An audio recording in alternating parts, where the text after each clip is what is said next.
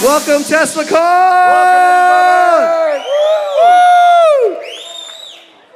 This is so awesome. Thank you guys so much for making it out. My name is Anuarbek. I'm the Vice President of the Tesla Owners Club of Austin. This is Mr. Matt Holm, the founder, the president of Tesla Owners Club. Let's give it to him, Matt. Thanks for coming, guys. This has been the culmination of just a dream we've had for a while. Once we heard that Elon was coming here, we said, hey, you know what? Let's just get the community together, continue the party, support the mission, and have a good time. So thank you guys for coming. The real reason is a few months ago, a bunch of our friends, once we found out Cyber Rodeo was amongst us and this factory is going to get opened, a ton of my friends called me. They said, Anuarbek, we're coming whether we're invited or not. Deal with it. And I looked at Matt. I was like, oh my God, dude, I think this is going to be insane. Yeah. So that's the real reason why we put on TeslaCon. All these events are by owners for owners, by the community for the community. So I want you guys to give a round for yourselves as well. Thanks for coming, guys. I'm assuming most of you guys are super Tesla nerds like me. The Tesla nerds in the audience, let me hear it. On a scale of 1 to 10, 15. My wife says I'm an 11. Matt is like a solid 9, sometimes a 10. But we have plenty of 15 and 18s in the audience, right? 100! Yeah. So before we bring up our, people have traveled from all over the world to be here. This is so special. I want to see, maybe we can increase the lights just a bit. I want to see who's flew the furthest to get here. Anybody from New Zealand, Australia, Singapore, China. What do we got? Where are you from? Switzerland. Call it out, call it out. No, come on. Who flew the furthest? Any Australians in the house? New Zealand. So he married my sister. Back there. Like this. Aussie. Aussie. Get up here. Aussie, Aussie, oi, oi. Get up here. We have an Australian that got on a plane and flew, I don't know how many, is that 3,000, 4,000 miles? How many hours? He gets a Giga, Texas, bell buckle! Woo! Welcome, brother. Wow. This is amazing. They actually don't sell any of this stuff in Australia. So a friend of mine, Bradford, who's going to be on the panel later, he actually gave me some short shorts. Should he put them on? I'm going to bring him up later on. We're going to see what he looks like in his sexy short shorts. All right. I mean, I don't have them here, but like... Okay. So I know a lot of my friends have driven. Here, have a sticker. Cannonballed. Anybody drove from outside of the United States to be here? From where? Vancouver, Canada. Let's get him a prize. Where?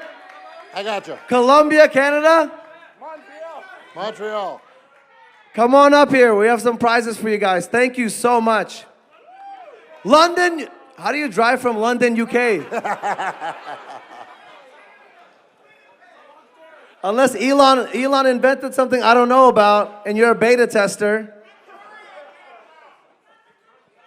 Montreal. Let's get Montreal a prize as well. All right, guys, we're going to start. We're going to kick it off. We got Spain. Are you guys ready? There's like so many really exciting, cool panels. You guys know Dave Lee is here. Ross Gerber and Gali are in the house. Sandy Munro is in the house. To kick it off, we have a really exciting panel, which will be moderated by my friend Ellie. You guys may know her as Ellie in space. We have your very own president, Mr. Matt Holm, who's kind of a famous realtor in Austin. He's known as the Tesla realtor. It's not a I wonder why. Then we have Mr. Zeeshan Malik, lawyer extraordinaire. our transportation expert, and also Ms. Vanessa Fuentes is a city councilwoman for District 2, which is Del Valley, where the Giga Texas factory is. So we're building this in our hometown, so please help me welcome these guys. Woo! Sit in the middle here. Howdy, howdy, howdy. Are the mics on? Oh, the mics are on now. Hey, everyone. Come sit next to Who's happy to be in Austin, Texas? Woo! How many of you guys are local? Can you raise your hands? Yeah, let's give it up for the locals. As we know, Elon says Austin is going to be the biggest boomtown America has seen over the next 50 years. So for the folks on the ground here, open-ended question, but what does that really mean for Austin? Well, it's explosive. You know, for the area that I represent, we're seeing a lot of new development, so I'm sure business is good right now. A little busy. Yes, and so what we're seeing is that this really, having Tesla here in Austin, having their headquarters based in our beloved city that we love, has really put Austin even more on the map. But it also has shown a light on some of the challenges we're facing as a growing city. And I know throughout this conversation, we're going to talk about housing, affordability, infrastructure, and those are some of the issues that I'm working on as a local policymaker. But you know, at the end of the day, this is an incredible opportunity for Austinites. It's wonderful for our state, and it's wonderful for our community. Awesome. For sure, for sure. What about your take on it, Matt? Why Austin? I mean, Elon talked about it last night. He asked everybody at Tesla, where do you want to go? And a resounding Austin came up. A couple of Nashvilles, he said. But so he chose Austin. Site selection was interesting. He chose a pretty tough site to build on. But the site prep went really quick, 6 months. I mean, you got something in 2.5 years that's 11 million square feet and can house 30,000 workers. It's amazing. And from what I'm hearing, that's phase 1. There's 2 and 3 potentially coming. So we're going to have a robust workforce. And he says for every employee he has, there's 3 jobs created around it. Wow. Vendors, contractors, all that. So we are going to have, I think he'll be the biggest employer in all of Central Texas. On top of Google and Meta and all these companies doubling down on their engineer teams that are coming out here. So when Elon said we're going to be a huge boom town, it's going to be a fairly unbridled growth period. And that has its good and its bad, right? So challenges ahead, but exciting stuff. And just talking about the influx of tech in general, you were saying you think Austin has the potential to overtake Silicon Valley. So yeah, so what I'm seeing anecdotally is we're having a zeitgeist shift from kind of tech light, back office jobs, and we're switching to a lot of engineer teams, corporate level jobs, headquarter relocations, and so the pay scales increase substantially. I'm working a lot more with VCs who are coming in town, so the money's now following the big tech and the startups. And I mean, that's going to be a powerful movement, I think, over the next 5 to 7 years. And so, yes, I do feel we could surpass Silicon Valley in the next 5 to 7 years for jobs. What do you guys think? Yes! I'd say 3 years approximately based on the variables within the planning community, to which location based on the geographic area and the utilities. He's thinking 3 years. You guys can't hear him. I'm saying 5 to 7. Okay, all right. That's aggressive. And you know, with the influx of people, obviously housing and public transportation, let's talk a little bit about tackling some of those challenges. Absolutely, yeah. And public transportation is a key component of the growth of any city. If we're going to overtake Silicon Valley in 3 years or 5 to 7, public transportation is an exciting topic. And in November of 2020, the city of Austin came together and we passed a historic bond measure, a historic ballot measure, and we implemented what everybody's calling Project Connect, which is a little bit of a misnomer because it's a series of projects. But what we're going to have in Austin in 10 or 15 years is public transportation on the level of a San Francisco, New York, Chicago, London, Paris, Madrid. When everybody thinks of robust, incredible public transportation, light rail that goes down the center of the city that connects people from where they are to where they want to be, that's what we're going to have. And what's interesting is it's the biggest thing that nobody's talking about yet. Everybody's talking about Tesla, we know that.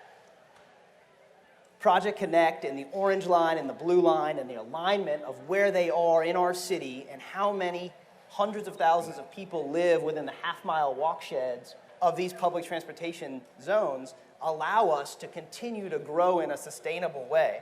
Because without public transportation, it's impossible for everybody to get around to where they need to be. So the future of Austin is exciting around public transit. And I would add to that, now we've got headquarters of Boring Company.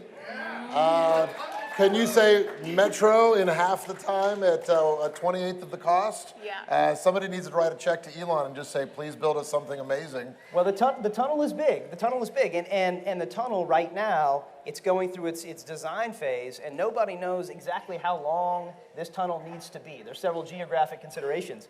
It would be interesting to see Elon and the Boring Company come in and cement their spot in Austin and build that tunnel. For sure, yeah. Build that tunnel.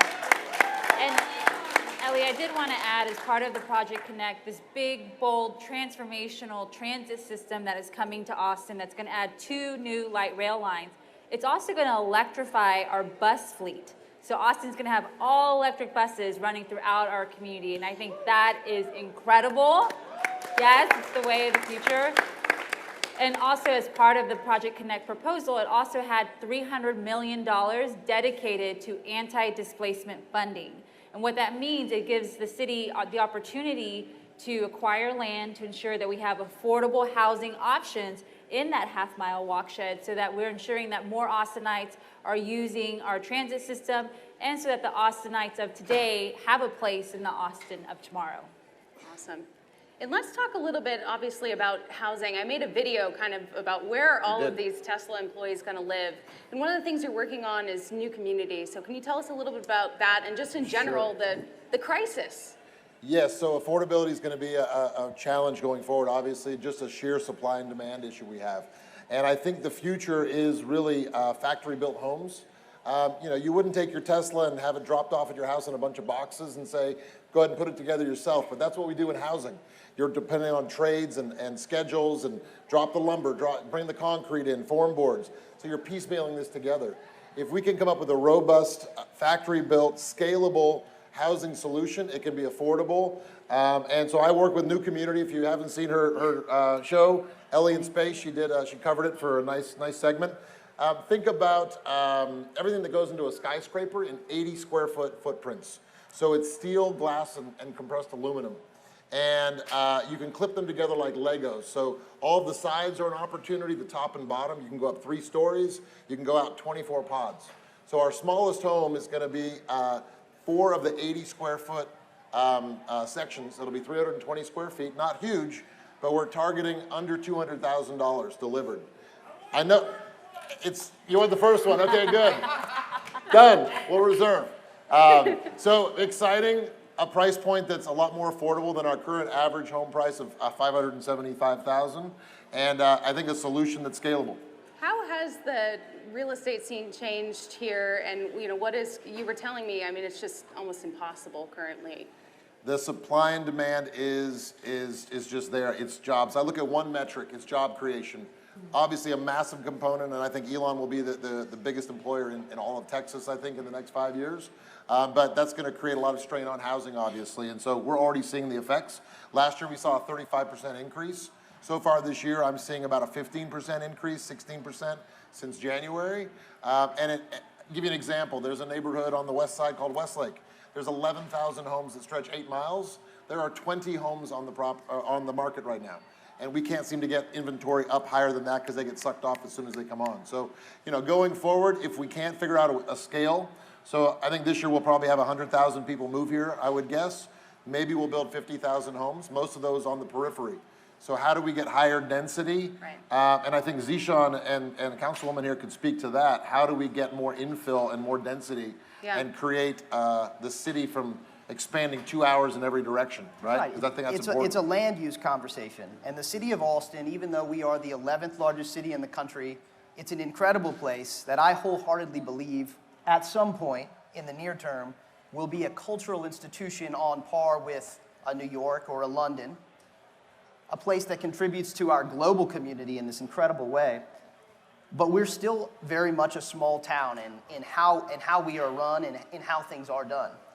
I think the conversation on land use and on housing ties into transportation, because when we think about where people are and where they need to go, The blue line is a really good example. The blue line is going to run down the center of Austin, and it's going to connect out to the airport. And everybody in here, myself included, it's an exciting thing. We're going to be able to fly into Austin, land at the airport, and take this blue line into the center of the city and live this incredible lifestyle without having to depend upon our vehicles. But the airport itself is key because of the 15,000 employees that are going to work at the airport when it's fully built out. And those aren't 15,000 folks that are driving a Tesla X, right? These are 15,000 of our community members that need efficient, reliable, cost-effective, environmentally friendly transportation to get from where they live to where they want to be and back home. And so tying in land use regulation and thinking about parking rules, for example, and how much space we need to dedicate towards vehicles as opposed to allowing people to live in smaller spaces and get to and from where they need to be. All of these items, transportation and housing and land use, job creation, they're all tied together. And as a community, we're figuring them all out simultaneously. Yeah. The future is exciting. Our councilwoman here is working very, very diligently on improving that land use. Yes. Something to know is the last time we had a comprehensive update to our land development code was before I was born. And that was in 1986. So you can imagine that things have changed in the city of Austin in the last 30 plus years. And so certainly updating the land development code, looking at parking requirements, looking at how can we ensure that it's easier to build in Austin because we can't build fast enough. You mentioned you anticipate 100,000 people in 1 year. Last year we had 52,000 people move. So just think about all of us Austinites have experienced the growth of the city, but it's about to double. Yeah. And so we have to ensure that our housing supply remains on track with the amount of population growth that we have in the area. And that's going to take some tough conversations because for some of us in the community, change is hard to come by, but we're not a small town anymore. We're not. And Elon, in a way, led the way. He built that 11 million square foot factory in 2.5 years. Yes. I know people waiting 2 years to get a pool built. I mean, so we have to simplify the code in Austin. We have to figure out a way to put more people into houses quicker, more efficiently, in a cost-effective way. And it's the greatest challenge we're going to have, I think, in Austin, and retain, hopefully, the culture that we have here as well. And I wanted to ask Councilwoman, how do we keep Austin unique and preserve, Austin with the mega boom? That is the million-dollar question. And truly, $1 million question, because the city has committed and created a fund to help our cultural arts here in Austin to ensure that we retain the title of live music capital of the world, that we're making it easier for folks who are artists and are in our music community, easier for them to live here, so they don't have to live out in the outer edges because they are such a fabric of what makes our city so unique. When we talk about why do people choose Austin, it's because of the quality of life. It's our Barton Springs pool, our town lake, all of the greenery and the tech and the fact that we have the capital, we're a capital city as well. And so it's going to take some more investment from our city council and county and looking at ways where we can make it easier and more affordable to live in the city. I would imagine it also takes an open mindset from folks that live here. I was very fortunate. I was born and raised in Austin, Texas. Just so happened to be. I think that the people moving to Austin every single day are what make this community incredible. And there's a perception, it seems at times, of folks that are in Austin, that are from Austin, that outsiders are a bad thing, that we need to turn our backs and not allow folks in. I think as a community, what makes us incredible is folks moving in from other places, bringing their cultural identities, increasing the population. We need to be more open at the same time as we're working, open in terms of how we accept folks at the same time as we work on land use and those governmental regulations. I think people are moving. What was that? Keep Austin weird. Yes, keep Austin weird. And growing. That's right. That's right. Yeah, and I think people. I mean, Austin. The summers aren't wonderful. We don't have a beach, right? What's the draw? And I've really found, and we've been here 14 years, it's a great community. People are friendly. I think people feel that when you're here. I think there's a warmth that's very genuine. And how do you retain that in a growing city? I would hope the people that are attracted here for that reason would hold the door for the people behind you. at the mall, you know, and say hi to your neighbor every time you pass by. And I think let people in your lane when you're merging. You know, I mean, these are things that were a marked difference from where I moved from. And so far, so good. Knock on wood. You know, the people that are moving here appreciate the warmth of our town, I think, and hopefully you guys have experienced it if you're visiting from out of town. And we love Austin. So.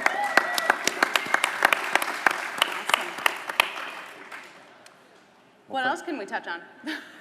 Well, great question. I don't know what else. What else is good? Elon's plans for where he's expanding. Yes. Oh, yes, So, tell us. Well, I have no like to know. inside knowledge, but it appears that he has more land than he is using right now. Right. And so the anticipation is that Tesla's here.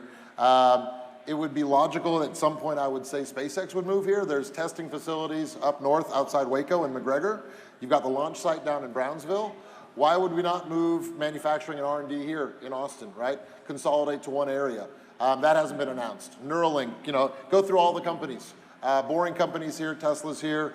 I would imagine we're gonna see yet more growth for Musk Industries. And so, as Anuarbek likes to say, we're gonna be the mecca for all things Musk. And so, you know, it's good. We're gonna put on our big boy pants and try to represent this town well, and hopefully it's gonna be a great, you know, use of our town and our talent. We're a university town.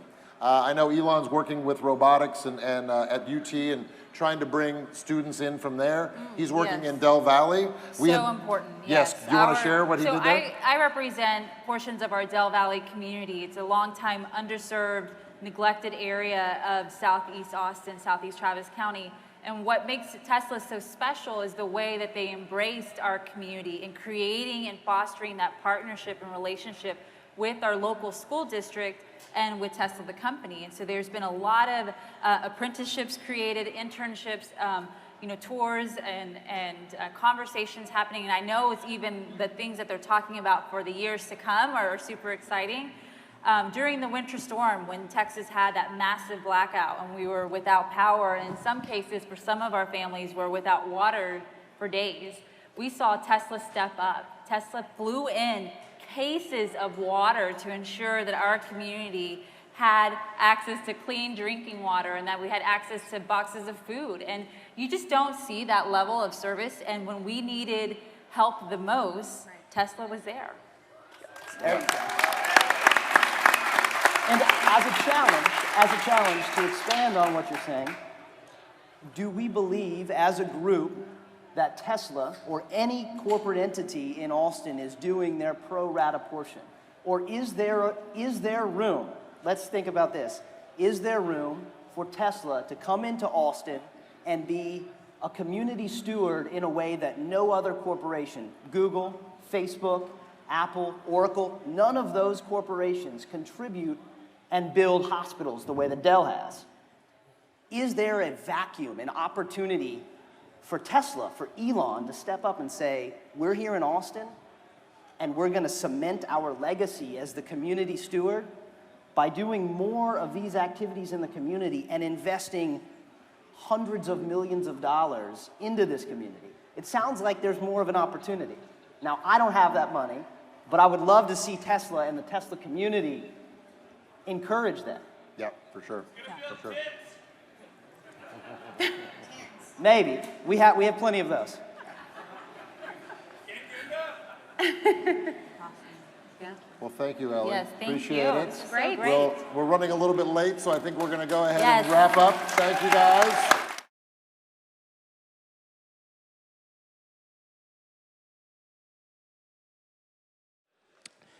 Extreme scale. Tesla will hit extreme scale this decade before we know it. What started as a couple thousand roadsters is going to turn into hundreds of millions of vehicles on the road.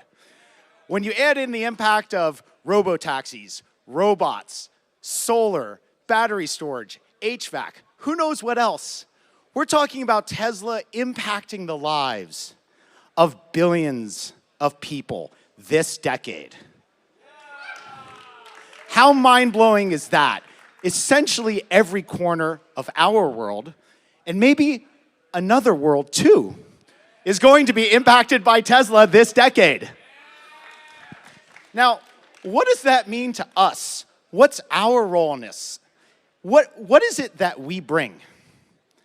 For me, it's all boils down to one word. What we bring is love, right? Today, Tesla is the most beloved company in the world. Not at scale, but for those of us who experience Tesla, we love our Teslas multiple orders of magnitude. We love our Teslas multiple orders of magnitude more than our iPhones or any other object we've ever used. Tesla is the funnest experience you can possibly have, right? Okay, so when Tesla hits extreme scale, our community and our love will hit extreme scale, right? So what are we gonna do with all that love? What is our community gonna do? Well, we're gonna have a phenomenal convention for over 100,000 people. That's where we're going. That's, right? Right, if any of you have ever been to, say, Comic-Con, right? You go to Comic-Con, there's over 100,000 people there because they love fantasy, sci-fi, Game of Thrones, Star Wars, whatever they're into, they're bringing their love. And it's just an enormous, incredible experience. And we're gonna have something like that, but different and way better in the future, okay? So welcome to the beta version of that. TeslaCon, Texas. TeslaCon, Texas, right now, this is a historical moment. This is all of us coming together at the beginning. You guys, those of you who've been around Tesla for a long time, you feel like, oh, I've been here forever. No, we're early. There's only a couple million Tesla vehicles out there in the world right now. We are early. And we're planting a seed in the ground that's gonna grow. Now, just to be super clear, we only have permission right now for this one event to be called TeslaCon Texas. So if we're gonna have future events, what we need to do is show Tesla that events like this are worth supporting and partnering with into the future and growing to extreme scale. So how can you, right now here in the audience, help make that happen, help us grow?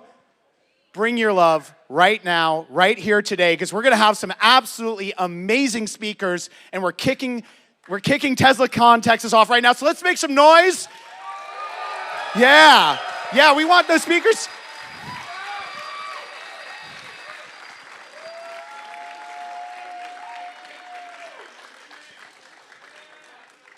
If you've been following, you know, our Twitter and website and our social media updates about all of our speakers, you know some of the greatest, most influential Tesla tupers, investors, they're about to come out here. So one more time, one more round of noise, and I'm gonna bring out our first panel. Yeah, so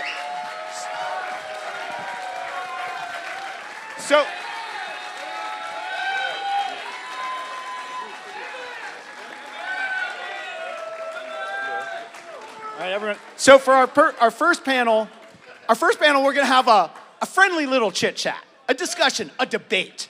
This is called Court is in Session. The Bulls versus the HyperBulls. Now I have a quick apology for you. There's no Bears here. We didn't invite Gordon Johnson. I'm sorry, but so normally it's Bears versus Bulls, but we're all Bulls here, so this is the Bulls and the HyperBulls. Now our moderator is Warren Redlich. Yo! Let's go! Trademark words. You know, Warren's been with us through this journey of seeing, like, what is the potential of robo-taxis? And when I first saw his videos, I was like, dude, what is he on? Because I want some. But actually, I think he might be right, and I'm sure he'll be bringing that perspective. I smoke marijuana. So, to Warren's right, we have the esteemed Bruce Burnworth. Now, Bruce has been very public about how he has generated tens of millions of dollars playing the Tesla ponies. Oh, I mean the options game. But he's very good at it. He's very clear. Don't try this at home. Don't copy him. But he just shares his stories, and they're really amazing. I'm sure you've seen him interviewed. And he's the founder of Healthy Soil Biomes, making the world a better place. based on all of his Tesla earnings going into that. So now we have Bradford Ferguson, who is the founder and chief of Halter Ferguson Financial. Now, Bradford was interviewed by Dave Lee, and he pointed out, Elon might need to pay some taxes, and I think I've calculated how that's going to work. It was an incredibly insightful video, and Bruce has many decades of experience in managing his clients' investments, and we're very lucky to have him here, and he's an extremely generous person. Hello? Yeah. To the left of Bradford Ferguson, we have Emmet Peppers, who I feel like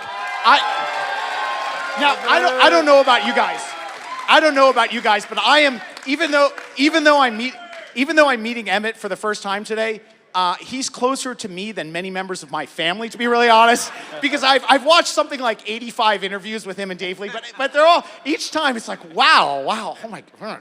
So Emmet has been also extremely generous with sharing his journey, going from tens of thousands of dollars to tens of millions of dollars. So, we're gonna see if and we're gonna have a reveal. We're gonna find out who's the bull and who's the hyperbull.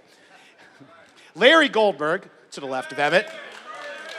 Larry is the founder of Sapiens Decisions. Oh, and I also want to recognize that we have 50% of our Plaid sponsors are on this stage, represented by Larry Goldberg with Sapiens Decision, Bradford Ferguson, Halter Ferguson Financial, and Bruce Burnworth with Healthy Soil Biomes. So this event wouldn't be happening without 50% of the bulls and the hyperbulls on the stage, and we're going to let you guys take it away. Warren? All right.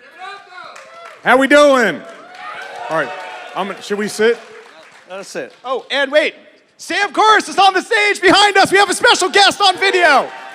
So Sam Korus is one of the lead analysts at ARK Invest, specializing in electric vehicles, robotics, and he's been an integral part in developing ARK's deep analysis, that we've all been following for many years. And Sam was tweeting out some really cool observations last night about Giga Texas, and I'm sure he's going to have a lot to say as well. So Warren, you're going to have to moderate between the virtual and the real. Yes. Okay, so for starters, I think we talked about this. Bradford, I'm going to ask Bradford to go first and make a bull case for Tesla before Bruce and I destroy him with the hyperbull case.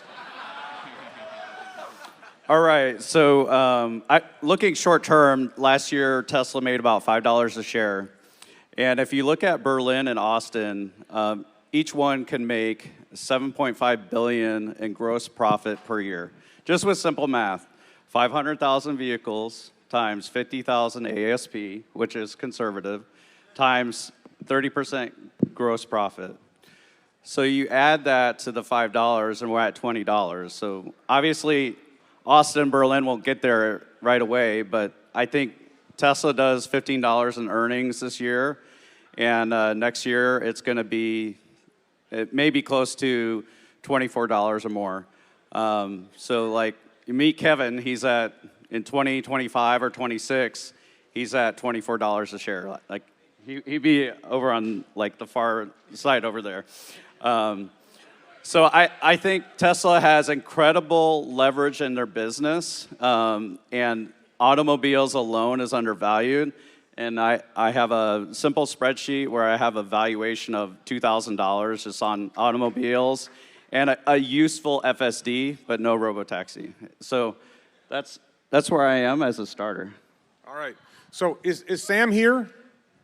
I want to give Sam a shot because we're going to forget about you if I don't give you a shot. So first of all, really nice to see you. I don't know if you can see me, but really happy you're here. Sam, why don't you tell us you're with, and sorry, Sam with ARK Invest, correct? That's right. So please tell us why Bradford's wrong and why it's worth more than that or less than that. All right. Well, my hands I think are more tied by compliance, but I'll give some high level thinking here. Is thinking about Tesla as far as what the constraints are and the battles that we all fight from I'd say naysayers. And I think in the early days it was demand, right? Every bear out there said there's no demand. I think that's pretty clearly no longer the case. And then it became, okay, they're supply constrained. They're still supply constrained. It was battery cells. Now, that's being worked on. And it was capital for a while, and that seems to be taken care of. So I think right now, the real question is, what are the actual constraints to stop Tesla from scaling faster than anyone imagined. And I think that's why, what Matthew was saying is so spot on. Massive scale. What are the hurdles to clear to get to there? And I think one by one, they're knocking them down. You've got the cell production, you've got the factories coming out. And I think, it's quickly becoming clear management bandwidth is kind of the limiter here. And, there's no one has more bandwidth than Elon Musk. So, I wouldn't doubt what he can do and what he's been able to do with the people he's surrounded himself with. Thank you, Sam. Thank you. I want to continue with the ordinary bulls first before we get. I want to acknowledge, by the way, the empty chair for Stephen Mark Ryan, who I've met so many people who tell me they love my channel while wearing Stephen Mark Ryan's T-shirts. So, can I make a short comment? Please, go ahead. So Tesla now has teams to build factories in the United States, in China, and Europe. So those people aren't going away. They're, some will move on to things, but many will continue on to the next thing on those continents. Sure, but Emmet, I wanted to give you a chance. We'll continue with. I don't consider Emmet ordinary at anything, but as I love Emmet. But Emmet, please. What is your take on your bull case for Tesla for the next 5-10 years, or however you take it? Yeah, hi. I'm glad to be here. And the thing about I'm just a regular guy. I've been very fortunate. I don't have the spreadsheet quantification metrics that some of these guys do. My partner Matt is brilliant at that, and I let him run with that, and I just go with his, and I look over it with him and such. But I am a bull for sure on Tesla. I'm not as bullish as the people on that side. I remember in 2013 and 2014, it was around a 30 billion market cap company, and I kept thinking, I was a hyper bull then, thinking it should be a 200 billion, 100 billion plus market cap company, with the Model S having potentially incredible demand, supply constrained, and what's to come. And for years, I'm a hyper bull in the future, but right now it's a $1 trillion market cap company. I mean, you have to soak that in. It's come so far so quickly in terms of market capitalization that for it to become the biggest company in the world, which I do believe it will become, I just don't think it's going to be next year necessarily. I mean, it might be towards the end of the decade, or it might be 5. It depends a lot on full self-driving and when that comes to fruition for the masses.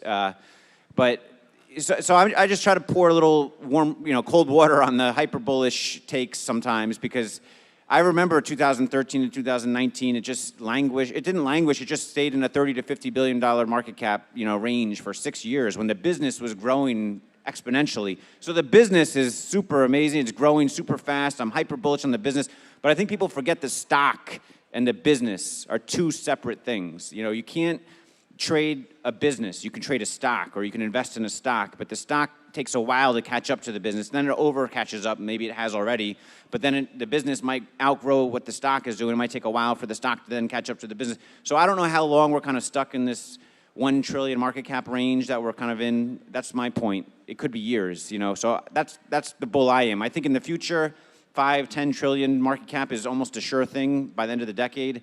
But I just don't know if it's going to happen the next 1 or 2 years like some folks think.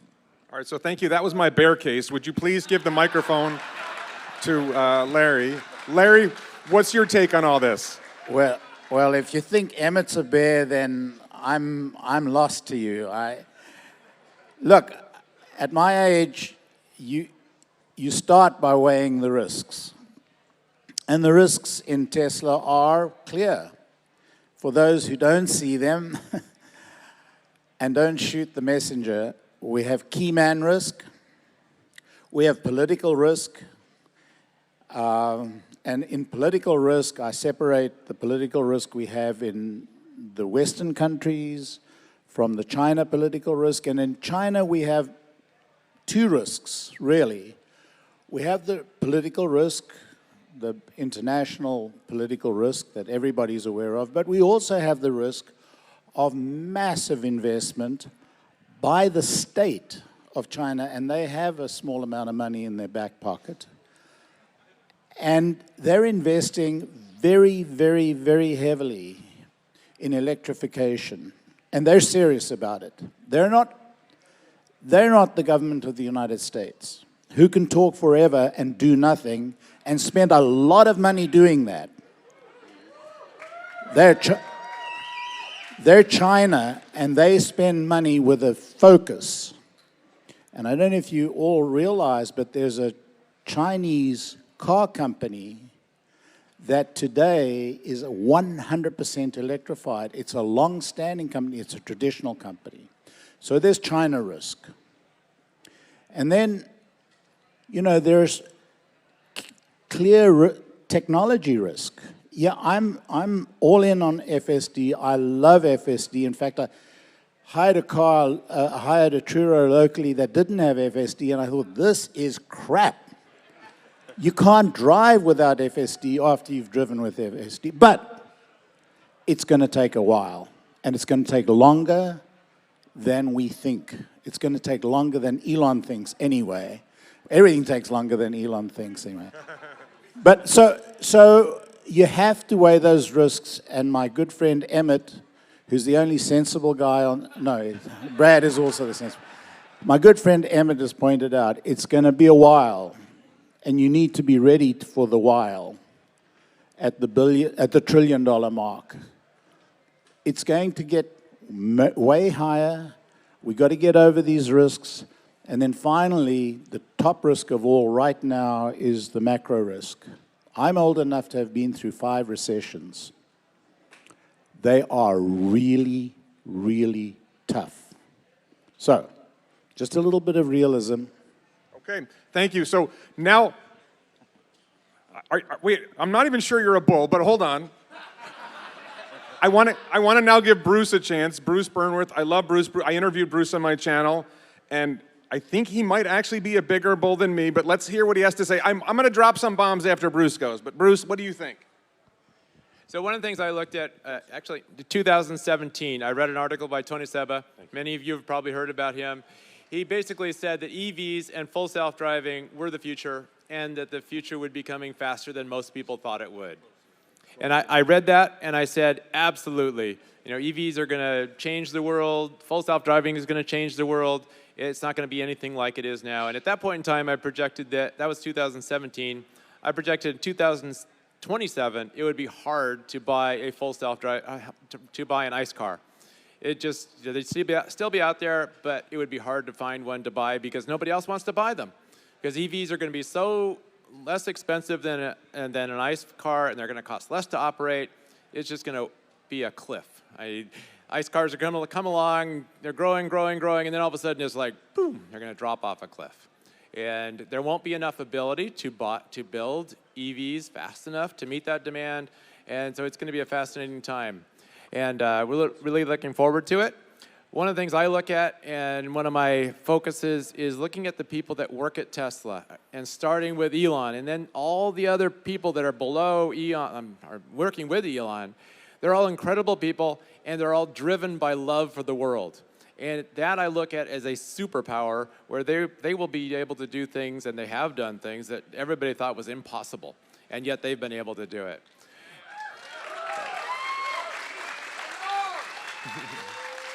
So I look out into the future, and people ask me, what's Tesla going to be like in 10 years? I say, I don't know. What's the stock going to be like in 10 years? I don't know. It's too hard to look out 10 years. That's a long, long time in Elon time, you know, as far as what they're going to be able to accomplish.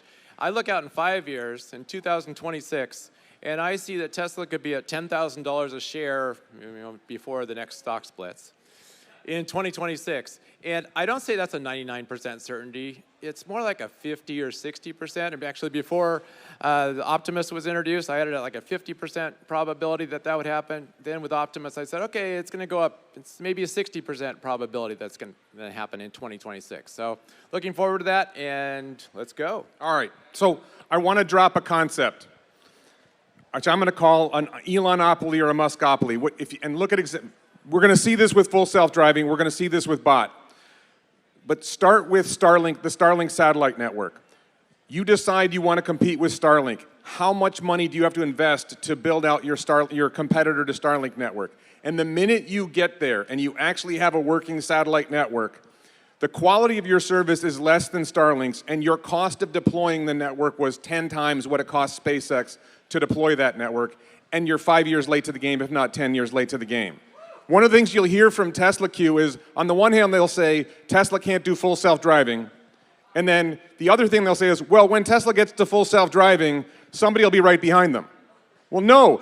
Tesla is investing billions of dollars to build millions of cars that are driving around collecting data to generate this robo-taxi network of the future.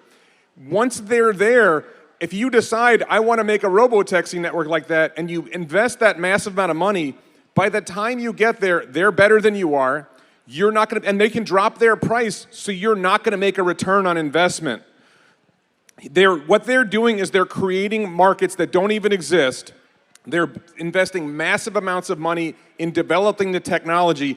And number two in the market, if you're making the decision, do I want to invest $10 billion to become number two, and I'm not going to make my money back? I think Larry's point about China might make the investment anyway.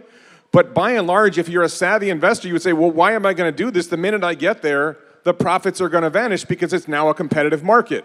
Same thing with bot. So looking out to 2030, I went out 10 years starting in 2020. Looking out to 2030, imagine a robo-taxi network of just the Tesla-owned vehicles. Forget about those of us who have FSD and we're going to put our vehicles in the fleet. 10 million vehicles earning, I could go in depth in this, but earning about $100,000 a year in revenue, which turns out to be about $60,000 in gross profit per vehicle, times 10 million vehicles. Do the math. Okay, that's a ridiculous, I think it's $600 billion in gross profit right there. Okay, so all the other stuff kind of vanishes. You can look at energy, you can look at selling cars, and they all generate revenue and they all generate profit. But the insane valuation of robotaxi blows your mind, and that's with only 10 million robotaxis. If each robotaxi replaces 5 cars, and there's 2 billion cars on the planet, there's a lot of room to build more robotaxis than 10 million. And with $600 billion in gross profit, make it $400 billion in net profit, give it a multiple of price earnings multiple of 30, and you end up with insane valuations. And then you say, what if there was 20 million robotaxis? What if there were 50 million robotaxis? What if there's 100 million? Well, how many will Tesla be able to build by 2030 if they're building 1 million last year, 2 million this year, 5 million next year? Once they're about 20 million vehicles a year, you're going to easily get to a $20, $50 million robotaxi network. And one of the things I say that really makes people mad is they're not going to sell you a car anymore. They're just going to build robotaxis. They'll sell it to you. You want to pay $250,000 for a robotaxi? They'll sell it to you. So that's where you get to these, and then you get all of this, and I can get you to a $100 trillion valuation, $100,000 a share, just with robotaxi and a little bit of the other stuff like energy. And then you drop bot in. Emmet's done interviews with Dave Lee. Bradford's done interviews with Dave Lee. I interviewed Dave Lee, and Dave is so conservative, and he doesn't want to get there. And then I mentioned bot. And I think he cried. He kind of lost it. If you watch the interview where I interviewed Dave Lee, and you have to go late in the interview, I asked him about bot, and he just started looking up at the sky. He's getting all misty-eyed. And if you think about this question, and Bradford and I were talking about this before, I think. Suppose when you're manufacturing at scale, a bot costs $5,000 to make. And it does, the way I'd say it, let's start with a $10 an hour job and it works 2 shifts. That's $40,000 a year plus the cost of insurance and taxes that you have to pay on that. It replaces 1 employee on 2 shifts. It's doing $40,000 a year, $50,000 a year with a value to the employer for 10 years. That's $400,000 or $500,000. It only costs $5,000 to build. Now, and then 2 years later, they've trained it to do $20 an hour work. Then they've trained it to do $50 an hour work. And then you get to this question, how big is the market for bot? And we have no idea. I would ask you this question though. How many of the people in this room would buy a bot? Raise your hands. Would you buy a bot for $50,000? Okay. And imagine scenarios like, what's the ratio of bots to humans on Mars? It's like 10, it's 10 to 1 easy. So I think I'm rambling too long. I want to let Larry respond to my insanity. Larry, how crazy are Bruce and I and our HyperBull talk? Well, Bruce is pretty sane, but you are gone crazy.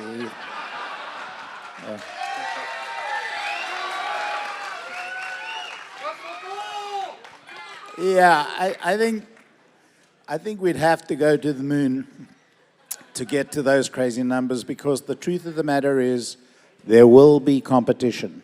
Okay, let's talk about that. What about my point? What about my point? I want to finish. Let him go. Go.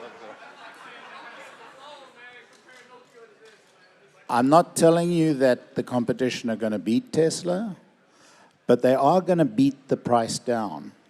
They are going to impact the market. The market is not perpetual and it's not infinite. The nature of the market, the nature of economies is that prices fall. That's the given. Not the value of money, which is constantly falling, but the prices fall. Inflation may actually make it look like they're going up, but prices fall. So I don't think Optimus is going to fail. I think Optimus is going to be an incredible success for Tesla. But the numbers, I don't think that full self-driving or autonomy or robotaxis are going to fail. They're going to succeed wildly. But the numbers, so I think the numbers are crazy.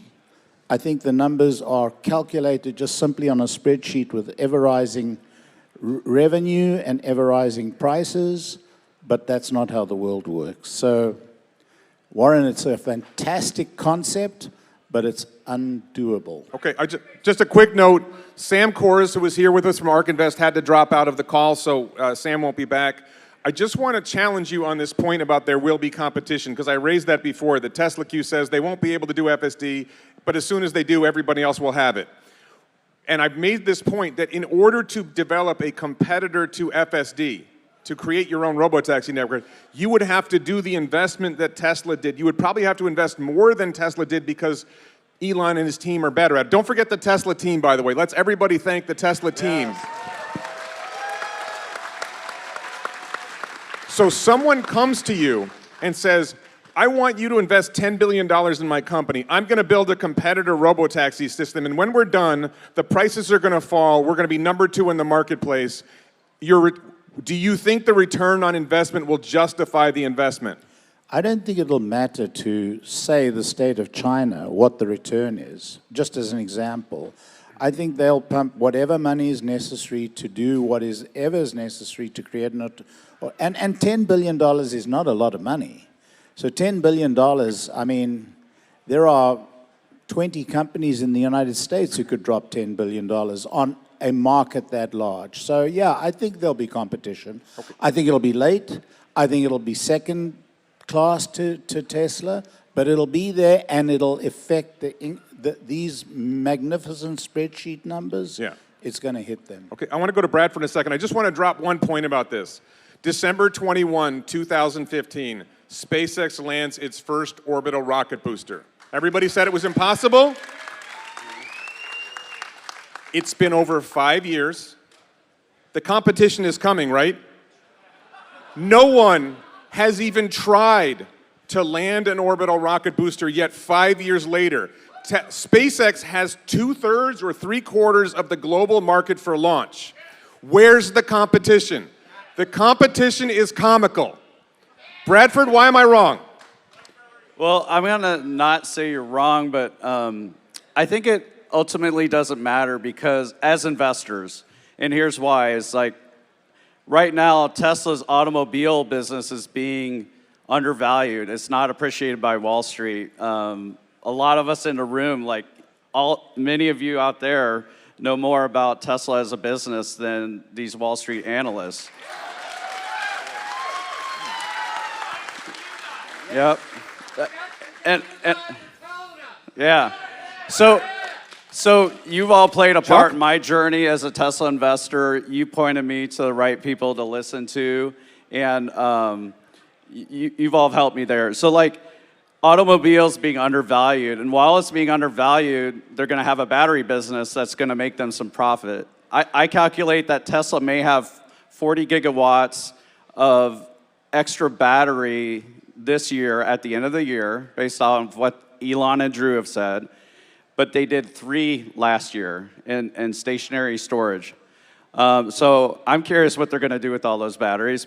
Maybe they come online next year, but it doesn't matter. So like, then batteries are going to be undervalued by Wall Street. Are you talking about Megapack? Megapack and Powerwall, yeah. And then let's say they solve autonomy, then that's going to be undervalued for many years.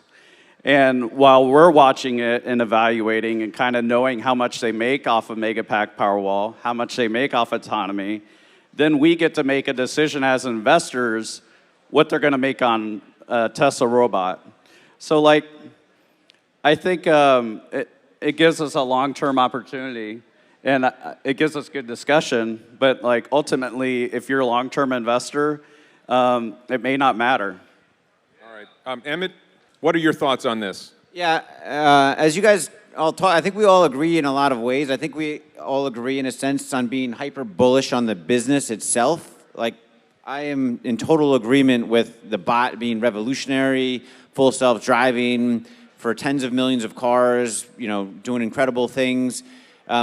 There's a difference in this. I think maybe I'm bullish on the stock and not hyper bullish on the stock, but I'm hyper bullish on the business. And I think there's a difference. You know, people, you know, when we talk about the stock price, a lot of people are invested here, some amount of shares, and you know, you look at it every day and you think, oh, it just dropped 40% from its highs. What's going to happen? It takes years to maybe get back to the highs, and you get disappointed. So I guess I'm here to just try to draw a differentiation between the business and the stock. The stock and the business are not the same thing. I'm bullish on the stock. I'm not hyper bullish on the stock. I'm very hyper bullish on the business itself. And I think if you're a long-term investor, like Brad just said, it doesn't matter, because in 10 or 15 years, it's going to end up where it's going to end up. And at some point, Tesla will print so much cash that even if investors aren't giving it a good PE valuation, they'll just give back money through a dividend or buy back shares, and they'll buoy the stock or give you back money that way, just like Apple stock pays back a dividend now. So I'm just trying to draw a distinction between the stock and the business. Okay, so Bruce, I want you to take the banner of the HyperBull and crush them. So I understand and I agree with that thing that, you know, stock doesn't move the same way as the business. But I look back in 2017 when I first really got into this, and at that point in time in 2000, which was only 5 years ago, there was no talk about EVs being the future and EVs being the solution. There was a few fringe people that were talking about EVs, but very, very few people. And now you look at the world, everybody realizes that EVs are the future and that EVs are there's disagreement as to how fast EVs are going to come. I'm not sure everyone yet. Maybe everyone in our circle, but you know, if I talk to my neighbors or other people, they don't all necessarily think that. Yeah, and so, but there's a lot more talk about EVs than there was 5 years ago. A lot more talk. And even the other, you know, the ICE vehicle companies are saying, hey, we need to build EVs. So it's going on, and it's a big change from what it was just 5 years ago. I look out 5 years from now, and 5 years from now, things are going to be totally different than they are now. And just perceptions. And perceptions is what drives the stock price. And I see that in 5 years, the ICE vehicles are going to be dead, and people are going to look around, where can I invest? It's going to be Tesla. They're going to see what Tesla's accomplished and that EVs are the future, and people are going to buy Tesla, and that is going to drive prices of Tesla up to the moon and beyond. We're going to go to the moon, and we're going to Mars. I just want to address a couple points that I think Larry and Emmet were talking about. First of all, key man risk. I agree that key man risk is big. In other words, the what if something happens to Elon risk. I think it's real, and I think that in the short term, Wall Street would react badly to something. Keep in mind, whenever Elon does something, they say, oh, Elon's bad for the company, right? Oh, Elon did this, it's terrible for the company. But if something happened to Elon, oh, that would be bad for the company. Well, make up your mind. But the problem with the key man risk issue is it undervalues the Tesla team. I have been fortunate to meet some key players on the Tesla team. I've met like ordinary engineers on the floor of Giga, Texas, and at Fremont, at SpaceX engineers at Starbase. It is stunning, the talent, the effort, the passion. You don't see that at many other companies, if any at all. If you listen to those earnings calls and you don't think that Zach and Drew get it, those are the other two key people on Tesla's website. If you don't think they get it, if you don't think the team gets it. Now, Elon's an accelerator. I think Tesla's going to $100,000 a share by 2030. Without Elon, sure, it only goes to $50,000 a share. So that key man risk is there. Emmet's point about what the value of the company is versus what the value of what the Wall Street values the stock, and I kind of want to get Larry's take on this. If you go back in history and you look at Cisco Systems and General Electric, there was a time when Wall Street said that's the #1 player in the market and they get a price premium. They end up being valued over their actual value because there's a sense that that's the big dog. So there's a possibility. I'm not saying it's going to happen, and people ask me, Warren, at what price would you sell Tesla stock? I'm like, I'll sell Tesla stock when the stock price is more than the company is worth. And actually, one of the things Emmet said that really got me. Tesla is already the most valuable company in the world. Wall Street hasn't caught up. Tesla is already a $5,000 stock, a $5 trillion company. Wall Street doesn't get it. Okay? But when that moment happens, if I want to hear Larry's take on this, if the market all of a sudden perceives Tesla's the big dog, they can overshoot. And when I get to the point where I think, okay, Tesla's now really $20,000 a stock, the market overshooting could take it to $30,000 or $40,000 a share. Does that make any sense to you, Larry?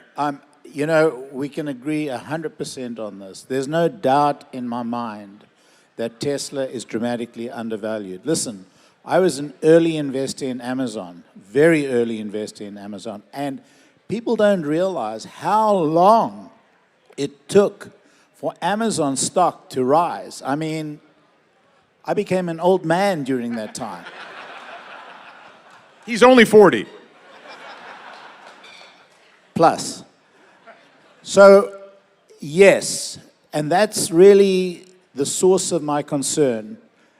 People who lived through the 2013 to 2018 time period with Tesla stock can understand that this stock can meander at the $1,000 mark for a while. But, I mean, when it does take off, hold on to your britches. It's going to be unbelievable. So, yeah. Do you think Wall Street could overshoot its actual value? Yes. Okay. Emmet, do you have any thoughts on that? No, I think it's a very realistic scenario that could happen and play out. I'm just not putting all my cards into options on that. Okay. Bradford, well, and the options, the problem with options is I'm long-term. Bruce and I are long-term. We're looking 2026, 2030. If you're looking for 2024, talk to them. I mean, I have my opinions about it, but I think Bruce does some options sometimes. He does 2-year options. That's what I'm talking about just right to clarify, what I do is long-term options in order to exercise into the stock. So it's for long-term holding. It's not for trading of options. Okay. So I just want to give Bradford a chance to talk about, it was mentioned, I think Matthew mentioned something about it when we were coming on the stage, the issue of unrealized, tax on unrealized gains. Bradford? Yeah, so the White House in March proposed that households above $100 million pay a minimum tax of 20% on unrealized gains. So obviously this would hit Elon. And so unless Elon does something clever, it may force Elon to sell at least 20% of his shares in 2023. So what we saw last year was Elon being forced to sell 5%. And people didn't like that news, and I thought the stock would go down. And there's no magical amount of people that have like $12 billion to buy Elon's stock last year. The stock price went down. There's no magical block trades, so there's a risk there. There's one thing that Elon could do, which he might do. He could donate a substantial portion of his shares to the Musk Foundation. So if he did that, he wouldn't be forced to sell that portion of shares. I think that's a risk that's coming up, and I'll be talking about that on my website, and I'll probably do a video with some of the YouTubers. I just want to make a key point. Remember, he said households with $100 million or more.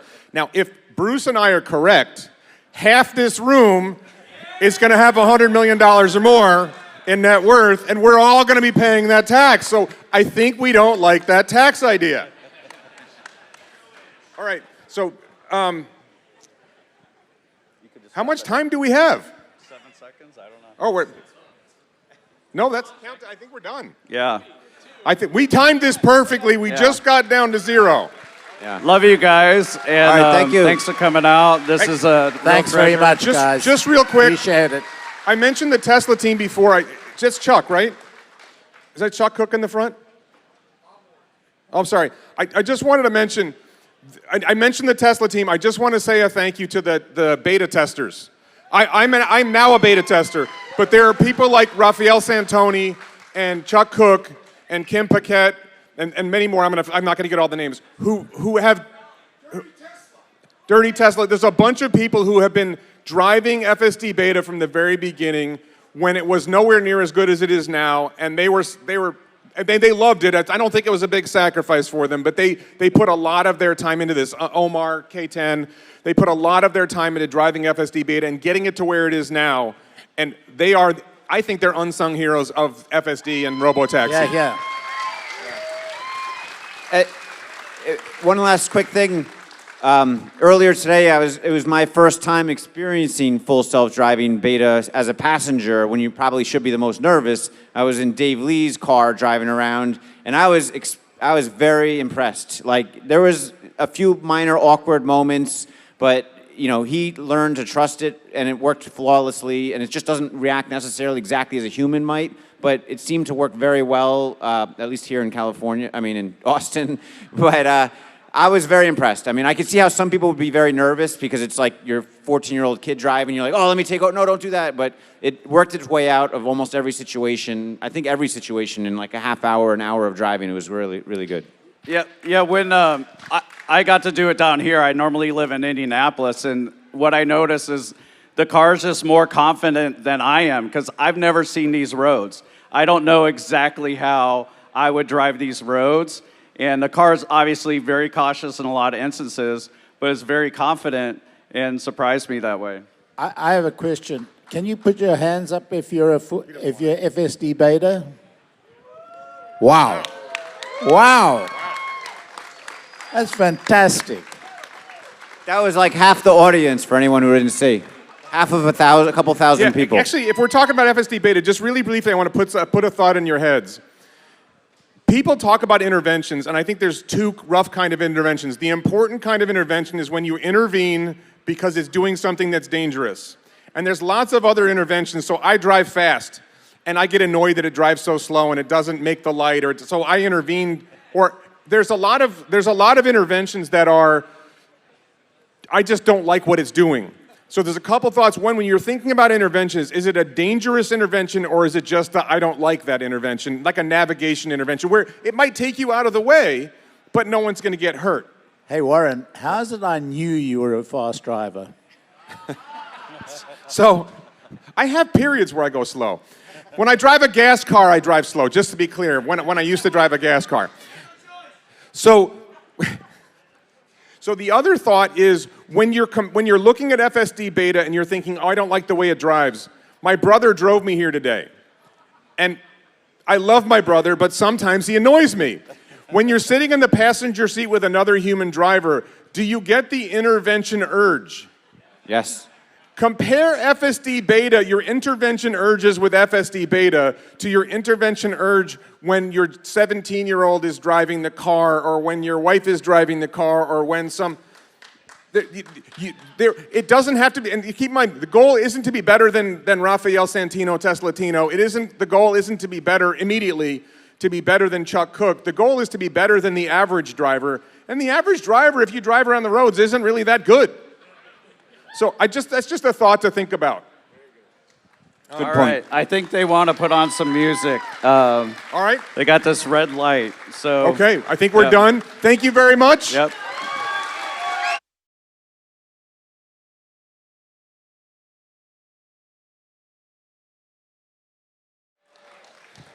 It is my distinct honor and privilege to introduce to you a dear friend of mine who you've already met, but you're going to meet him again because he's one of our two co-MCs. the vice president of Tesla Owners Club of Austin, one of the earliest devotees to Tesla as both an owner and an investor, someone who's brought this entire community together, and he has graced us with his enormous devotion and love to co-creating this event. Anuarbek, get up here. Woo! Now, Anuarbek is an extraordinarily hard act to follow. But I think we have somebody here who's gonna blow us away as our next co-MC, along with Anuarbek. We have a man who saw the vision of Tesla when no one else did. When Mark Spiegel and Jim Chanos and all the short shorts were dumping and fudding and lying and trying to get us to sell. Boo! This visionary just got on YouTube and started recording out of nowhere. Like his first video was this shaky cam stuff, and now he has this incredibly slick, beautiful production with amazing music and deep insights. Later today, he's giving us a next level presentation, but just to start right now, he's gonna come up, Galileo Russell with HyperChange! What's up? Yo, yo! HyperChange is in the house! Oh, what's up, everybody?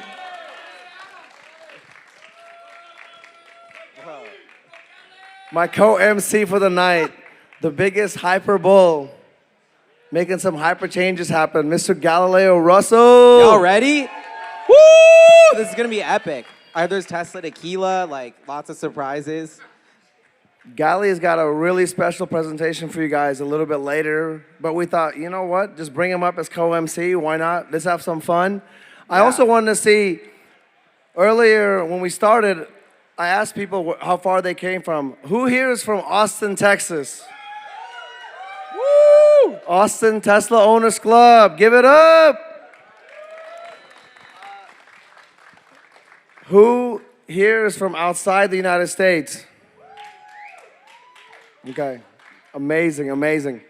All right, so how many of you guys like fast cars and performance? Woo! So we've got a very special panel for you. Do you guys follow a YouTube channel called Drag Times by any chance? Yeah. We got Brooks, Weisblat, Drag Times, Ryan Levenson from the Kilowatts, and Ben from the Unplugged Performance, moderated by Sofiaan. Please give it up for the Super Performance panel. Woo! Hey, how's it going, guys? Woo! Having fun? Awesome. So for those who don't know me, I'm Sof from the Third Row Tesla podcast, the creator of the YouTube channel. And yeah, I've got my buddies here. We're talking about performance today. So yeah, I've got Ben Schaffer from Unplugged Performance. Hey! Awesome. And then we got Brooks from Drag Times. And we got Ryan from the Kilowatts. The is very important. Thank you. You're welcome. All right, so let's start off a little bit with talking to Ben here. So Ben, our theme is performance. So why is performance so important in the world of Tesla?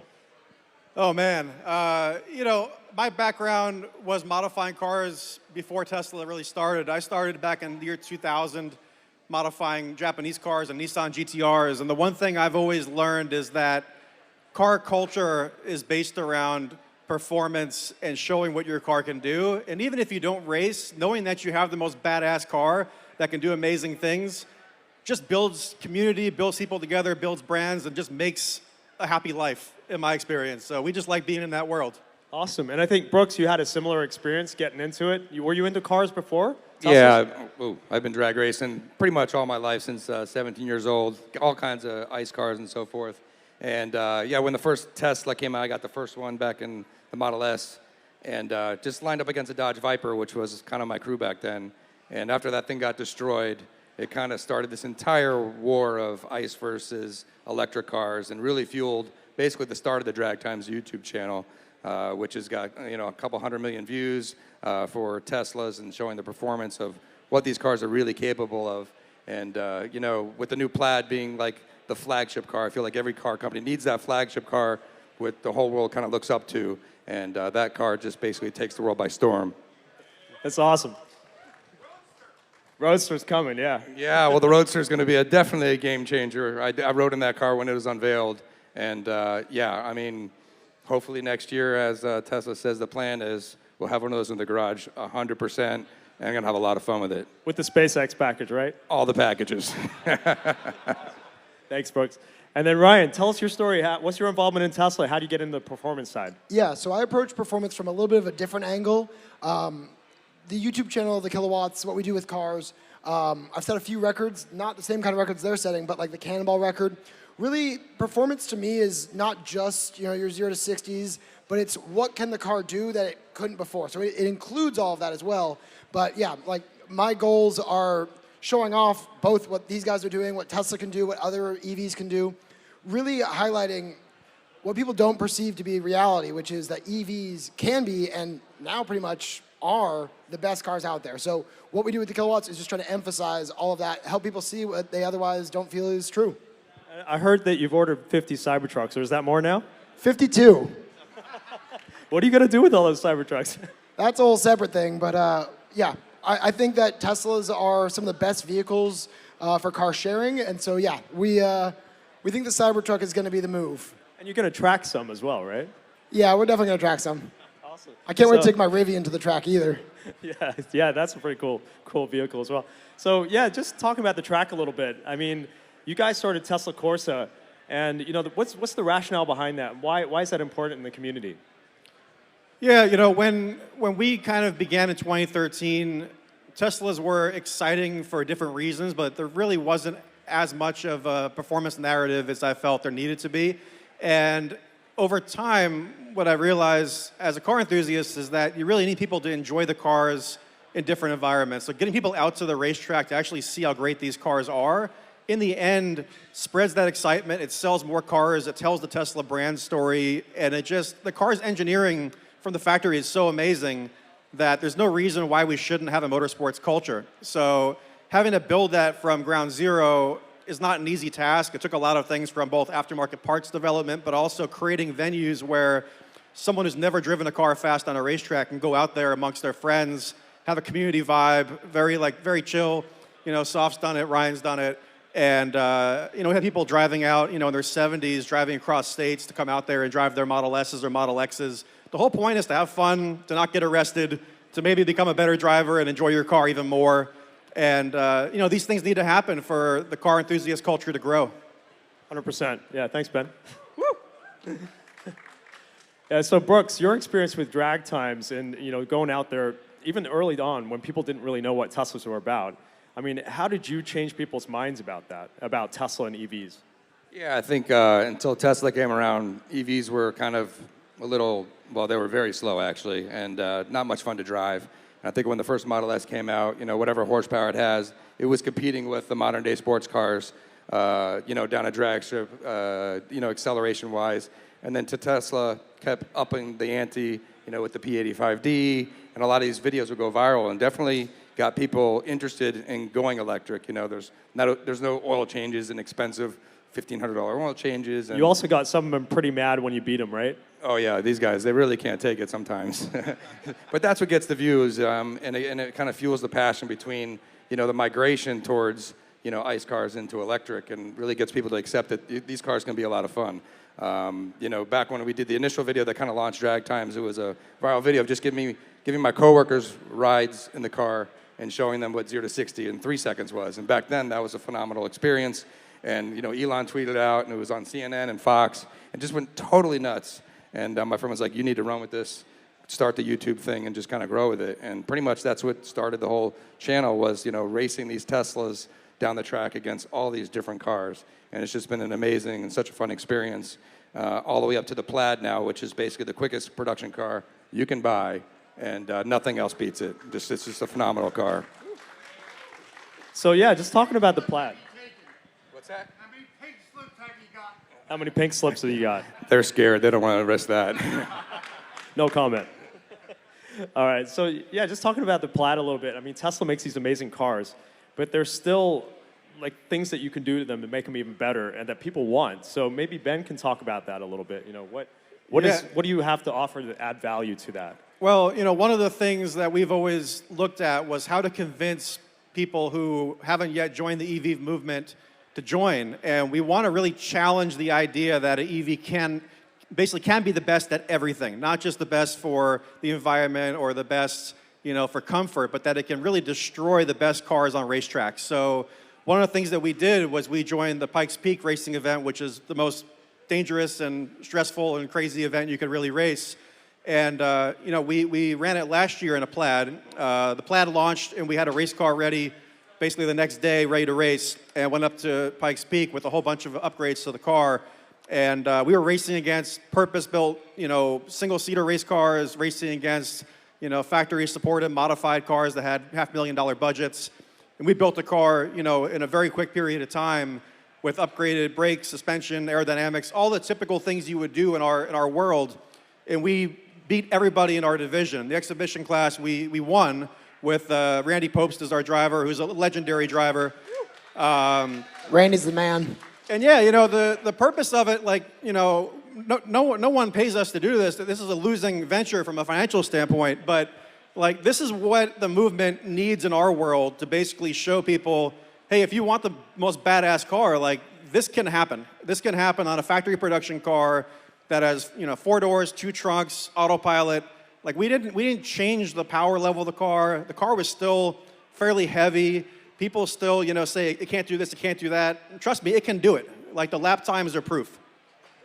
That's such an awesome statement, man. And I was there, both Ryan and I were there helping out with the team, and it was an incredible experience to be there. I'll never forget it. So yeah, we celebrated with Tesla tequila at the end. Yeah, we did. It's always the way to celebrate. If you're in this world, Tesla tequila's got to be on hand, on standby for anything. Whether it's a stock bump or whether it's a racing win, tequila on hand, always. Awesome. Yeah, Ryan, you had something to say, I saw? I was just going to say, you should mention how we went with the Model 3 the year before that, and you're going back with the Model 3 after the crash in a completely new configuration.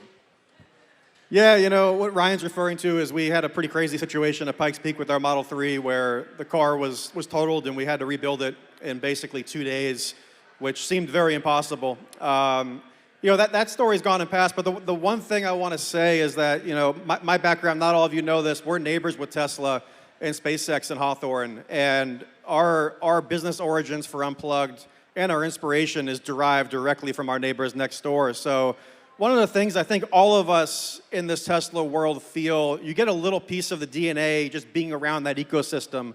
In our world, I said this before, in my background of racing Nissan GTRs, I might have just went home after the car was totaled. But in the world of watching what Elon does, what SpaceX does, with these rocket launches, there's this mentality that I think all of us start to get a piece of, at least I hope so, I know I did, where when you face adversity and everyone says you can't do it, it motivates you to just say a giant F you to everyone and to get it done. Yeah. And in this case, we didn't care if we won or not, but we wanted to get to the top and to fly the Tesla flag just to show the ethos of just getting shit done. You got to get shit done in life and business and everything. And a lot of people, when the going gets tough, they just pack their bags. But we all, I think, share this DNA of if you believe in it enough, you do it to the death. And that's 100%. What we did. Yeah, I think we actually wanted to pack our bags. we kept going with it, and it turned out amazing. I mean, we actually came second. Yeah. By the way, that car is being rebuilt right now to be even crazier. It now is, Elon's previous favorite car was the McLaren F1, which is a center seater. So we got inspired by that and made a center seater Model 3 because the car was totaled. So we ended up chopping it up and making this ridiculous thing that is going to start racing again. And you got to make lemonade out of lemons, and we're making some pretty potent lemonade. Yeah, I can't wait to see that. Awesome. Woo. So just going back to regular people driving on the track, we're doing all this crazy stuff, gutting the car out, making something most people wouldn't ever drive like a normal person. But what value does it add for a regular person? I can say for myself, I've done some little minor upgrades to my car that have just made it incredible, like the brakes, changing the rotors, the pads and the lines, things like that. They're really not that expensive. But why would anyone want to do that? Maybe you can talk a little bit. Yeah, so, one of the interesting things being a car enthusiast is I come from a world of an abundance of customization where you can have anything you want and there's no one-size-fits-all answer. Tesla, in this regard, it's a unique relationship where Elon has said many times that they want to streamline production, reduce options, and hit scale. And what I want to do is the exact opposite. I want to take a car that's mass-produced, that's made as rapidly as possible, and then slow that process down and customize it for every unique use case. So that people who want a different interior, who are want different suspension, who want different levels of grip, maybe they want to trade off some range for better cornering, they want to have some downforce. Whatever it may be, I believe in the idea that car enthusiasts are individuals and that these two worlds can coexist.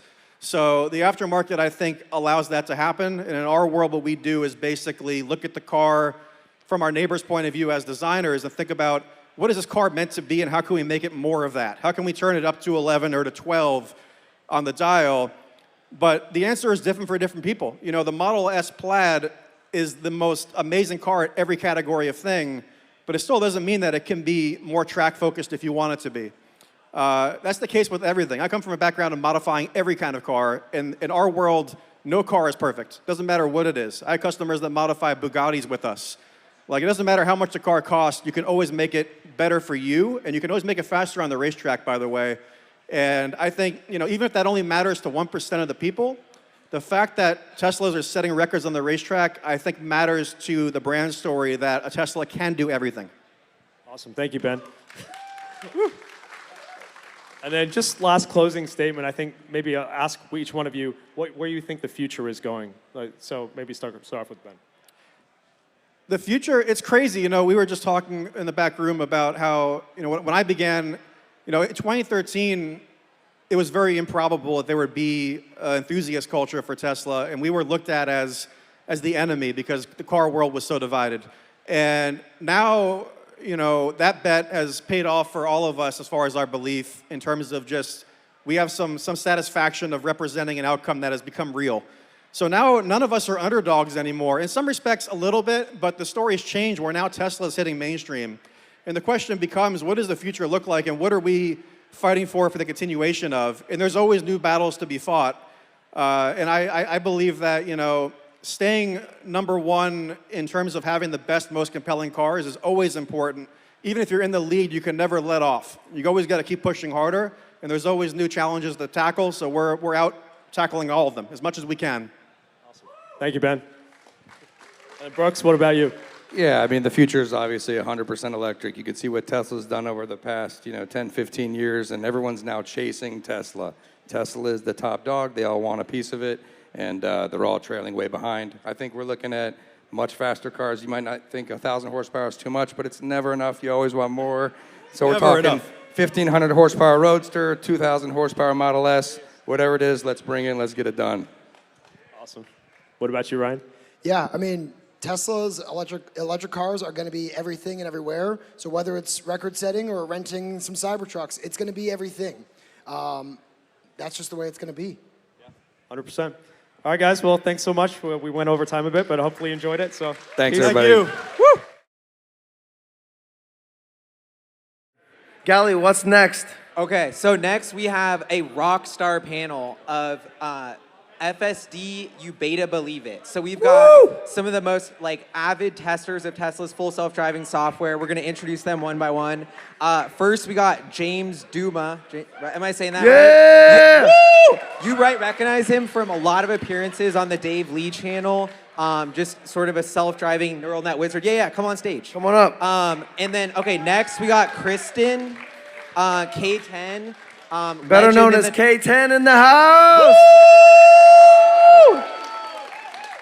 Welcome. Yeah, you guys can take a seat. What's up? Okay, next. Who do we got next? Oh, this guy. You may have seen him in a different suit from Mars, but he's a legend in the Tesla community. His Model S is named Starship.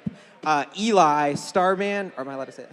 Oh. Eli, let's go! Eli Burton! Woo! Woo woo!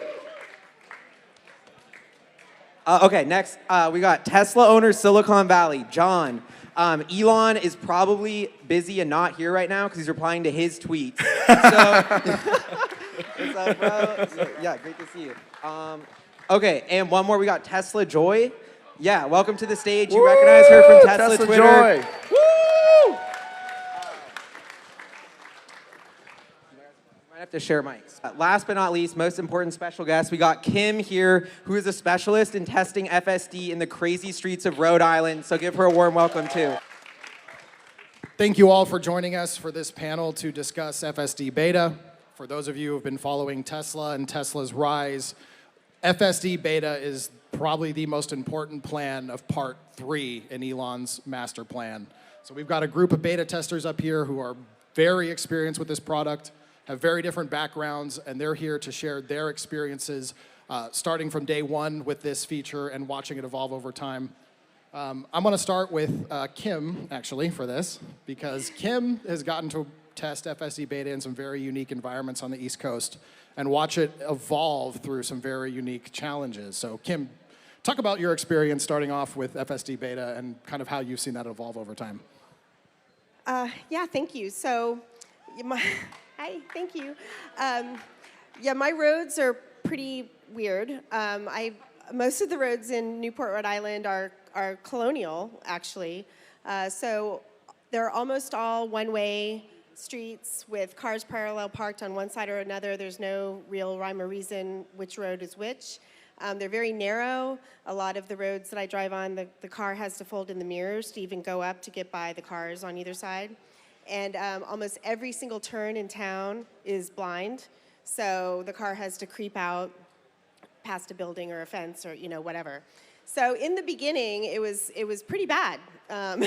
It couldn't really do anything. It couldn't do a turn very well, left or right. Creeping for me, if you guys watch my videos, is like my big thing. Trying to get the car to at a good cadence and comfortable speed for me, peek around the buildings to see. And also, I have a lot of very unusual intersections that are not like the typical grid formation that you would have in a newer town. A lot of my intersections are, 5 spokes coming in at odd angles or whatever. So it's been really, really challenging for beta. And the good news is that things that it was not able to do at all when I first got it, it's doing pretty well now. And yeah. I mean, if you guys watch my videos, I have a test loop that I do now. That's kind of like pretty much all I put on YouTube now, because I'm like, when it gets this, I'm going to be like, screaming from the hilltops to Elon, thank you, Jesus, But it's, because it's hard. It's really hard. So anyway, I get a lot of comments from my subscribers that are from Europe that basically say, I look at your roads, and when it works at your town, it's going to work in my town. So it's a really cool progress to watch, and I get glimpses of it happening, and I can see that it's going to get there. It's just not quite there yet. Thank you for all you've done testing Kim. And one of the things, give Kim a round of applause. Love your videos, Kim. So one of the things that Kim's done that a lot of FSD beta testers have done is we've come up with our own route. Because one of the important things of testing is you have to have a baseline to compare to. You need an apples-to-apples comparison of how the product performs across time and across builds. So let me jump over to John, because I think the first FSD video that everybody in this community has seen is when you and Raj went out and tested this for the first time. That moment looked unreal. Tell us about what that experience was like. So I just remember, I think it was like October 26th-ish, I forgot what day. I got a call from Tesla, and they were literally like, hey, do you want to be the first public tester? And so, it was completely wild to literally get in your car. And so when, I downloaded the software, and of course, when this happened, I had to call Tesla Raj. Some of you guys know him. He's actually on our board too, really good friend. But he was going to help with all the videos. But imagine getting into a car and then literally just like double tapping if you're in a Model 3 or like in the Model X. I drive a Peasant Model X, the legacy one now, I guess. You double tap towards you. But literally, imagine literally doing that and you have no idea what to expect. That's how wild the experience is, and it's kind of like almost like Elon take the wheel. It's like, cause like, especially when you're literally making like unprotected left-hand turns and you're seeing these other cars. So we literally, that reaction was as raw as it gets. We literally were like, okay, where are we going? Oh yeah, I typed in Target. And then it was like, again, we're just going around corners. We were actually getting, initial stages were getting pretty close to cars, but again, it was just, this thing is driving you. It's looking out the cameras at the time.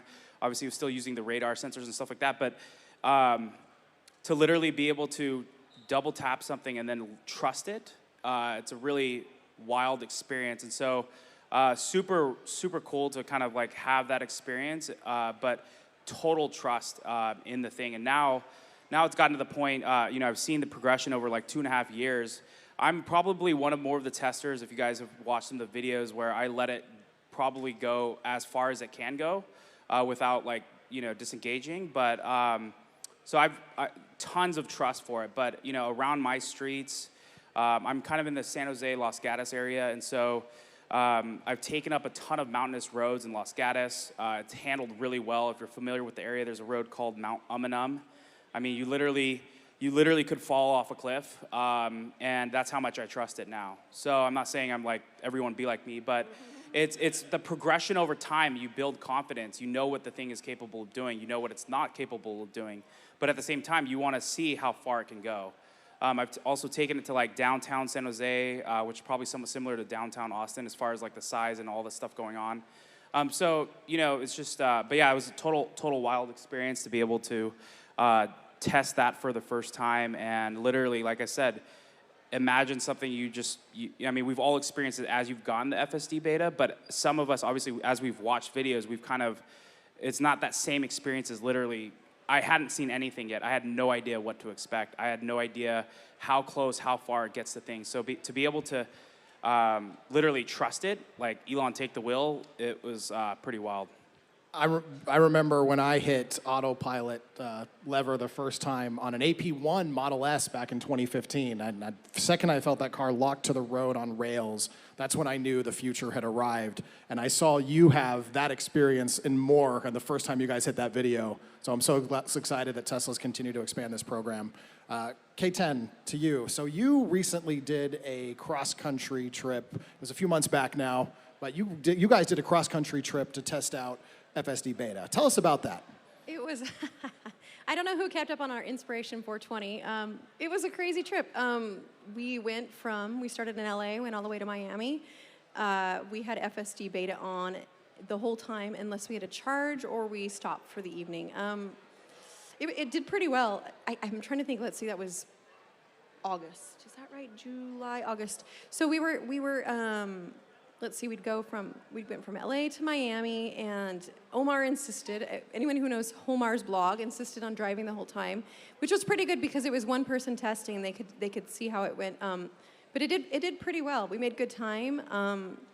It was amazing. I mean, the fact that you can drive the vehicle like that long, we could keep on going, but as humans, obviously, we can't go as long as a car could go with the autopilot. So it was pretty cool.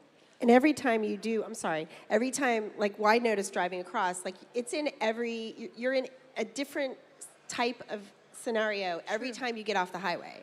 Because all across the country, the roads are different. So it's a true test to FSD doing these, and if it was that great for you in all those different situations. Yeah, I mean, it was pretty great. A lot of people say, that it's doing better in California, but I think it did pretty well across the board as we were going, because we went all the way into like different conditions from Texas and the rural areas all the way into Miami downtown, so yeah. And it definitely has an advantage in California right now because every state has its own design language and how they approach roads. For example, in Texas, there is this thing that does not exist in a lot of other states, the scenic route, right? That loop around that exists around freeways where you can avoid the left turn and just loop around back to go the other directions. That doesn't exist in California. So that's a thing that the Tesla has to learn specifically, that it learns from this environment. But I want to jump to a question that a lot of people have been asking mainstream media in this community, is when FSD beta is going to be ready. And somebody here who might have a good guess and some insights into this is James.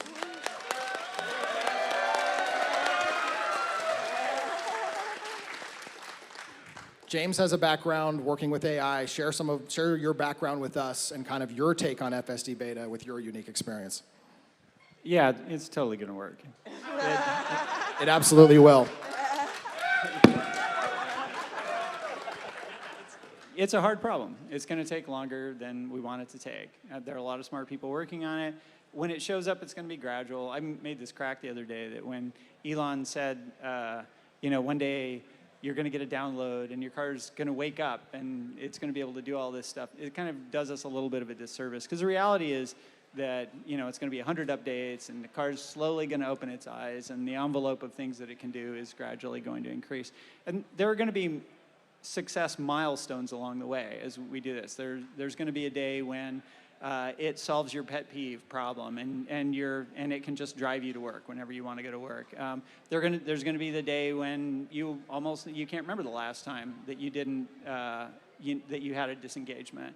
There's going to be the point when you're comfortable reading a book or taking a nap. All these things are going to happen before we get to the point where there's robo-taxis. Because taking the driver out of the car is a big step. It's not a big step technically, although there will be technical changes when they get to that point. As long as they can rely on having a driver in a car, there are things that they can get away with doing. Today, we're testing a system which is under development.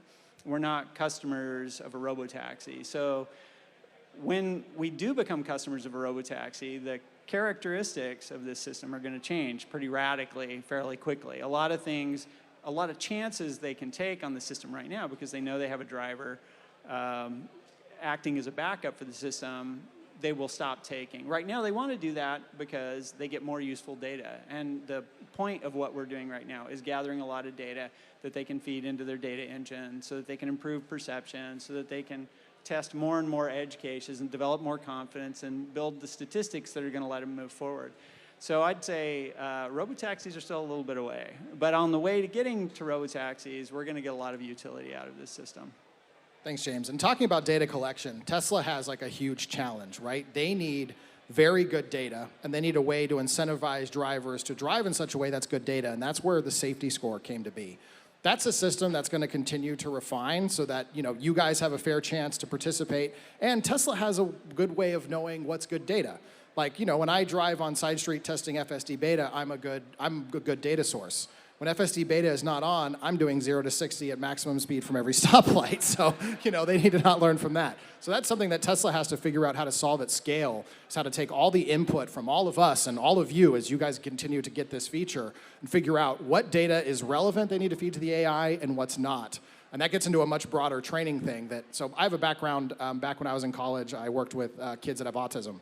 And a common thing in the spectrum of autism is a lack of awareness of the mind of others. And what we have to actually teach these kids is we have to teach these kids often how to lie simply so that they have the ability to detect when someone else is lying to them. Tesla has got to take the same approach with the machine learning. These cars have to be taught both what good driving is and what bad driving looks like so it can appropriately respond to other humans on the road. So that's a problem that they're in the works of solving, and once they do, we'll see an explosion in FSD beta development that it's going to be that exponential curve that we always hear talked about.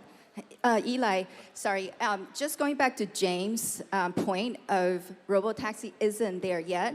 So I am a fairly new FSD beta tester. But I have written in previous versions before I got mine. And how I judge the progression of FSD beta getting better to the point where it can do a level 5 autonomy is how human-like my car can act. I am blown away that in the last 6 months since I've gotten my car, it has gotten better. That there are little maneuvers that very subtle, like Kim says, and that's what I would have done if I was driving manually. But I think also, in addition to collecting data, right, and with the algorithms, with the AI training the Neuralink, my experience also has been, I wish that the local government can maintain the roads better. Because I think that a lot of times, Preach. Yeah, FSD beta gets confused because the lane markings are not clear.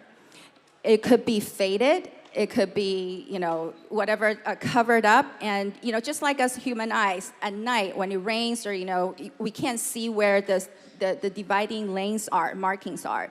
So, FSD beta is running on vision purely based on cameras now. So it's like eyes. So I'm hoping that local government can keep up with the markings of the lanes. And also in my area, I'm in LA, so I use FSD beta pretty much all the time in an urban area. I would say it's 80 to 90%. It does perfectly, just perfectly. But again, going back to the human-like behavior, there are times when I had to disengage. I realized this is because FSD beta algorithm follows the traffic laws to the T. Okay, so here, like where I am in LA, we drive really aggressively, and people make our own traffic rules. And FSD beta is following the rule. But then people get like, what are you doing? I'm like, well, I am supposed to stay here, but for example, if in California, we can turn right in the same lane as you're going straight.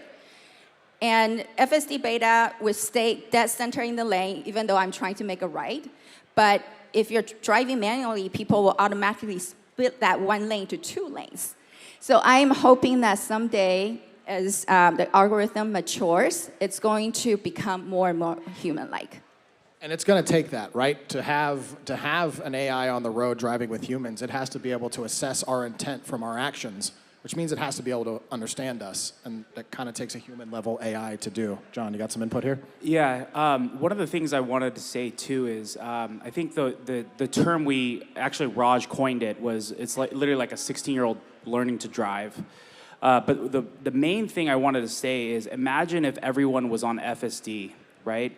Imagine the fact that this actually is the new level of safety and redefining it. So that's the weird thing of like becoming like human likeness. There's a lot of things that we do, right? Where we're speeding or we're just not even kind of like rushing through the yellow light as we make a right turn. But it's really interesting to think of, as FSD is rolling out, it's actually in a lot of ways, it's almost redefining safety. And that is almost potentially, there's the potential where that actually becomes the standard. Obviously the issue is gonna be, Tesla's only making so many vehicles and not everyone's gonna be on FSD, right? So you're still gonna deal with people that get on the road that are drunk or dealing with some stuff at home and just gonna have road rage. But it's just really interesting to think of, as FSD is becoming what it is, there's a lot of things from the human, as Eli was saying, that it's defining good and bad driving. But even though it's potentially super slow and following the law to the letter of the T, that's probably really how it should be.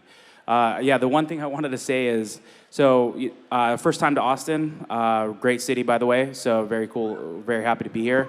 But yeah, like the speed limit's 80.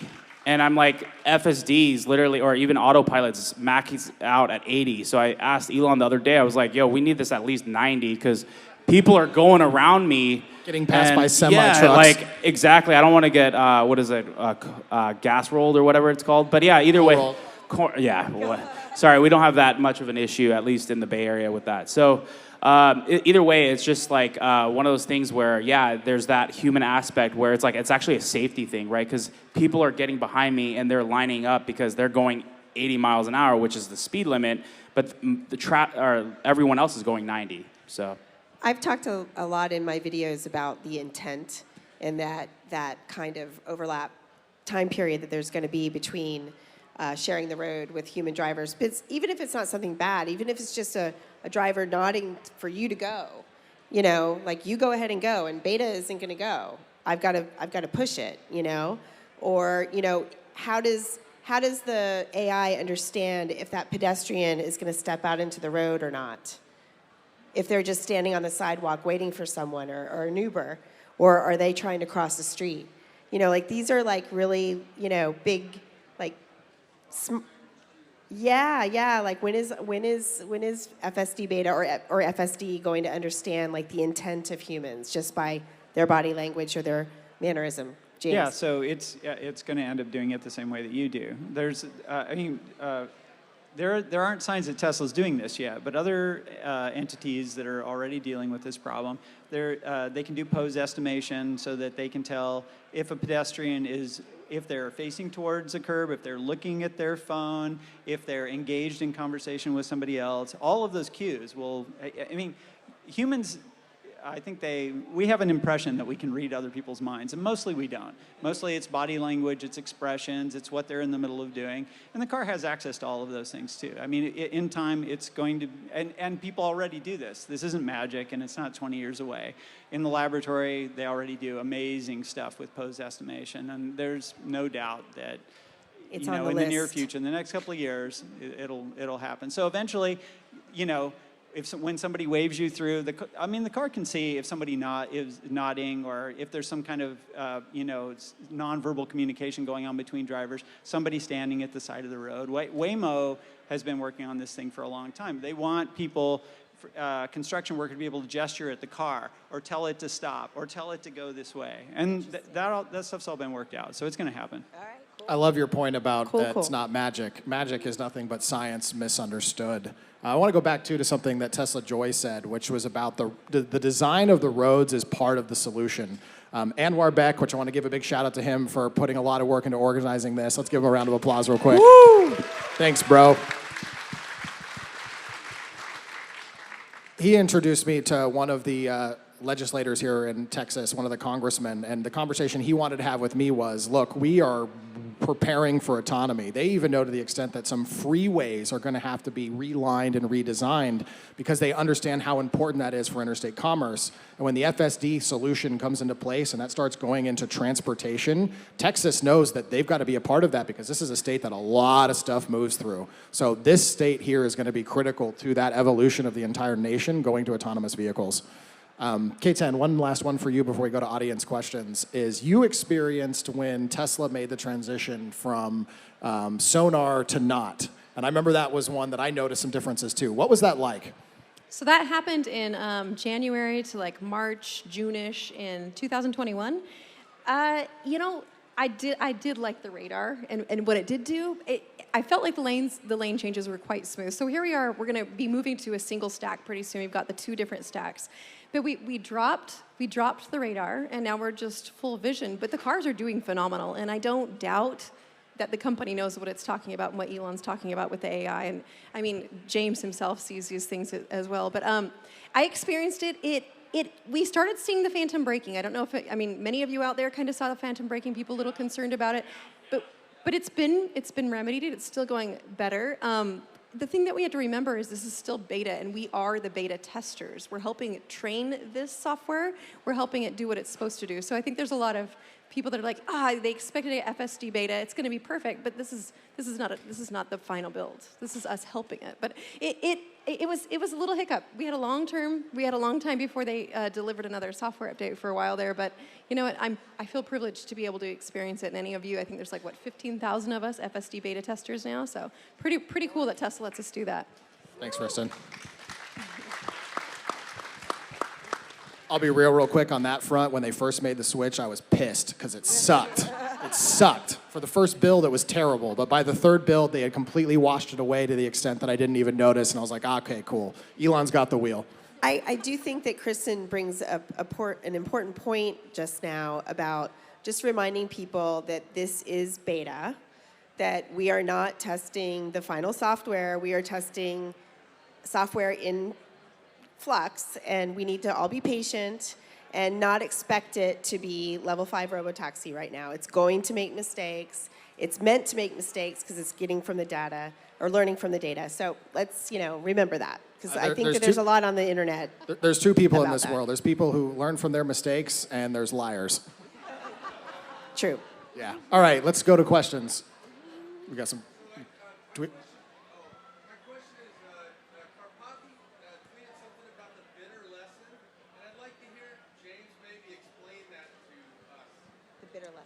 Yeah, so the bitter lesson is it's an essay that came out about a year ago talking about, it's directed at people who work in the machine learning field who like to come up with very clever techniques. I mean, if you're an academic, if you're a researcher in the space, you want to be remembered for coming up with a clever fix.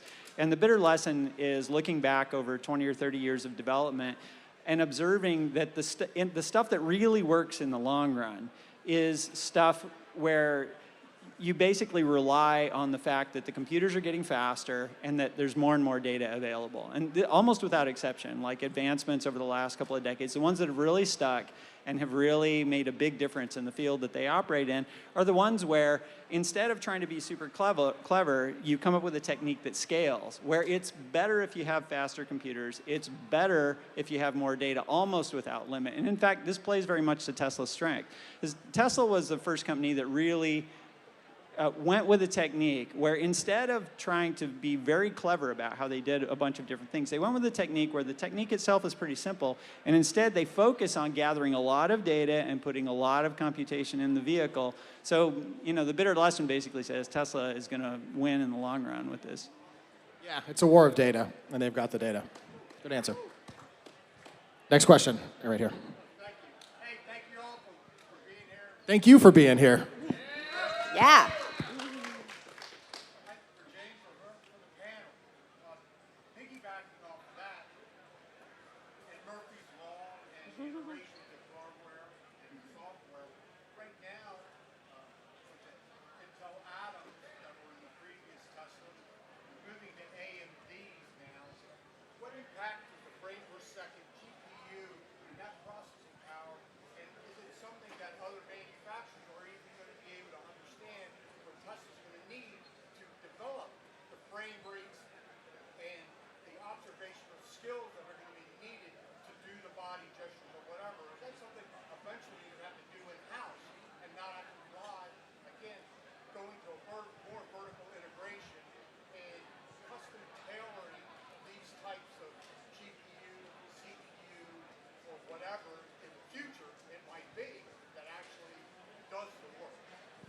So the gist of the question is how. Sorry, I'm trying. Good question. Well, I think people probably can't hear your question either. So the gist of the question is, to what extent will other manufacturers be able to duplicate what Tesla's doing because of the hardware differences that they bring? Or are you asking about how much is what Tesla's doing dependent on the hardware generations they've had recently? Okay.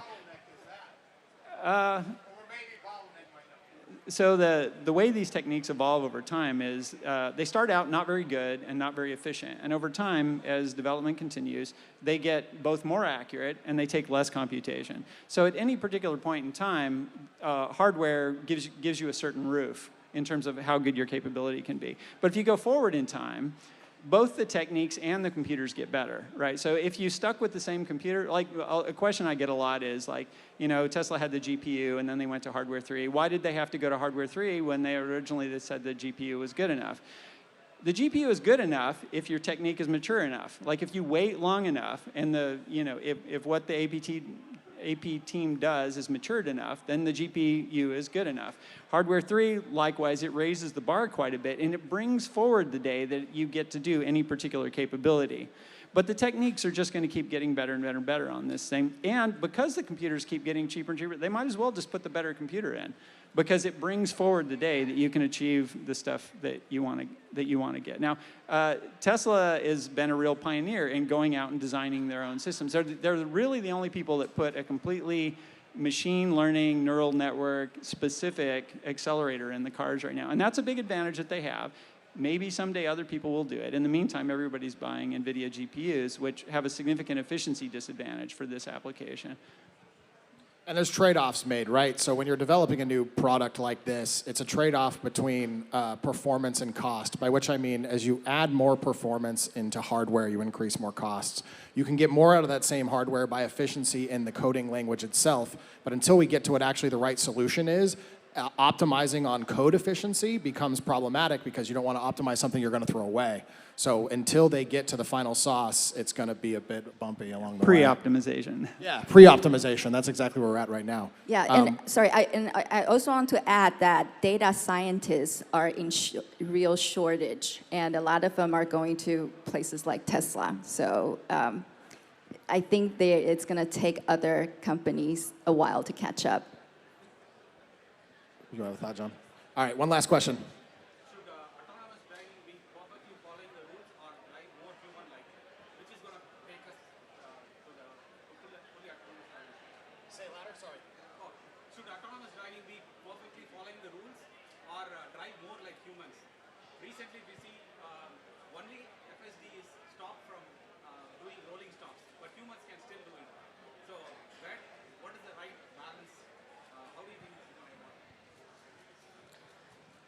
Yeah, I mean, in the long run, Good the computers question. are going to do the right thing.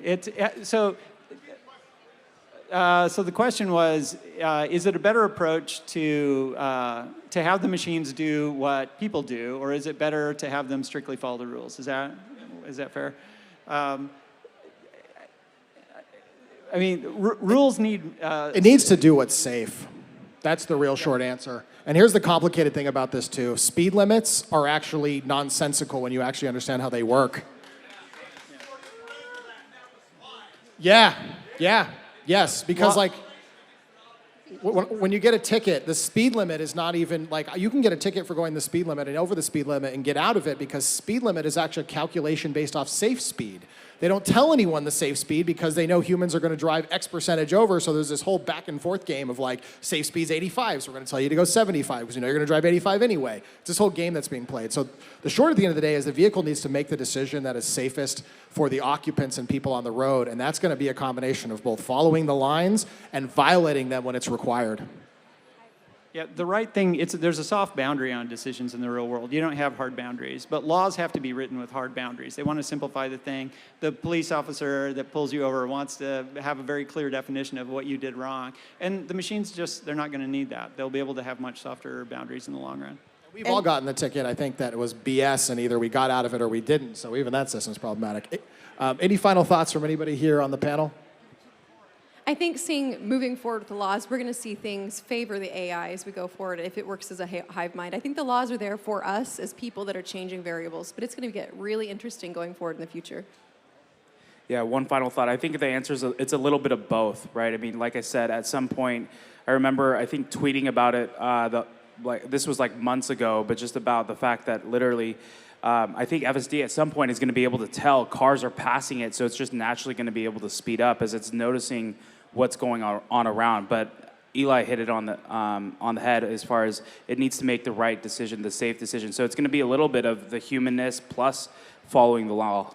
I also think that there's a lot of scrutiny right now with Tesla and their approach, and that I think that they feel like the whole rolling stop is a great example about how the NHTSA woke up and was paying attention to that, and so they said, okay, well, we're not going to argue with you there. We're just going to stop doing it.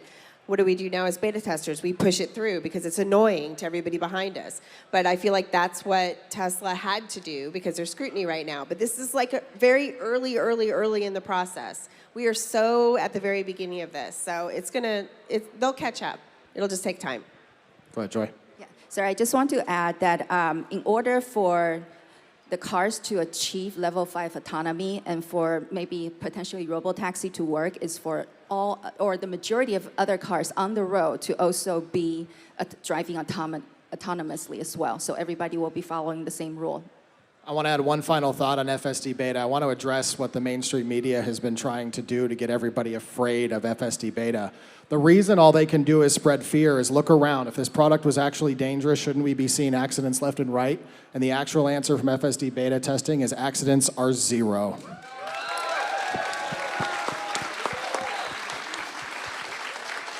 Thank you, guys. I'm going to head this back to Gali. Give a round of applause for all your FSD beta testers.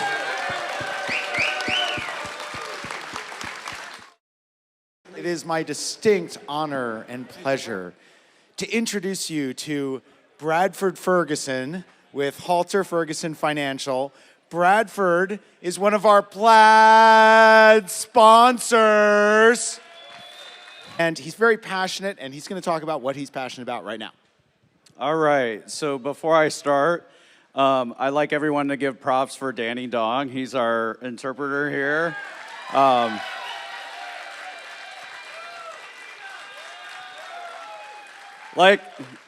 Just think about the mastery he has to get to this point.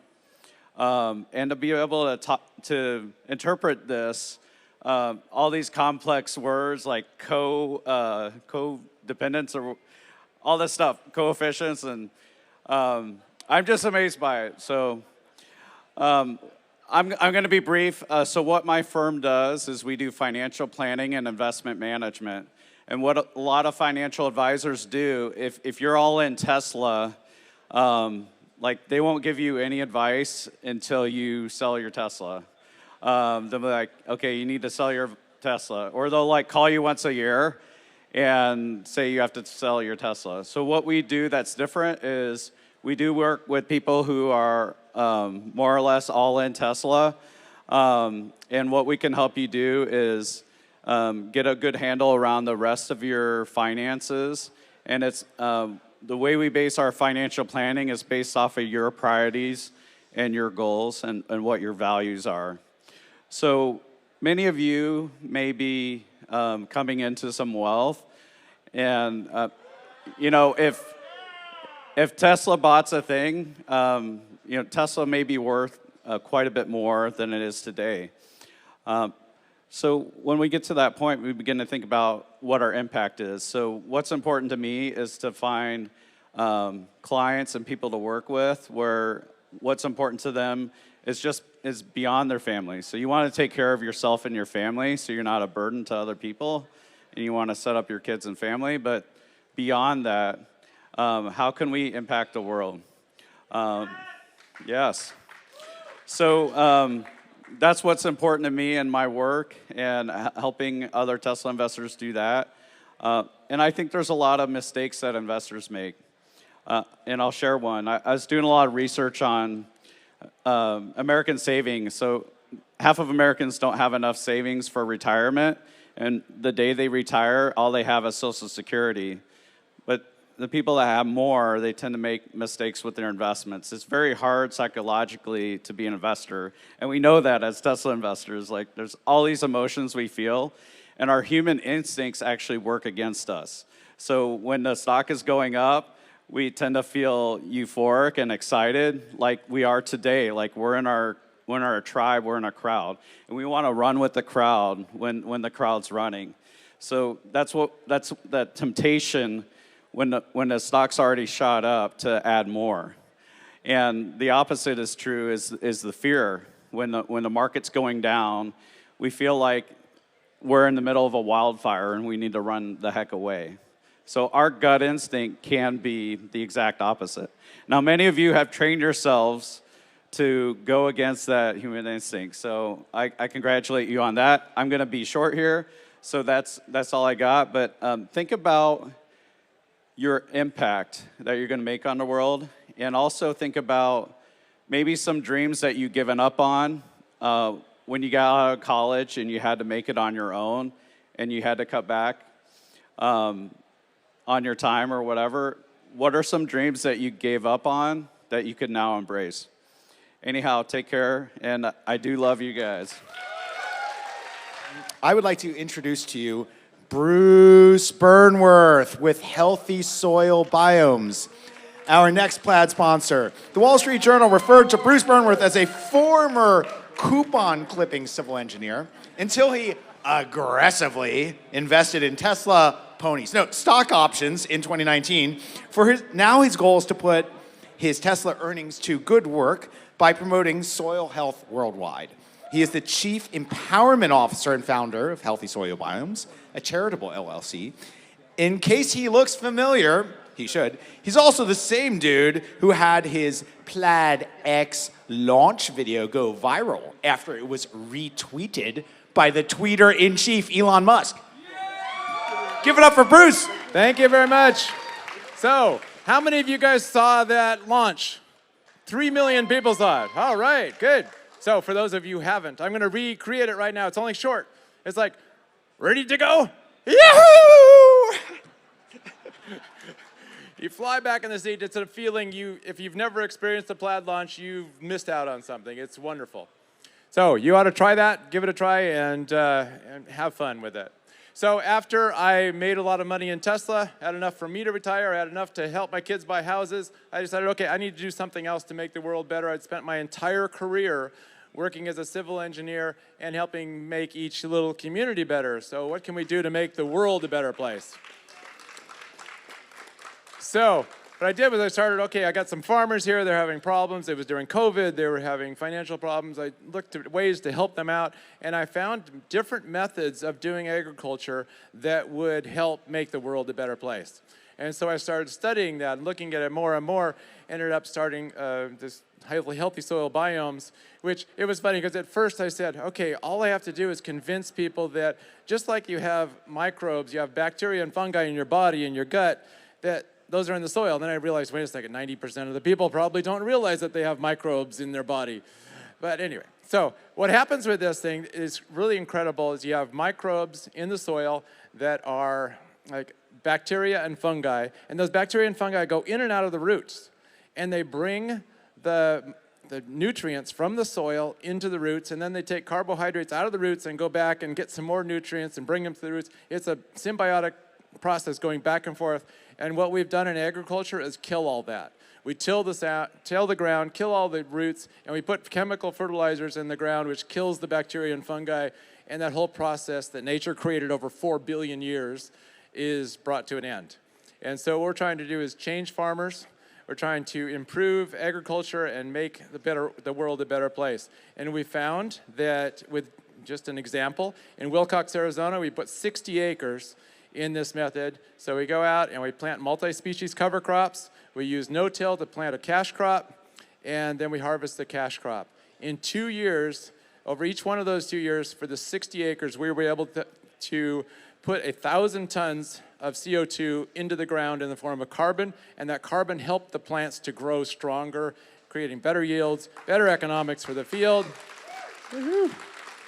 And it's been a miracle, it's amazing. And now we're embarking on another set of studies and trials over 4 states, and we're gathering the funds together to do that. And you know, Kimball Musk is one of the ones, I don't know if he's around, but Kimball Musk is one of the ones that we're asking to help support this. He's a big person in better food.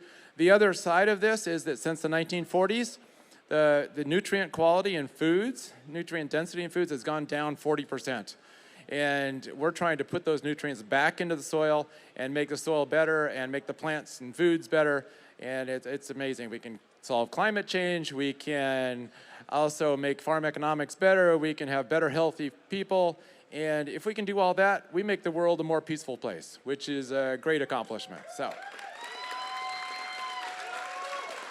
So with that, we have a booth outside. If you're interested, come on over and check us out. And we have a website. You can learn more, and we encourage everybody to learn more, to support this movement, and to help make the world a better place. Thank you very much. Sandy, Sandy, Sandy, Sandy, Sandy, Sandy, Sandy. We have a legend in the house. No, we have multiple legends in the house. Multiple legends in the house. This is like cutting edge, like Tesla is the cutting edge of battery research. This is the cutting edge of battery YouTubers. Like one step, like this is like, I don't know. I'm super hyped on this panel to just hear about it because I feel like it's. If you guys watched Fox News recently, Sandy and I may or may not have been dancing together. So we might do that at the end of the. We'll see how he feels. He's back there doing this. He's back there doing this. All right, Gali, let's introduce our next panel. Okay, so for our next panel, Giga Texas Extreme Scale Innovation. We have 3 epic speakers. First, Sandy Munro, needs no introduction. Welcome. Sandy! YouTuber car legend. Mr. Sandy Munro! And then we got Farzad as well. YouTuber, ex-Tesla employee, has joined us now. Jordan, the limiting factor. Best mustache in the Tesla community by far, and just incredible battery videos. So this is gonna be like a super, super treat.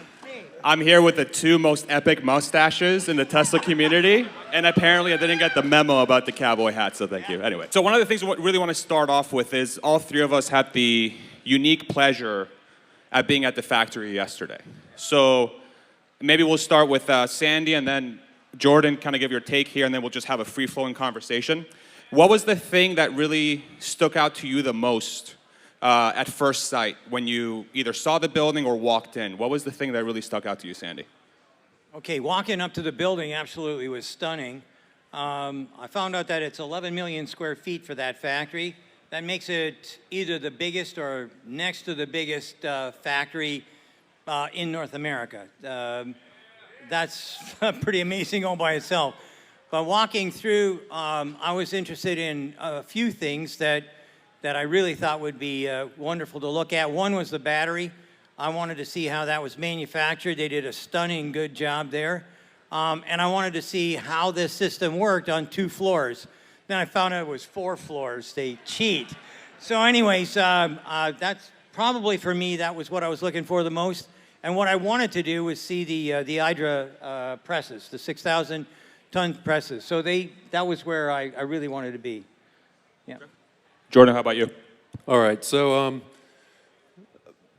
I was struck by how beautiful it was. There's somebody from Tesla on the bus beside me, and it was just, I've worked in factories before, and you have this ugly corrugated surface, but this thing, it just looked like a slab of rock that kind of lifted out of the ground, and then like the windows across the front.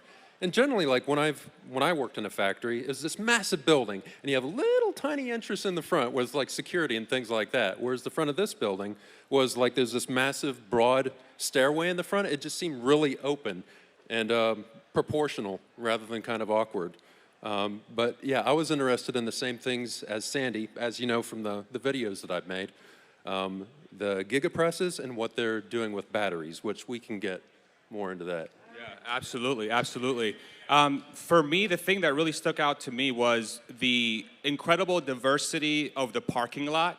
You had humongous pickup trucks co-mingled with sedans and people from all backgrounds, all under one roof, celebrating technology and manufacturing in America with an immigrant leader, okay? If that isn't the American dream, what is, right? That really stuck out to me. But let's switch gears to the technical stuff, because I know this is probably what you guys are here for. So the batteries, right? So Jordan, so when you looked at the sort of the battery, when we walked through that thing together and we were talking to the people, was there anything surprising to you? Did you find anything that was out of the ordinary, or was this something that caught your eye that you really wanted to sort of highlight? Well, there's quite a few things that I've been talking about for a while, expectations I had that they would do, and there's naysayers, people who doubt they're going to be able to do X or Y. But the conversations I had with the people there and what I saw on display confirms that they're doing exactly what they said they were going to do, and even a little bit more, because we know the benefits of the structural battery, the 4680 battery cell, having the cell production and vehicle manufacturing in the same location. But I was also interested in their ability to increase the safety of those nickel battery packs, and they've also been able to do that. So that's my, hot take. Well, my biggest takeaway was I wanted to know how efficient or effective they could be in the manufacturing of the cells into the battery pack and into the car. And to me, this was just. I'm not allowed to swear. It was really, really nice. Do it. Yeah, no, I'm not. Corey will have my. Anyways, the thing that you couldn't see was to get to the 4th floor. The 4th floor is where they make the cells, and they make them, in essence, from what I can gather, they make them from the weave. They roll them. They add the electrolyte. They pop it into the cell casings, pop the top on and whatnot, and after they're all done, they sort them, and then they drop them through the floor into the 3rd floor, where they're packed into the battery packs. Then the battery packs get their lid, and then they go into a high bay warehouse. And the high bay warehouse is there so that you can cure the batteries, but also put them into SKU, so that when it's time to build the car, the high bay warehouse robots will go and pick up the battery pack that they need, bring it out, drop it down through the floor, and where does it go? Straight down to where it needs to be on the assembly line on the 2nd floor. I mean,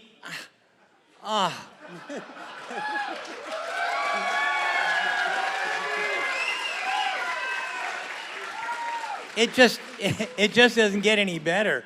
And then they put the seats on top of the battery pack to shove them in a car. And man alive, you cannot believe how many times I've heard people say, well, Sandy, you're a nice guy, but you're really full of shit. Or, okay, I'm telling you, going through there was maybe almost orgasmic, I guess it'd be, yeah, almost.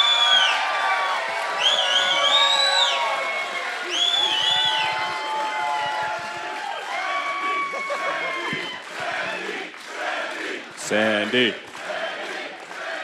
Yeah, that's paint a picture. So paint a picture for us. Like, we know this is obviously amazing technical prowess, right? But how hard is this? Is it just a thing that people are scared to do this because they don't fully understand the problem, or is it actually just a really, really, really difficult problem that only few people can solve? Like, how do you view the challenge of doing something like you just described?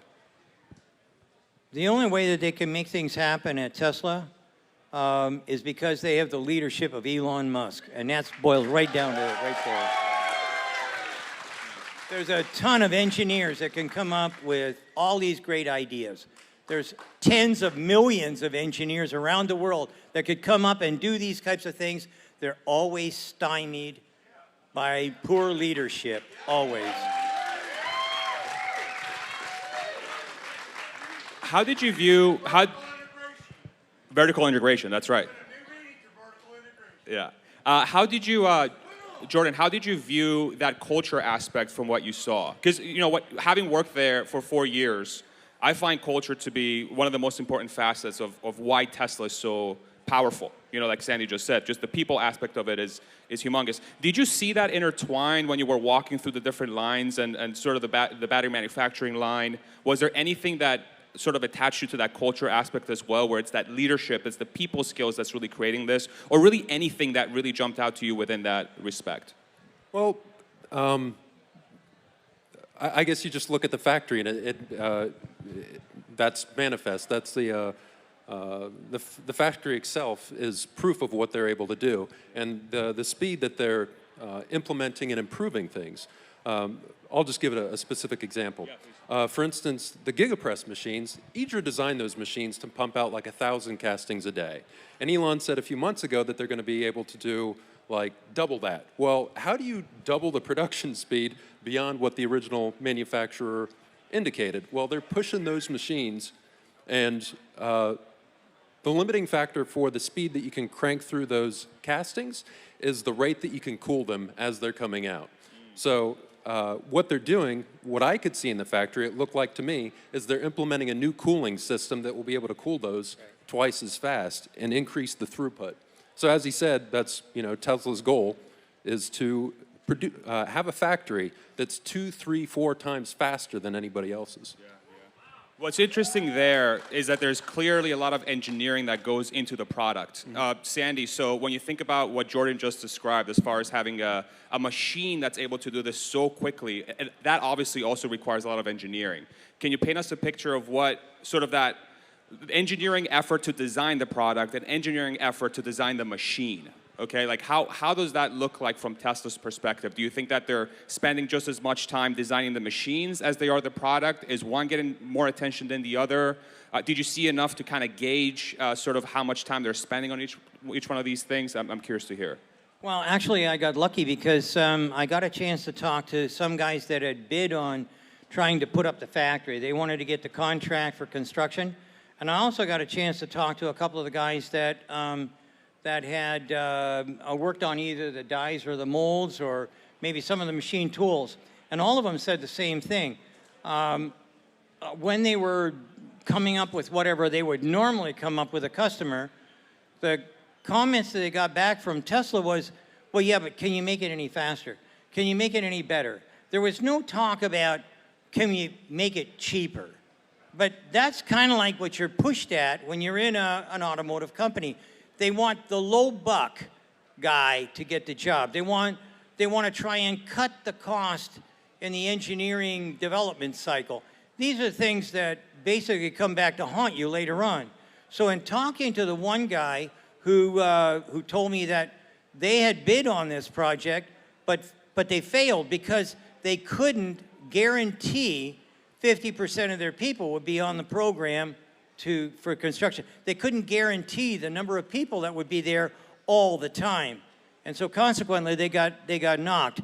As a rule, purchasing in a big company will say, well, how much would it cost if we stretch this out? Can we get a cheaper price if we stretch it out?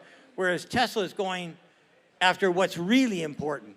Money means nothing. Now, I'm sure that there's a few folks out there that says that's not true, but I'm telling you what, at the end of the day, time is everything, speed is everything, and money's just a way to buy time. That's all there is to it.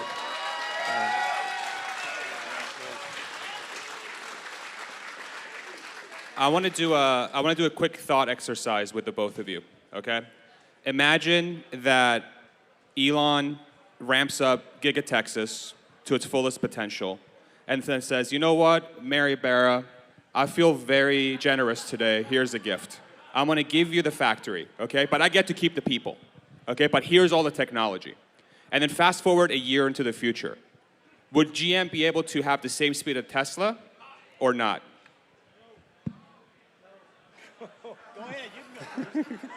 It put me in hot water here. I'd say definitely no. Just, and it comes down to the culture thing, which you and I have discussed quite a bit. How important the culture of Tesla is. Everything that we see that Tesla does is an outgrowth of that culture and the way that they think about things. The willingness to take chances, to make mistakes, and then improve upon it. It's just, I have a passionate dislike for bureaucracy, and it seems like they're able to keep that to a minimum and focus on actually delivering things for people and, you know, giving the world results. Yeah.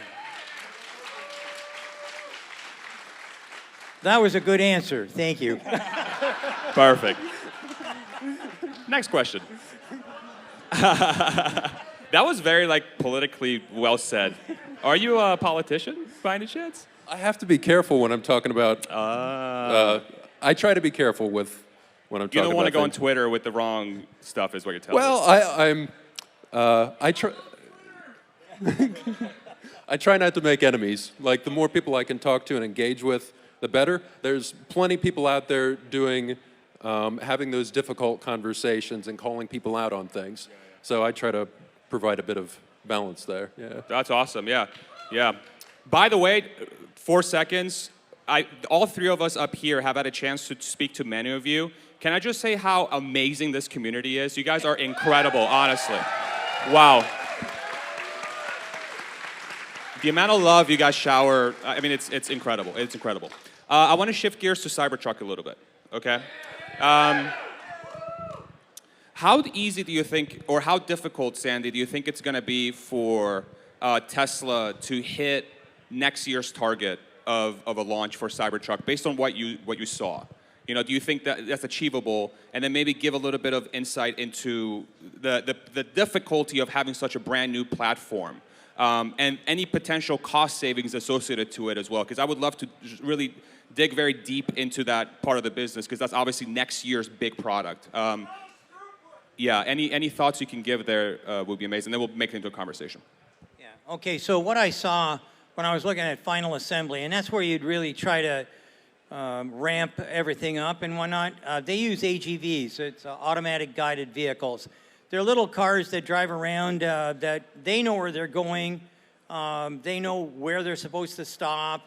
They can adjust what we call the pickup points, little bow ties that are on the vehicle that'll allow you to either build a Model Y or a Cybertruck.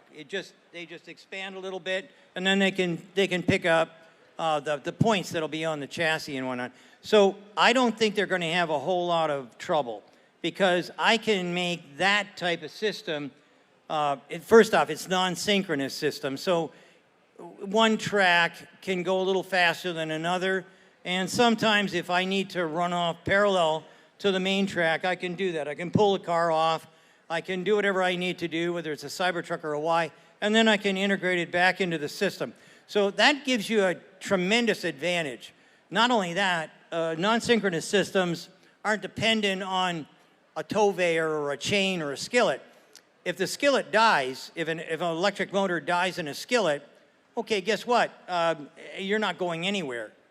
If a tow veyor, if the main drive dies, everything stops and you send everybody home. With AGVs, if you have one AGV that is giving you problems, or if there's a build issue on one of the vehicles, it's easy. You just pull it off and away you go. Everything keeps going. So it's highly effective, highly efficient. And when you're looking at something that's diverse, I mean really diverse, like the difference between a Model Y and the Cybertruck, this is the ideal way to put it together. And I'm sure that there's going to be plenty of little surprises that none of us are ever going to be able to guess at right now. But I'm sure that they've been sorted out by the engineering staff at Tesla. I'm positive that this is going to be no big deal as far as I'm concerned, ramping up and getting everything in. So. Okay. And then from a cost perspective, and this is also pointed at you, Jordan, because obviously the batteries are going to be involved here, that $40,000 price target that they initially came out with feels like, what, 2 years ago? I don't even remember when they did the Cybertruck reveal. Do you see this as being a truly profitable car for Tesla? Just based on that price target, or do you think that there's going to have to be some sort of changes made to that because of inflation and all the other costs of materials? Or is it a nonsensical question because does it already have a lot of cost savings built in because of how they're approaching the vehicle? There's cost savings, as far as what I can tell from what I've been able to see. There's cost savings built right into the car. It's an easier build. I mean, it's not like stamped panels all over the place, and there's no painting for the most part, and it's easy peasy. So that part is going to bring the price down. Now, what's going to bring the price up, and everybody knows I got a Rivian, my lovely wife's Rivian. Anyways, we know that that car probably is kind of expensive now, more expensive now that they've sold a few than what it's selling for less than it should. And I believe that Tesla's going to have to do the same thing on a Cybertruck. There's too many minerals and additives like palladium that we just can't get our hands on right now. There are too many shortages because China is now ramping up BYD. Somebody just told me a little bit ago that BYD has made an announcement they'll never make another hybrid even. So these kind of critical factors are going to make it so that the price of things that we need that we don't manufacture here, these things are going to be a little bit of an issue. So I have 5 of these things on order, and I'm cheerfully awaiting the increase in price. I'll take it. I don't care. Yeah. From a cost perspective, Jordan, do you have any sort of opinions from what you saw and sort of where it's going as far as the Cybertruck goes? Well, I look at how insane their demand is for that truck, and it's like, well, there's the cost to produce the truck, but then there's what they can charge for it, because there's no sense in Tesla selling these vehicles and then people turn around and sell them for more. So that's why we're seeing prices increases in the Model 3 and the Model Y. So they have what, like 3 million pre-orders, something like that they have to work through. And like Sandy, what do you think the production rate might be for like initial production rate for Giga Texas for a Cybertruck? If I was in charge, they're gonna start pumping those out mid next year, right? Mm-hmm. I'm hoping at 2023 they'll be putting out at least 60,000. And then 120,000, 150,000 should be easy to hit after that. And I don't know if you noticed, but there's a bunch of roped off areas in there that don't seem to have anything. Guess what? That's additive manufacturing space. So again, what does it take to get an HEV line bigger? Oh, I got to cut a couple of holes in it. Got to change my programs. Put a couple more their targets basically on the floor so that the AGVs know where to go. Like I said, 11 million square feet, that's a lot of square foots. I can guarantee you that they'll be able to make that thing hum. And like I said, there was the other thing too, there's big gaps between those HEV lines, but they look like they're big enough that I could take and drop a second or a third line in between every other one, and without even, I mean, all you got to do is make a saw cut in the floor, and you're done. It's easy to do that. So I'm thinking that eventually that plant will be cranking 500,000 cars. Actually, more than that. 650, 700,000. Yeah. Out of one facility. Out of one facility. Wow. Yeah. Yeah, so that's a good point. Like when we were walking through the factory, I don't know how many people went through there, but there's a huge amount of space, just open space in that factory. You look at those Giga casting machines and they're the size of a freaking house, and they're dwarfed by the production hall that they're in. And then there's just entire areas that there's just nothing there. So that's just all room for expansion. So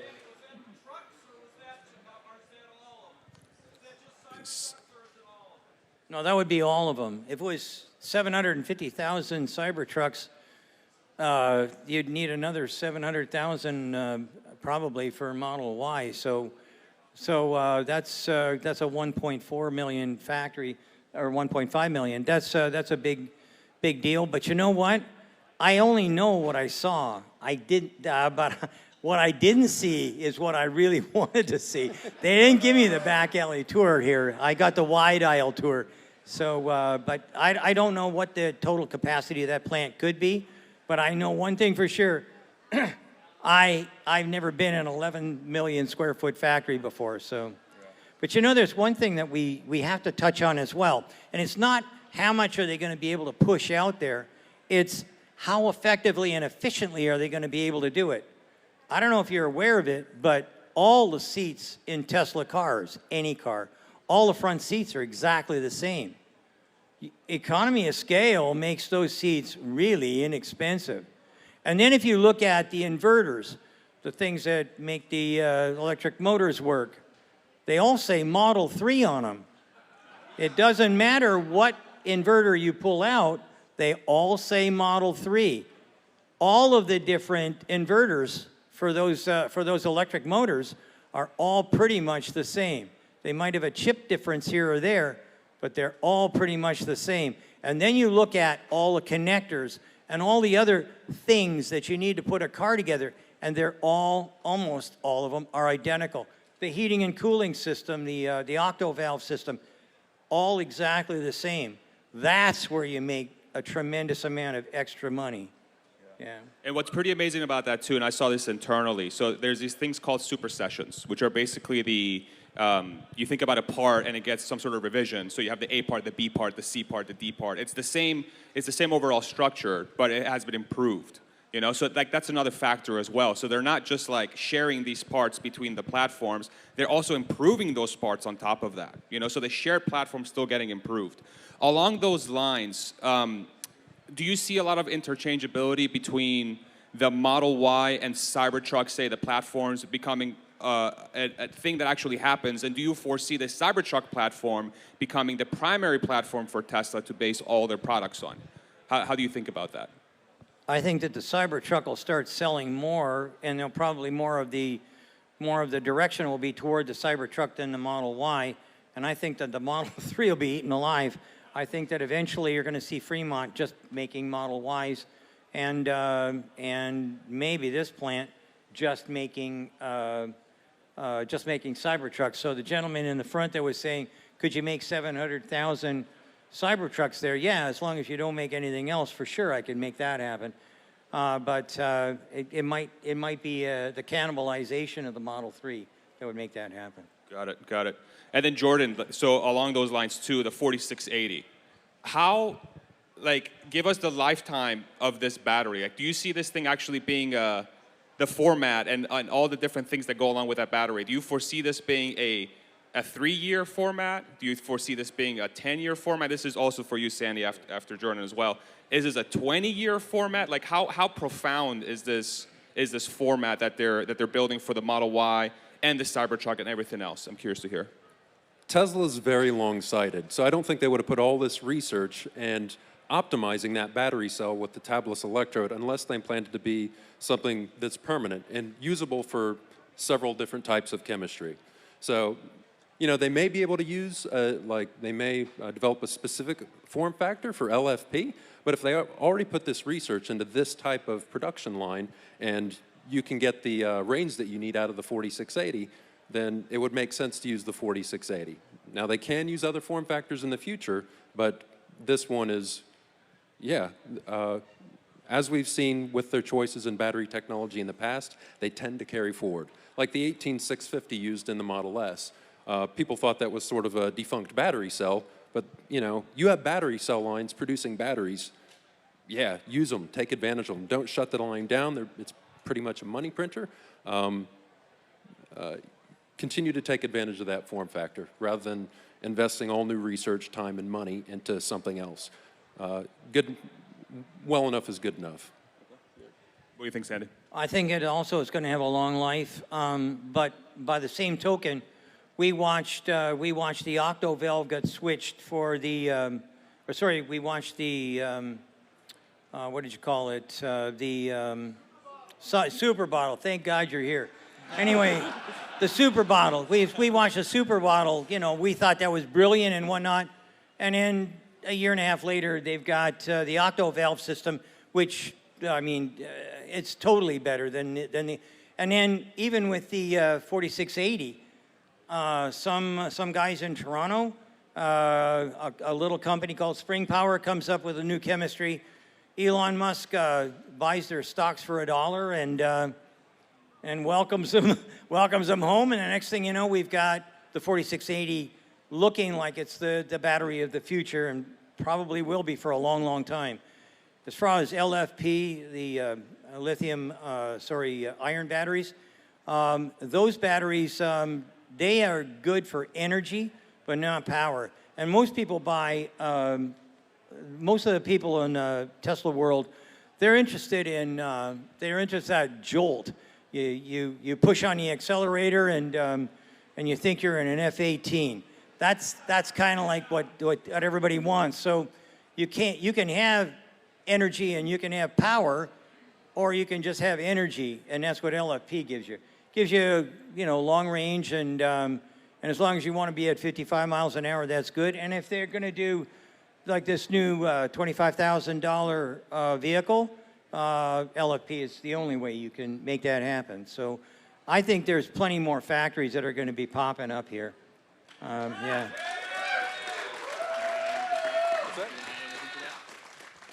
No, just that I could only echo what he said, and that's the LFP is great for extreme scaling and for things that are shorter range. So I think they're going to lean heavily on that, especially for energy storage. But in terms of form factor, the 4680 is, optimized. So the thing that comes to mind when you guys are talking about this is that it sounds like Tesla is going to become far and away the largest battery manufacturer in the world at some point, right?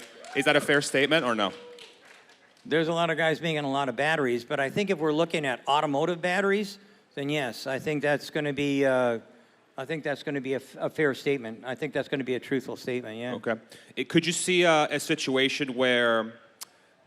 So I'm going to make this assumption, and you guys correct me if I'm wrong. So if that's the case, and Tesla is able to achieve the scale needed to become the largest manufacturer in the world, my assumption is that they'll always also have the lowest cost battery and likely to have the best technology. At what point does the board at GM and Ford say, you guys have to start buying from Tesla because everyone else can't keep up? Do you see that as an actual scenario? Because I'm just trying to extrapolate this out into the future. Having seen how executives think and everything like that at previous places I worked, at some point cost becomes the answer for these things, right? It's like, well, if Tesla's making that many batteries and say they have a surplus and they are the largest one and they have the best cost, we have to start buying from Tesla. Is that a true statement, or am I not thinking about this correctly?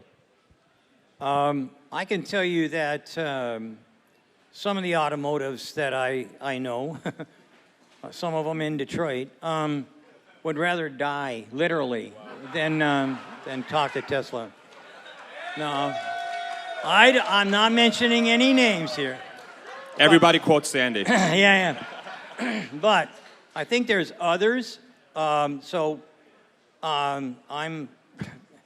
It's no secret. I'm very bullish on Ford being one of maybe the only company to actually succeed.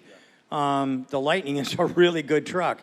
Okay, so they're probably gonna succeed, but they're gonna suffer.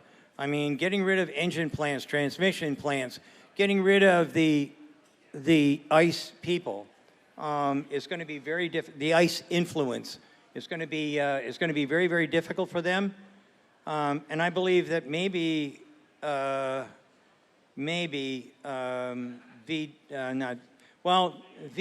if Dietz survives, they'll be a shell of their former self, but they might make it, and BMW. BMW is nimble enough that they can do almost anything they want. So, yeah. So anyway, that's the only ones I got. And thank you, sir.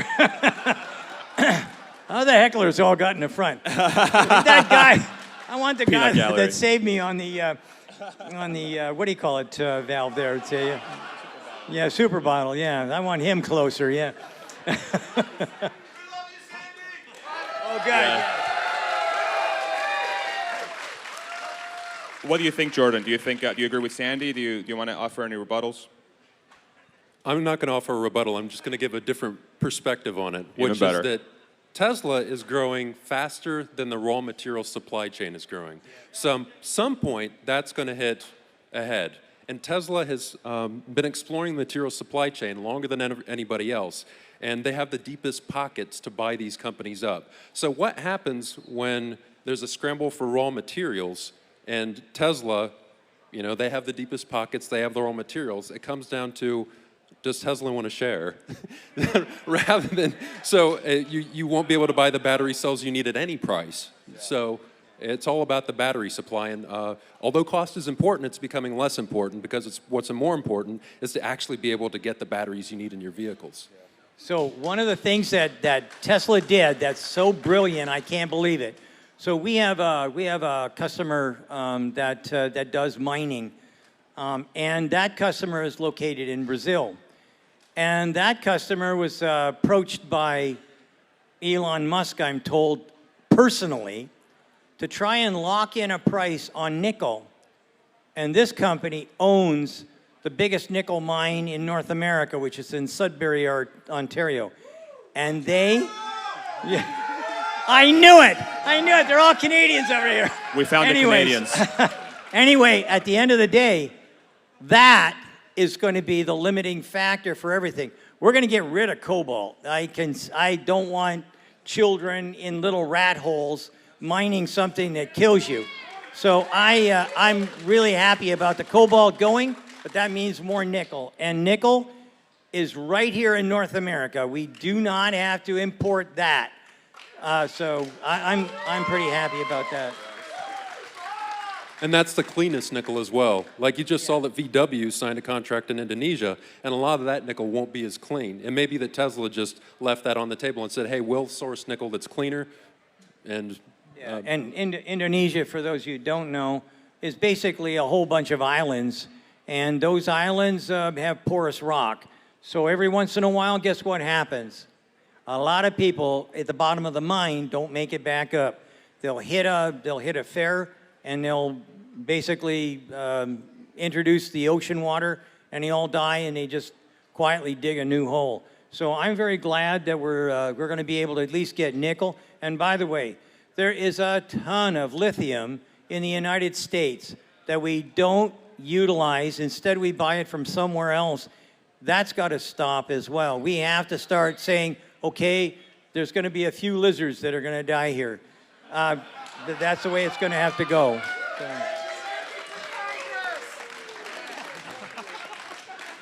No, we already got a president, and I'm not allowed to talk about him.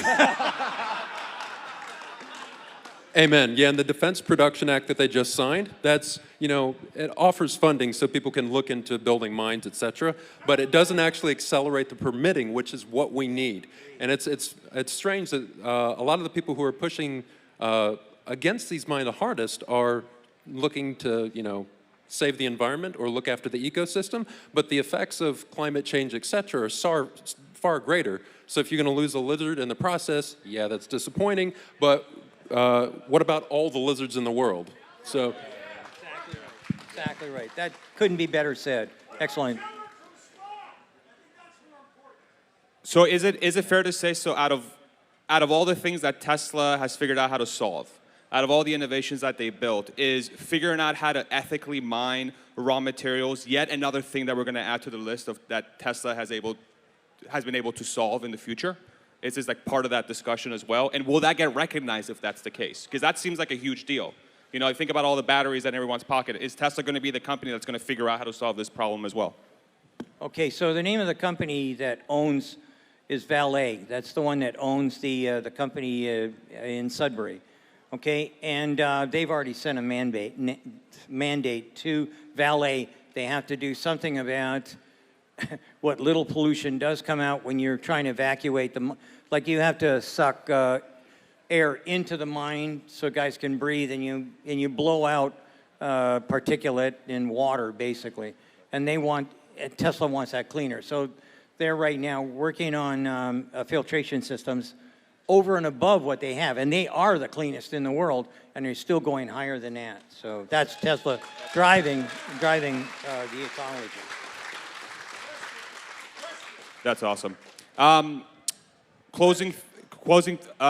Should we do a quick Q&A? What do you think? Are you guys comfortable with Q&A real quick? All right, I only got a couple minutes, so let's hear a question.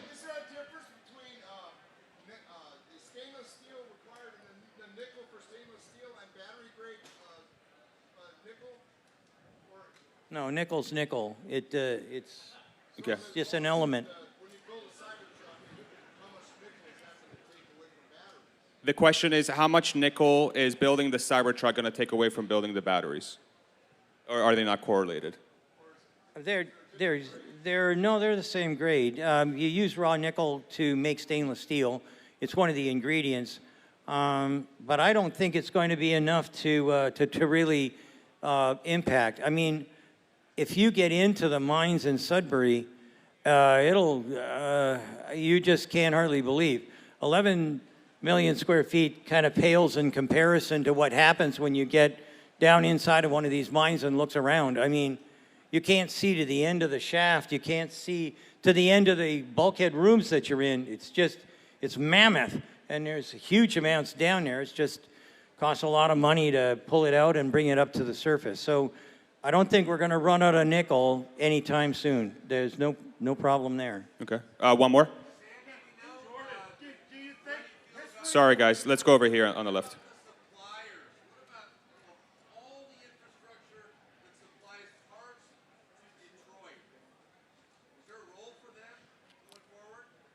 Is there a role for all the suppliers that provide materials to Detroit? Well, here's the deal. Munro is working with a lot of different suppliers to try and figure out how they're going to get out of where they are and where they need to be. There's more suppliers that see that there's a need to change their mind and move on to new things than there is OEMs. The people in the supply community are a lot more agile, and they see themselves as like rats in a corner. There's no way in the world they want to go out of business, so they're trying to figure out what the OEMs are going to need in the future. And believe me, they're definitely scrambling to try and find new things to do that they can use their existing equipment for, or what do we have to do to reinvest in order to get to the next generation of product. Okay. Quick question for Jordan up here, real quick. What do you think history will eventually change to show that it wasn't climate that ended the ice age, but it was Tesla?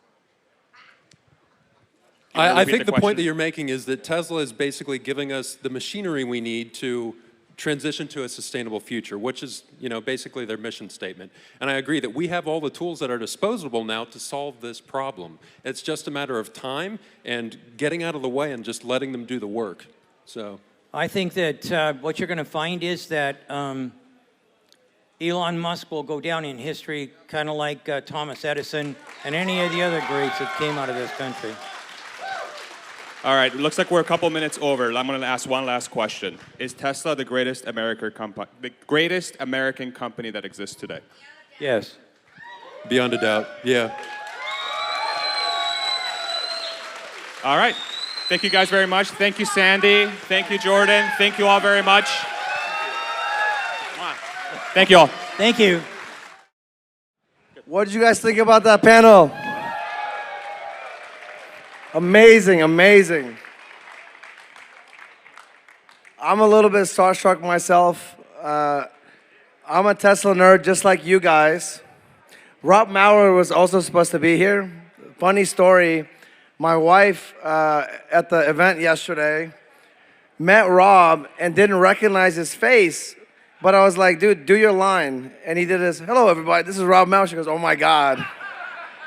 Because every morning I wake up, use the restroom, turn on my iPad, Tesla daily, and I've got everybody you guys are hearing today are people that they're very good friends, people that I cherish. I think they're cherished by the community as well. Before we go to the next panel, I wanted to introduce a couple of really huge Plaid sponsors that made this event happen. If you guys can come up here, we've got Matt Holm from the Holm team and Angel from Expel. Expel doesn't need introduction. You guys saw those crazy cars out front, the Plaid Model S, the Plaid Model X, and then the Model 3. We couldn't quite complete sexy, but Expel is basically, whenever my friends and family tell me, hey, where do you go get your car tinted or wrapped? They're basically like family. These guys are amazing. You know what's funny? Every couple of weeks, this is a true story. She can nod to acknowledge this. This is how annoying I am to Expel. They always have really cool cars, right? I'm a car junkie. So besides seeing the very first Plaid for the first time in my life at Expel, I can't say whose car it was, but somebody who's a very big VIP in the Tesla space. Before the Plaid event, if that gives you any hints. But I go to Expel and just walk around like I'm in Disneyland. I'm like, oh, ooh. And these guys treat me like family. They're so cool. They're car enthusiasts just like everybody in here. So if you guys ever need to get amazing wrap or tint, take your Tesla to the next level, make sure you guys check out Expel Austin. Let's give them a round of applause.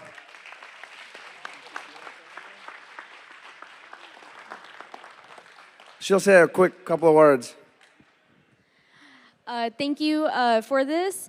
We are growing just as you are. So if you need anything to protect your vehicle, that's why we're here. It doesn't matter who you go to. All that matters is that what is on your vehicle is Expel, because that is what's going to protect your car. Thank you, guys. And the man to my left doesn't really need any introductions. Mr. Matt Holm, the founder, president of the Tesla Owners Club. Matt was actually one of the first people in Austin that had a Model S in early 13, I think. Yeah, most people don't know this, but the financial burden of the Tesla Owners Club of Austin, there's actually one person that actually pays for everything. I'm always like, charge it to his tab. Matt is famous for throwing the big Tesla party at his own house. Crazy annual Tesla Owners Club of Austin. His lovely wife, Anna, goes to Spain and lets him throw his Geek Fest party only once a year in an allocated time frame. But we're all used to it. We've stepped up a little bit. I was joking with my friends. We put our big boy pants on for this event. So I hope you guys are enjoying it. I'm going to let Matt say a few words. This guy, I'm just going to brag on him a little bit. He's my best friend, my older brother. I'm lucky, actually. I met him through the Tesla community. I think a lot of you guys here probably have made some amazing friends because of Tesla. Matt and I sat next to each other 5 or 6 years ago at a Tesla leadership summit for these owners clubs. And literally like day one, if there was like locking eyes and just knowing I'm gonna know this guy forever, that was what happened.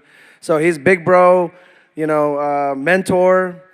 He also brought me on as his partner in real estate as well. He's one of the top realtors in Austin. He's been doing Austin real estate for over 14 years. He has a crazy big team, and they're amazing, one of the top teams in the city. But Matt by himself has closed over 1,300 plus transactions. So practice makes perfect. If any of you guys ever consider or want to ride around with the best in town, this is the guy. And you'll always ride around on Tesla. Plaid S or Plaid X as of last week. So make sure you grab his business card. I'll let Matt say a couple of words. What he said. I'm done. No, this event's been amazing. I hope you guys have enjoyed it. I know we've got a lot of really fun content, and we've loved seeing everybody and making new friends. And we truly are doing this for the community. I think you guys can feel the energy and just the fun nature and truly the friendships that we've developed through Tesla will last a lifetime. And we love the company. We love the mission. All we want to do is support you guys and Tesla and Elon. And if I can help in a little way in this city, hey guys, with some real estate, you know who to call. So you guys have a great day. Talk to you soon.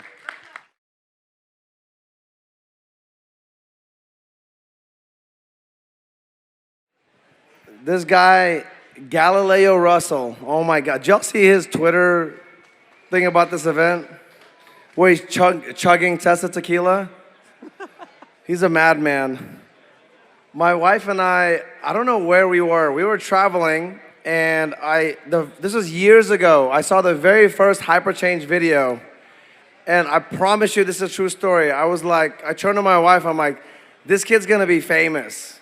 Like, as soon as I saw it, I don't even know how I reached out to him. I found his number somehow, and we're in like Machu Picchu or something, and I literally just like cold called him, and I was like, hey bro, my name is Anuarbek. I run a Tesla club. We talked for like 3 hours. So yeah, since I've met him, this guy's been little bro, one of the pillars of the Tesla community. I think he brings the fun. If you guys follow him on YouTube, you know what I'm talking about. One of the smartest guys I know. There's a lot of smart people, but I feel like he gets it across in a fun way. So, Jay Filcher, what do you think? I think we should just go to YouTube. Yeah. Bring them out. Welcome, Galileo Russell from HyperChange. Give it up. Let's go. You ready? Yo, what's up, everybody? Can we get a big round of applause for Anuarbek and the whole team that put this together? Because this is just epic. Yeah. All right, and I know we're kind of like pressed for time, so I'm just gonna I have some slides, and I'm just gonna blast through them, and then we're gonna get some other special guests up and maybe take some questions. It's gonna be epic. So, yeah, let's just blast through this. So, Tesla hits a trill, and I was in Austin like 2 years ago, and probably saw a bunch of you at Fully Charged. And we were like, is Tesla gonna make it? Is Tesla gonna hit a trill? Now we fast forward here, like COVID happened. I feel like we didn't all get to celebrate together, so that's why this is super awesome. And Tesla hit a trill. Okay, and before I get to the what is dope about Tesla, I wanted to do the boring Tesla stock stuff because I know a lot of people follow me for that and want to know what's up. So we hit $1 trillion. Why am I still holding Tesla stock? Like, why is this such an awesome equity? 1.2 trillion market cap. I kind of tried to make this like the juice slides too. 2.6 billion operating income. So if you want to hold money in this world today, it's like inflation 7%. Like, is the US dollar worth anything? Like, what is crypto? How about investing in a team of engineers led by Elon Musk, and you get upside in all the investments they create? So that is Tesla, and you're looking at an asset which basically gives you a 0.8% yield. So it's like a bond with a yield that's growing in perpetuity. And I think we can hit a 3% yield. So we'll get a 144 billion run rate on their earnings, which are now 10.4 billion, so 14x. The yield compresses to 3%, and we have a $5 trillion company in 2027. You're making like 20 to 30% a year. Okay, that's the great Tesla stock stuff. Another way to think about it is revenue. This is like the value that you provide to the world, and then you get to see that value money. Let's not talk about margin, but just.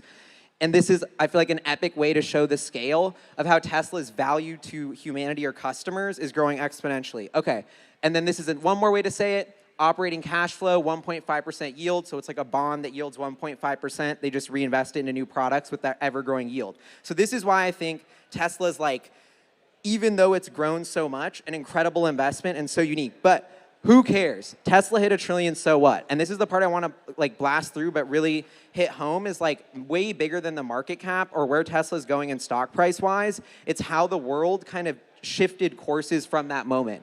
So it's not about the market cap at all. And I realized that when I got my Model Y, like I stopped caring or checking the Tesla stock price because when I felt the product and drove it every day, I was like, oh, this is it. Like, this is why people are stoked. Like, this is what actually matters. Like, me putting electric miles in, like driving on FSD. So that's actually the value in Tesla. And so I thought about it more and more, and I was like summing this up, like, how do we get this to go more and more? It's like the butterfly effect. And I know a lot of you have probably seen this chart from Wait But Why, this awesome blog. And it's kind of like, when I explain why Tesla is so important, it's like it was this butterfly effect that forever changed the course of the automotive industry, and I think the fossil fuel like emissions of all of humanity with this super little butterfly effect. And so it was the Roadster there, and I feel like this is kind of exaggerated, it's not perfect, but you get it. We're on this path now because of Tesla to go fully electric in the next 10 or 15 years that would have never happened otherwise. And so I think this is going to be kind of a new business term, which is like the Tesla effect. So when you think about the Tesla effect, a product, the Roadster, a toy for rich people, a $140,000 car, people would never think that that would change the world, but that led to subsidizing the technology step by step into something that changes the world. So I think this is the Tesla effect. When you unveil a product that seems kind of small and inconsequential, but then will change the entire industry. It's kind of like disruption cubed. So this is the fleet that electrifies America. Tesla starts selling the Roadster. Now we've actually gotten to this move the needle point.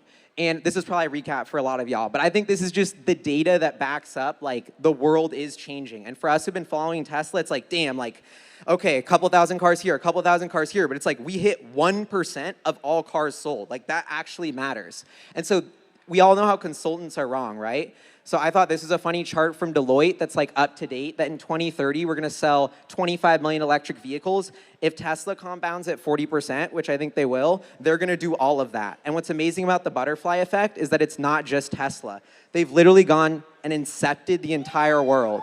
And this is what I think is like the coolest part. Like, and I'm just gonna we don't need to get hyped about these, but these are all the inceptions that Tesla created, right? The Mach-E, like Ford, no electric cars back in 2009 when they were selling the Roadster. Now we got this. We got the Ford F-150 Lightning, electric Hummer. Like, this is straight up like a meme from South Park if you told me this 5 years ago, that this is actually what they came up with, right? We got the electric Porsche. We got ID4. We got the Rivian's $100 billion IPO. I mean, this is it. Rivian in 2009 was building a gasoline-powered sports car. And no shade to Rivian, but they weren't started to change the world. They were started to build a fun car company. But even so, the Tesla effect has allowed them to get unlimited capital to build their electric vision because people are so excited and willing to fund it. So that's how the Tesla effect, the Roadster, created all this. So I'm gonna get faster. Okay, that's where we are. This is where we're going. It's epic. One of the other coolest parts about this, Tesla's employed 135,000 people, and these are like amazing jobs. They give everybody stock, which is 17x in the past 5 years. I think like the way that so many people's lives have changed, if like versus Tesla versus working for any other auto company, like this is a super inspiring part of the story. And it's all about community. And that's why I love like that everyone's here kind of celebrating Tesla. Like if I brought my friends here, the first thing they always say when they come to a Tesla event is like, everybody's so like happy and positive. And it's just like they're actually like rattled that that's a thing. And I just love that there's so few things in the world that bring people together around a positive idea for the future. And that's like what Tesla represents, and I think that's incredible. Okay, so I'm probably going too slow.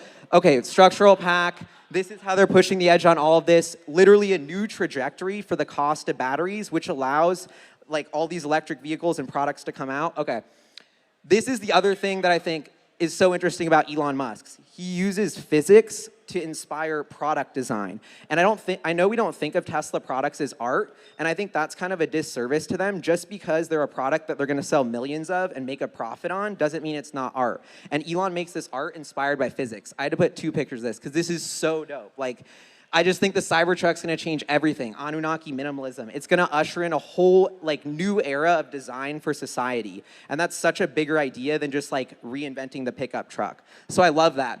Tesla semi-truck, another big idea of like, not the stock price, not market cap, but imagine all of these like railways that Warren Buffett are invested in are replaced by like platoons of Tesla trucks. And I didn't have enough you know, the CGI is not great on this, but like, imagine you're driving on the highway and it's just this train of Tesla trucks. They get to their city, they just deploy to their local destinations. Like, this is gonna be insane, and it's not even just like how many cars or how many trucks are they gonna sell. It's like, well, there's 8 billion people that need to move around, and those 8 billion people are ordering stuff from all over the world. How do we move that stuff? And I think stuff is just as big as people, and so that's why the semi-truck doesn't seem like that exciting of a product, but when you think about the market it's addressing, it's so crazy. Okay, and then the code rewrite. Tesla's not building, they waited to build their biggest gigafactory till they figured out the 4680s. This is so important. You're like, where's the Cybertruck? Where's the semi-truck? They literally were like, oh, we're about to run the race. Wait, let's rewrite all the code. Kind of like they do for autopilot, but they've done that with batteries. And so they've done like this false head start on building this like massive production capacity until they could have this battery. And so that's what I think is happening. That's the pace of innovation at the battery level. This energy is the next butterfly effect. This is what they're doing this. Australia's coal plant, I just love this. This is the type of headline that we need to start seeing, like, that we're gonna start seeing every day from Tesla. But the most interesting part about Tesla's energy division, also I feel kind of bad for him, I'm sorry. Well, okay, we're good. Okay, I'm more than halfway through, I promise. And so this is a controversial thing, like, right? I love crypto, like, currency, and the idea that like a new, more equitable financial system could be built with no one controlling it. That's awesome, but it uses a ton of energy. So how do you get around that? It's like, well, I think everything uses energy. Your Tesla uses a ton of energy. Your Tesla bot is gonna use a ton of energy. Like, as humanity, we need to realize that we're just gonna grow our energy consumption, and a ton of new technologies will basically create that. And so Kathy Wood has this quote that I put up. I should have given her cred. Energy asset owners of today are the Bitcoin that's probably my typo. Miners of tomorrow. And so, but this is a key idea, because who is the energy asset owner of today? You with your Powerwall, or of the future, you with your Powerwall and solar roof, sold to you by a company like Tesla. So I see this insane convergence of Tesla and the world of financial markets that are now being disrupted by energy and Bitcoin. Like, the Bitcoin network uses so much energy. Well, that's actually its competitive advantage to not be able to get hacked. And so changing the world to renewable energy to back this new financial system is gonna have incredible consequences, and Tesla's in the sweet spot to make it all happen renewably. So, okay, homes, if you go to their battery day slide, you'll see all these crazy things that batteries are gonna disrupt, and a lot of it's home stuff. So I think Elon and Tesla wanna build a home, right? And this is what the home looks like today. It's too fragmented. They're not vertically integrated. I think we know what the Tesla home of the future looks like. It's the pod. This is some random pod that already exists, but it's the idea that a Tesla and SpaceX collab will happen to create a pod with solar roof that cleans your air, that's like where humans could live, and could kind of package all these new sustainable technologies into like a truly kind of zero emission, off the grid, sustainable housing unit. And I think it starts on Mars with Tesla bots, or maybe they demo it on Earth, but that's another thing they're gonna come out with. Okay, the robots, FSD beta. This is the biggest part about FSD beta that doesn't get enough love. Like, if you were Biden and actually, or like the US government, you're like, okay, what's a huge problem we all have? 46,000 people die of preventable traffic deaths each year. It causes like 80 billion worth of cost to the health, like, tax system via hospitals and all that stuff. And nobody's giving Tesla the credit for actually attempting to fix this problem. And I think it's such a big humanitarian crisis that, like, it's like Tesla's the good guy. Nobody's trying to, I don't know. So I just think people don't realize how impactful FSD will be when it succeeds. They have the only clear path to do it. And I think Elon, I don't know, this is actually gonna be 3 slides, but this is when it's like, you buy Tesla stock, you're invested in the thing that I think the smartest person in the world is invested in with all his net worth too, and that's Elon. And he's an engineer, he's an artist, he's an alien maybe. Like, if the aliens were gonna send anybody down to fix Earth, would it not be, oh, we need electric cars, we need solar panels, we also gotta get you guys to Mars because you're probably gonna blow yourself up. Like, of course that's what the aliens would do. So I think that is like, the ability to invest in what this alien is inventing next is an unbelievable, like, unfathomable alpha that Wall Street can't comprehend, that I think we all appreciate because we get Elon. And what does that lead to? This. Tesla just expanded their addressable market straight, like, infinitely. And they're gonna start on Mars, they're gonna do all this. All right, this is my bad joke, but if you think about every industry that the Tesla bot could disrupt, what's like the biggest one you could think of? Maybe like shout it out. Sex? No, okay. I tried. But anyway, Think about it like this. Your Tesla bot could save you 10,000 hours every 10 years. You know what they say about 10,000 hours? That's what it takes to master a skill. So every human that has a Tesla bot can master a new skill every 10 years. This is like a new renaissance of creativity where you don't have to clean, you don't have to cook. It's gonna unlock so much potential for humans that this actually changed the course of like, you know, we're going Westworld, we're going like Black Mirror. All these shows are gonna come to reality because of Elon. And I'm just gonna skip to the end of this. These are all some crazy ideas that Tesla's gonna inspire and electrify, which are super epic. But the biggest thing is this. When we all have chips in our brains, I think there's a new, like when you think really about being a long-term Tesla investor, it's like, oh, we're gonna fix the energy and transportation problem. That's changed to fixing the labor and human problem, which is way bigger, and this like nobody wants to work anymore thing, and then that's gonna converge with the chips in our brains. So we have Tesla creating artificial general intelligence in robot form, and then putting that general intelligence in our head via a chip with Neuralink. So this is why I think Tesla and Neuralink have so many synergies, and Elon has decided to take the fate of AI development out of the hands of the public because it's just not working and put it in the hands of Tesla and develop it with the Tesla bot and be the first to commercialize general artificial intelligence. And then, I don't know, this is like we're literally at the start of the weirdest science fiction movie ever. I don't even think Netflix could write it. So, and yeah, and then maybe Elon merges it all into this idea of X. And I think Dave Lee is going to talk a little bit later, so that's going to be epic. And he has been a huge pioneer of this idea of X.com. Should we come up with this new holding company? And whether it happens or not, I think X.com represents something so interesting. Is it a company or is it really a country? It's like a new nation you subscribe to where energy is free, rides are free, you're in harmony with the environment, you want to explore the stars. Like when you think about the boring company SpaceX and Neuralink and Tesla, they're converging. And I know that sounds crazy to create like a new system for humanity, but that is really what's happening in the long run. So I see all of these puzzle pieces sort of fitting together on Mars as in the form of X eventually. And this is my last kind of chat, like, you know, Elon loves critical thinking. So if you were gonna like give Elon a piece of critical feedback, right? Like that's tough. I think about Tesla's disrupted so much. What's the one thing they haven't disrupted? The shape of the car.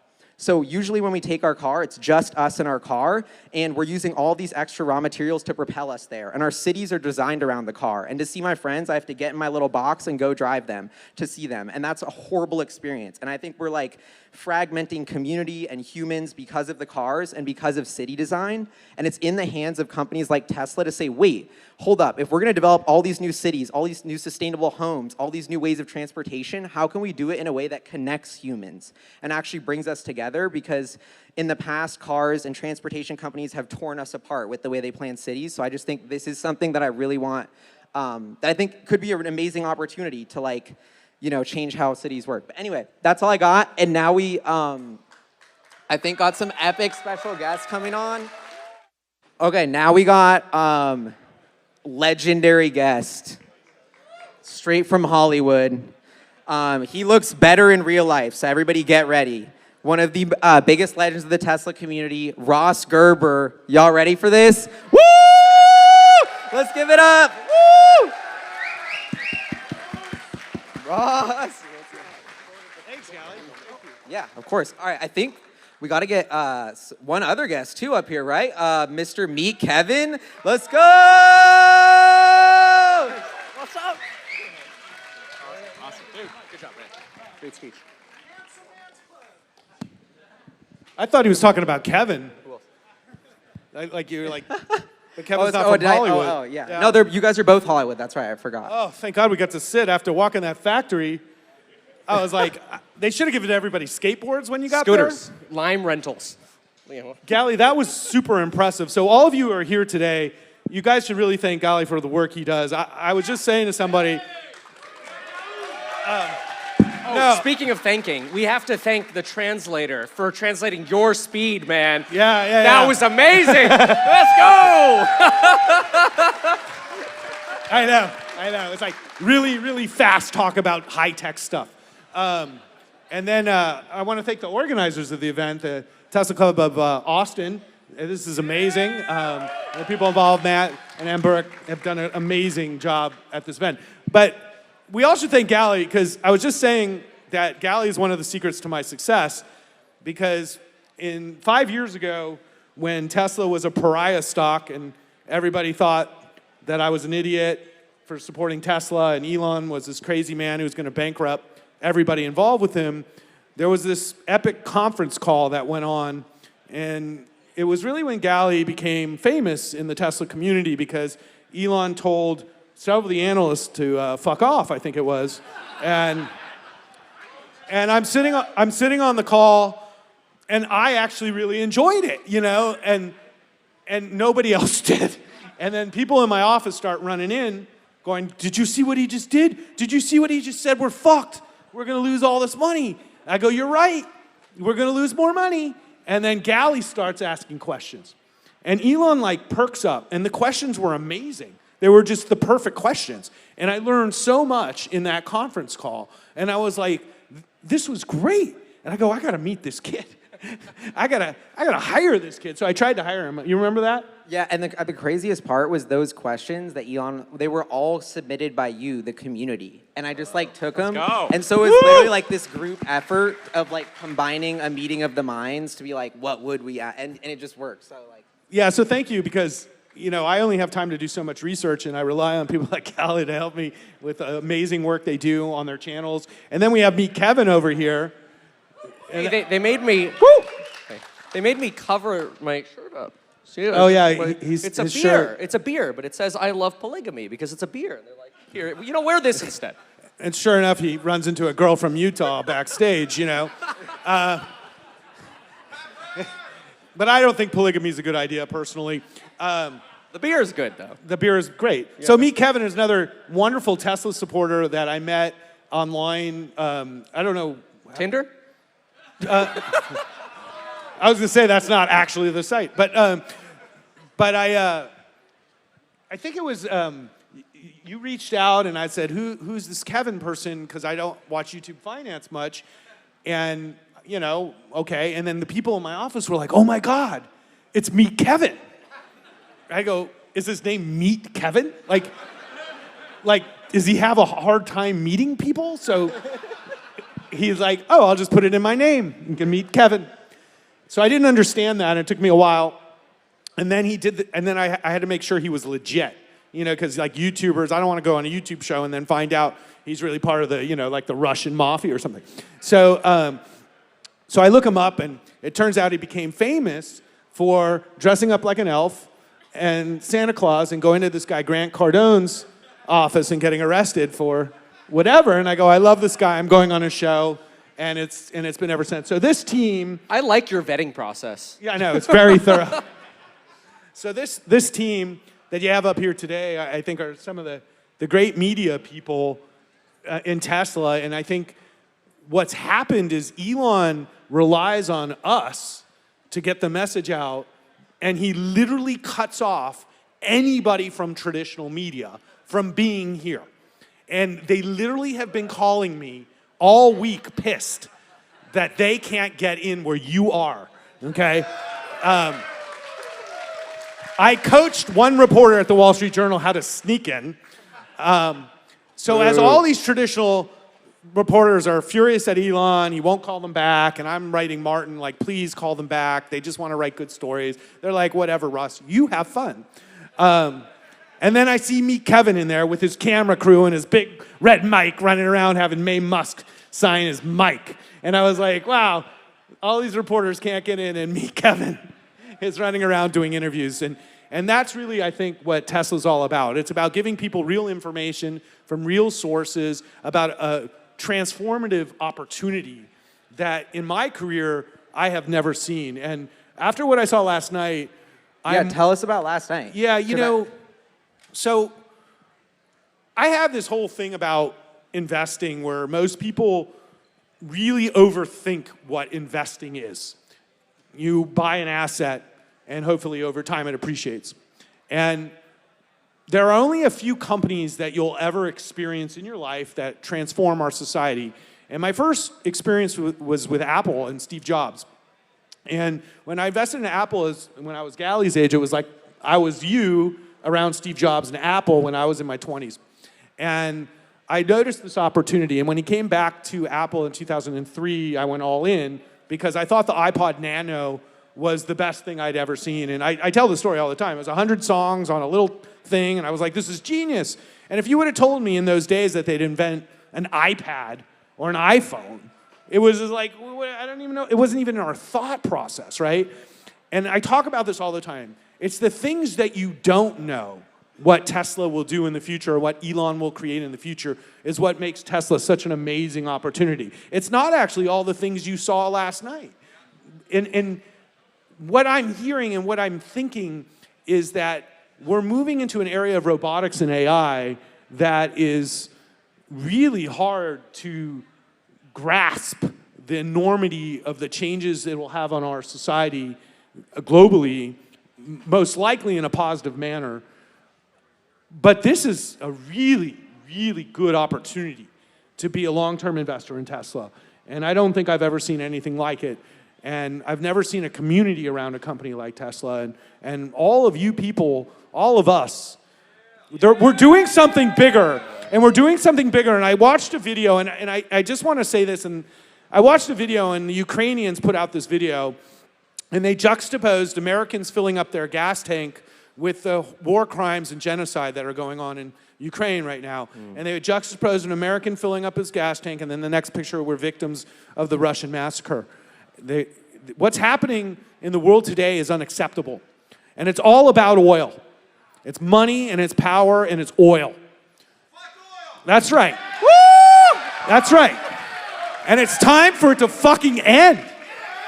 Because what this is bigger than money or a company or Elon. It's about ending a system of oppression and murder that's been going on for 100 years. We literally fund the worst people in the world, whether it's Russia or Saudi Arabia or what's happening in Venezuela. Not the people, the governments, excuse me. The governments in the world. We fund oppressive governments where the people of Venezuela are literally oppressed daily and jailed for oil and for power. The people of Russia are just hostages to this mafia state. The people of Saudi Arabia have no say at all. And tonight, you're announcing you're running for president? No, thank you. Ross 2024? Not if you don't want World War III, because if I was president, we would be in World War III for sure, and so we would win. I want to jump back to Gali if I could.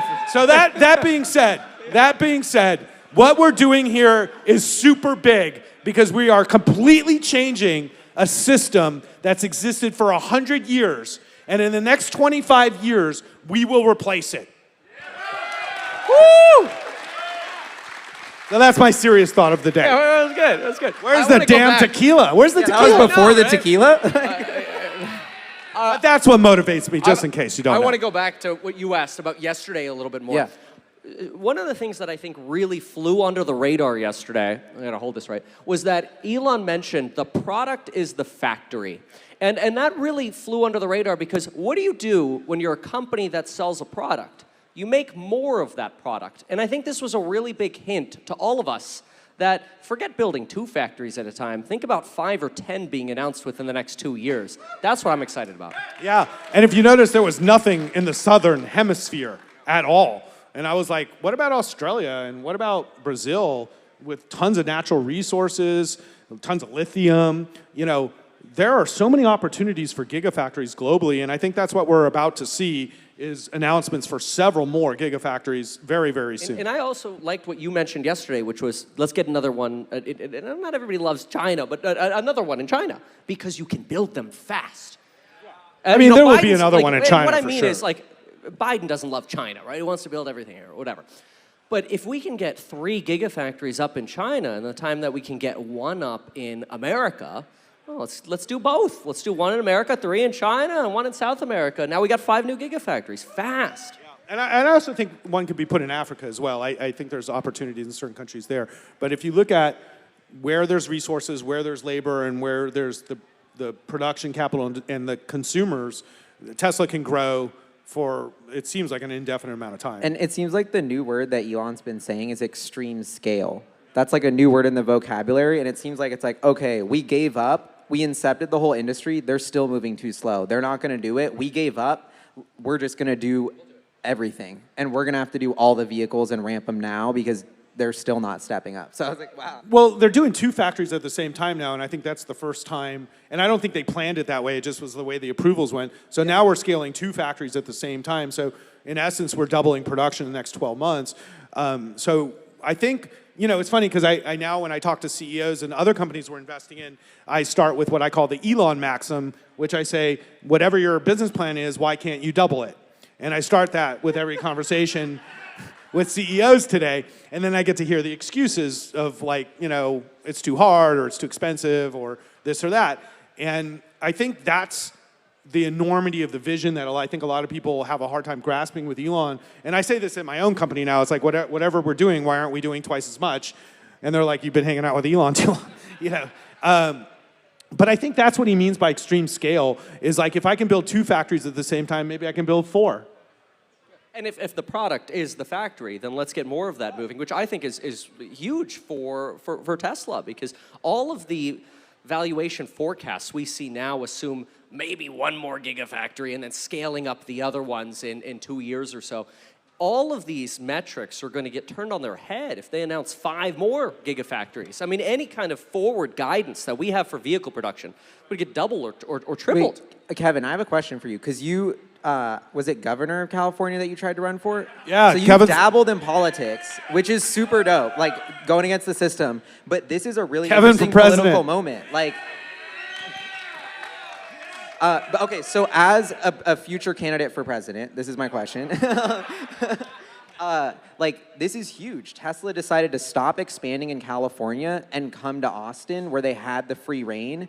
And like, what's your take on all this and how the U.S. government has sort of been just weirdly like beefing with Tesla in some way? And like, they didn't say anything. They don't want to yesterday. acknowledge it, but this is the crown. So I'm like, as an American citizen, I'm like, this is like the most proud thing I am about America is like, we came together, we built this new technology, we're building this huge factory. Like, this is like America's being awesome again. And like, that was close to what, yeah, but you know what I mean? Like, actually though, like, so it's, but you know what I mean? Like, why are politicians so, and how would someone like you change that? Okay, so 3 answers there. One is that building in California sucks, and Yes. you shouldn't really do anything in California. However, I do like owning real estate, ironically, in California, because they can't build more because the cities suck. So you protect the value of your asset. Okay, so that aside, the second thing is, look, not everybody's going to love Tesla until it's, you know, a $10 trillion company, and then it's going to be like Apple. Almost everybody loves Tesla then. And that's almost when it's like, oh my gosh, like my barometer is when Joe Biden and my father-in-law like Tesla, because it seems like right now they don't, that's when I sell.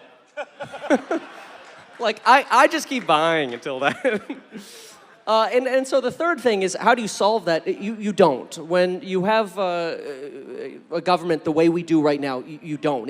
California is going to continue to get worse until we get to some sort of breaking point, and then you have a big sort of almost a revolution in California. And I don't mean with like guns and weapons and things like that, but it's not going to get better before it gets worse with government. So I think in that case, gosh, go build more gigafactories in states that want Tesla. Go build them in Florida, you know, go build them in Texas. Build another one in Texas, you know?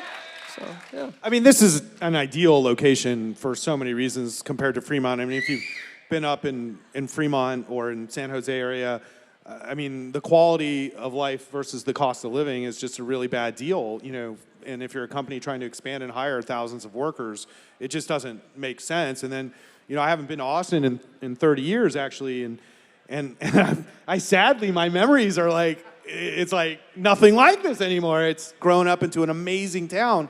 And then I looked at where the location of the factory was, and I looked at the demo here, and I was like, this is genius. Like, this is just the perfect place for the next Tesla factory and for the headquarters from an economic and business perspective. But when I met a lot of the employees yesterday, because yesterday was really an employee event, and it was really about the community and developing deeper roots. That was a mic drop. And deeper roots in the community. So I talked to a lot of these employees because that's where I get a lot of information. And the positivity and the diversity of the group of people that I talked to was really great. And I'm like, we're going to do really well in Texas. And so, you know, thank you, Texas, for welcoming Tesla. And, you know, I think Austin is a great town.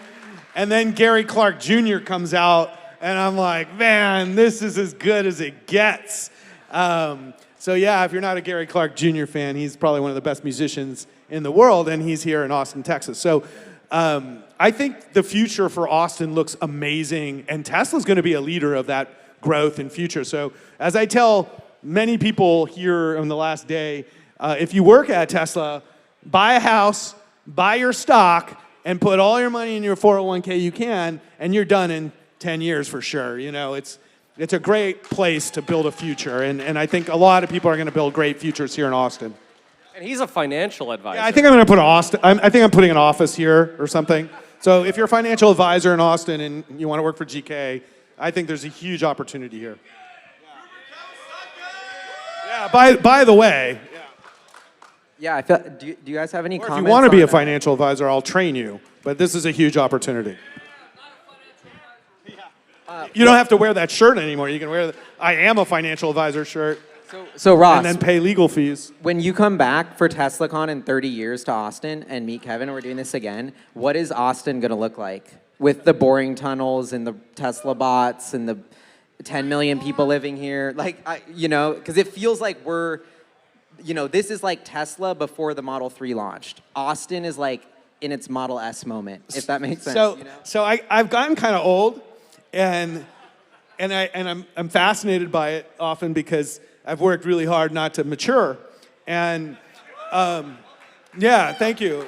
Most people would agree with that, and including my staff at work.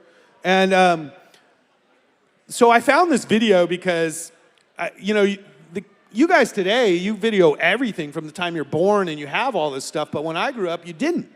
And I had this camera and I filmed my job. The truth was I was asked to be on The Bachelor once, long, long ago. It was the second season. And I filmed this ridiculous video that they asked me, and it's hysterical. It's embarrassing. You have it? Yeah, I have it. It will never be public, and it was never put on a digital device. It's on a tape or whatever, a Super 8 tape or something. So I watched this video, and I shot a lot of it at work. And I actually work in the same office that I worked in when I shot this video 16 years ago. But the coolest part of it was there were clips of CNBC that got in the video and all the technology I was using at the time. And I had the new iPhone, I think it was, and it was like no, it wasn't. I had a BlackBerry and a Nokia. I had two phones. I had those computers, with the big box computer thing. And like I'm driving to work and I have my headset in, and I'm making calls, and I'm like, oh my God, things have come so far with technology in the last 16 years. So whatever you think the future is going to be, it's not going to be that. We have no idea what it's going to be. And that's what makes it beautiful. But I can guarantee you it's going to be an amazing future when you look at the technologies that are being developed today. I really am really positive. And as an investor, half of the money we invest is in climate change and technology, and the rest is really consumer products and goods. But I can't tell you how cool the future looks for the younger generation. Gali, I want to go closer.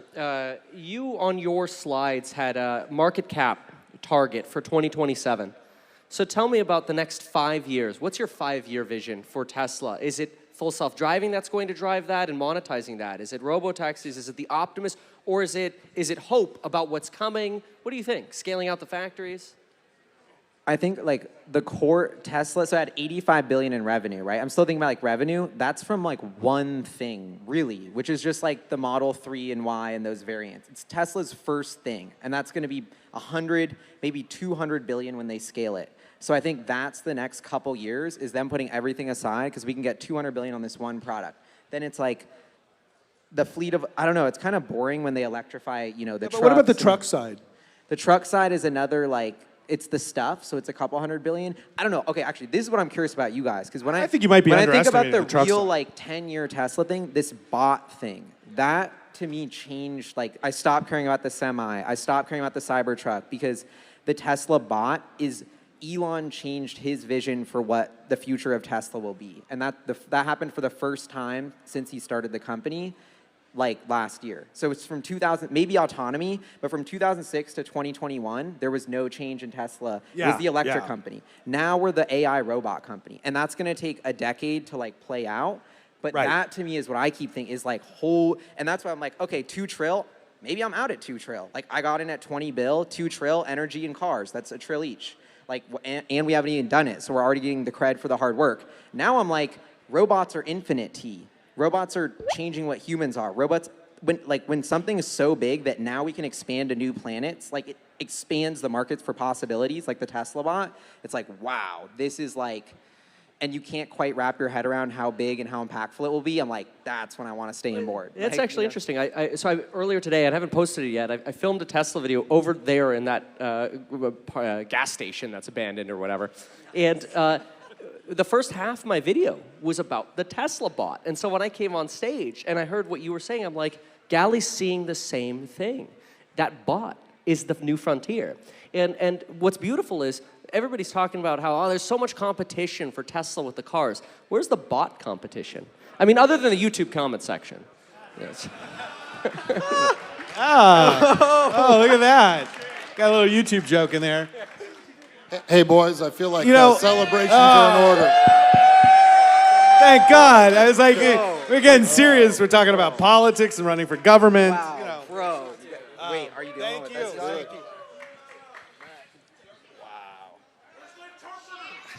Thank you. I've changed the Tesla bot's name to Rosie because I grew up on the Jetsons.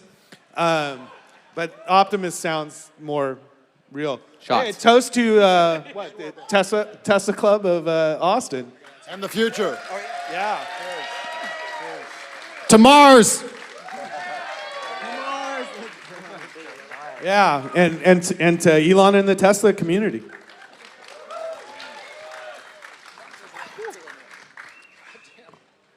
Woo, what'd we get there? That wasn't bad. Casamigos. Okay, good.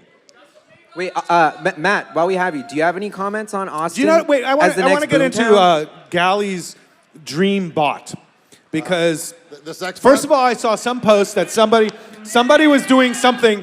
Who was the Tesla person who was doing weird stuff with the bot that they posted from yesterday? I don't know if you saw that. Yeah, somebody was getting handsy with the bot. Oh yeah, that's right. Yeah, that's who it was. Yeah, I was like, boy. He's right there. Yeah, there's the man. There's the man. That's illegal. It's I don't know if up, that's like, legal. Raj. I don't know. I don't know if they count that alive. Is the bot 18? You know? I don't know what the bot counts for. I think it's 2. But I could tell the bot was uncomfortable by the situation and didn't know what to do. Right. So then Gali puts up the bot, and what does he list down? Like cooking and cleaning. And I was like, yeah, granted, the guy needs a girlfriend. I get that, but men have come up with really weird things for the bot to do, And I'm like, I don't think that's Elon's vision. I don't think it's going to be doing laundry.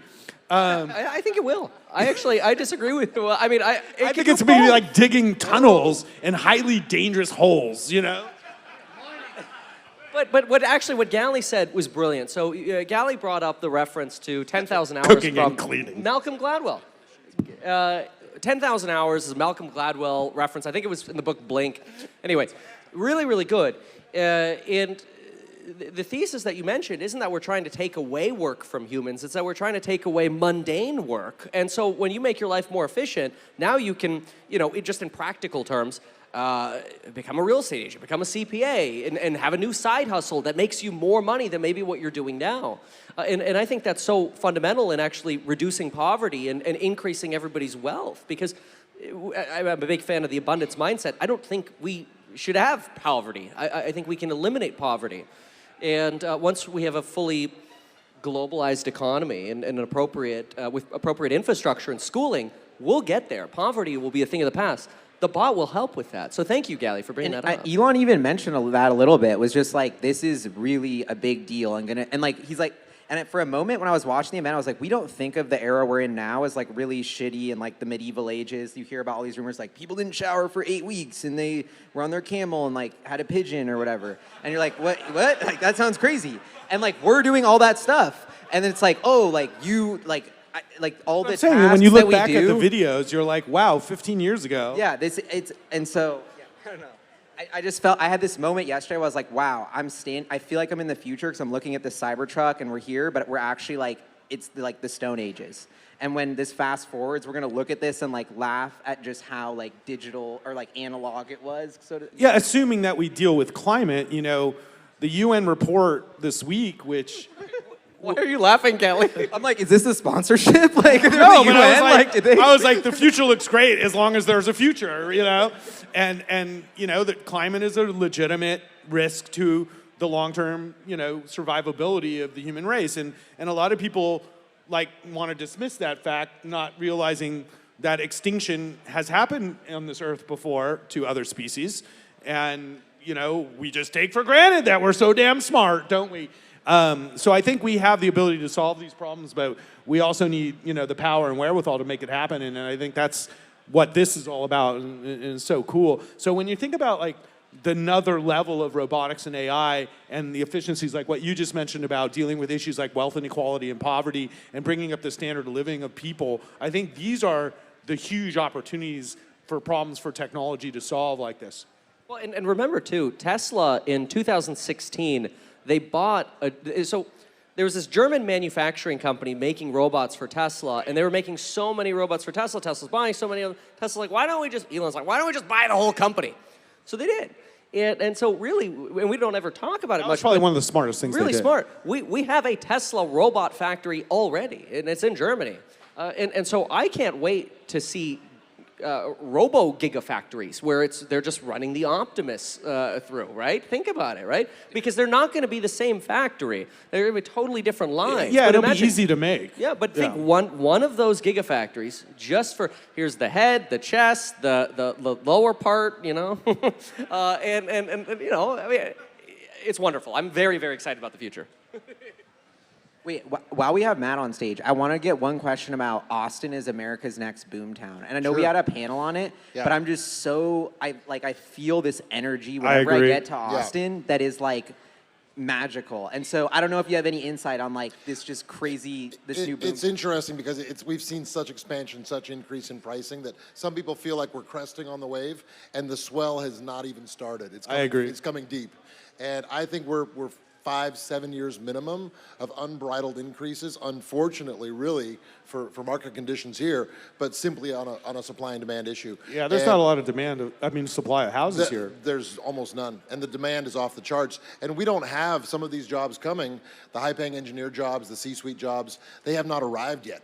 Meta bought or is leasing the biggest building in downtown, and they haven't arrived yet. Oh. Google has 810,000 square feet, haven't arrived yet. Right? I mean, I was just looking for fairly expensive houses in the areas just for the sake of it, and I think I came up with 5 or 6 total, 3 high-rises coming out of 60 that are condos for sale. One of them sold out 340 units in one day. The penthouse was $15 million. The cheapest thing in there was $1,200 a square foot. Well, I mean, you guys are pricing at $1,100 a foot. It's similar to LA. Higher. Yeah. So, and that's current right now before these jobs arrive, and that's where people I think are pricing things in the wrong time frame because they're anticipating that it's going to level out. Humanity thinks as things are is the way they'll always be, and they don't understand the conditions that are affecting the change that is undeniable simply based on 2 metrics: supply and demand and job creation. That's it.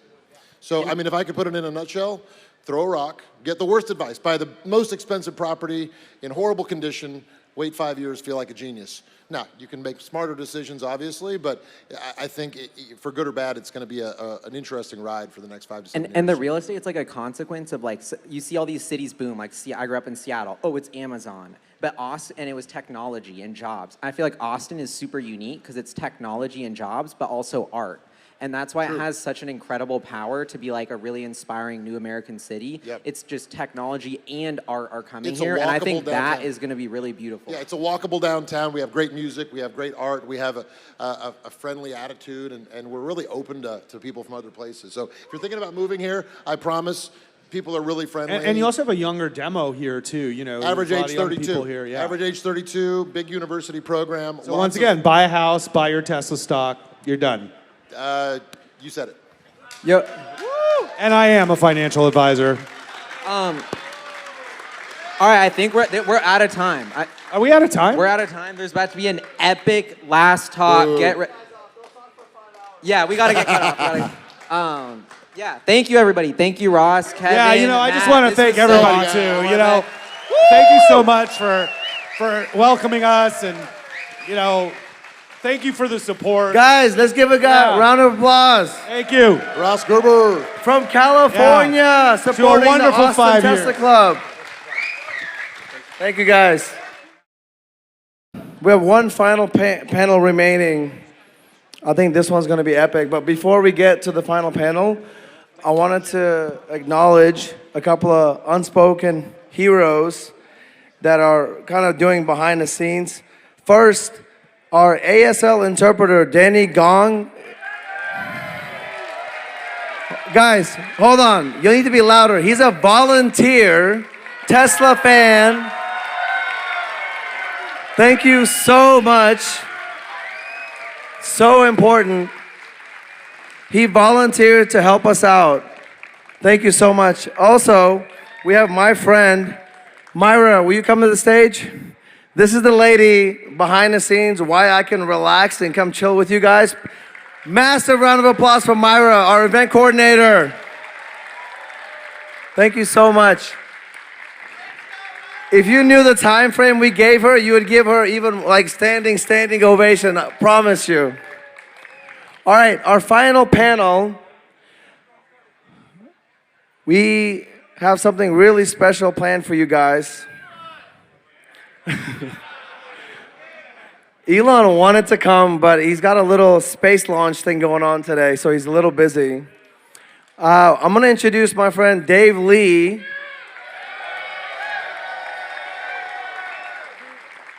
Dave is gonna bring up with him, by popular demand, again, Mr. Sandy Munro and Mr. Emmet Peppers. I'm sure these are the guys that I adore, my heroes. My dream was always to put these three on one panel and just have them just talk for an hour. So I thought, why not do that? So please welcome Emmet.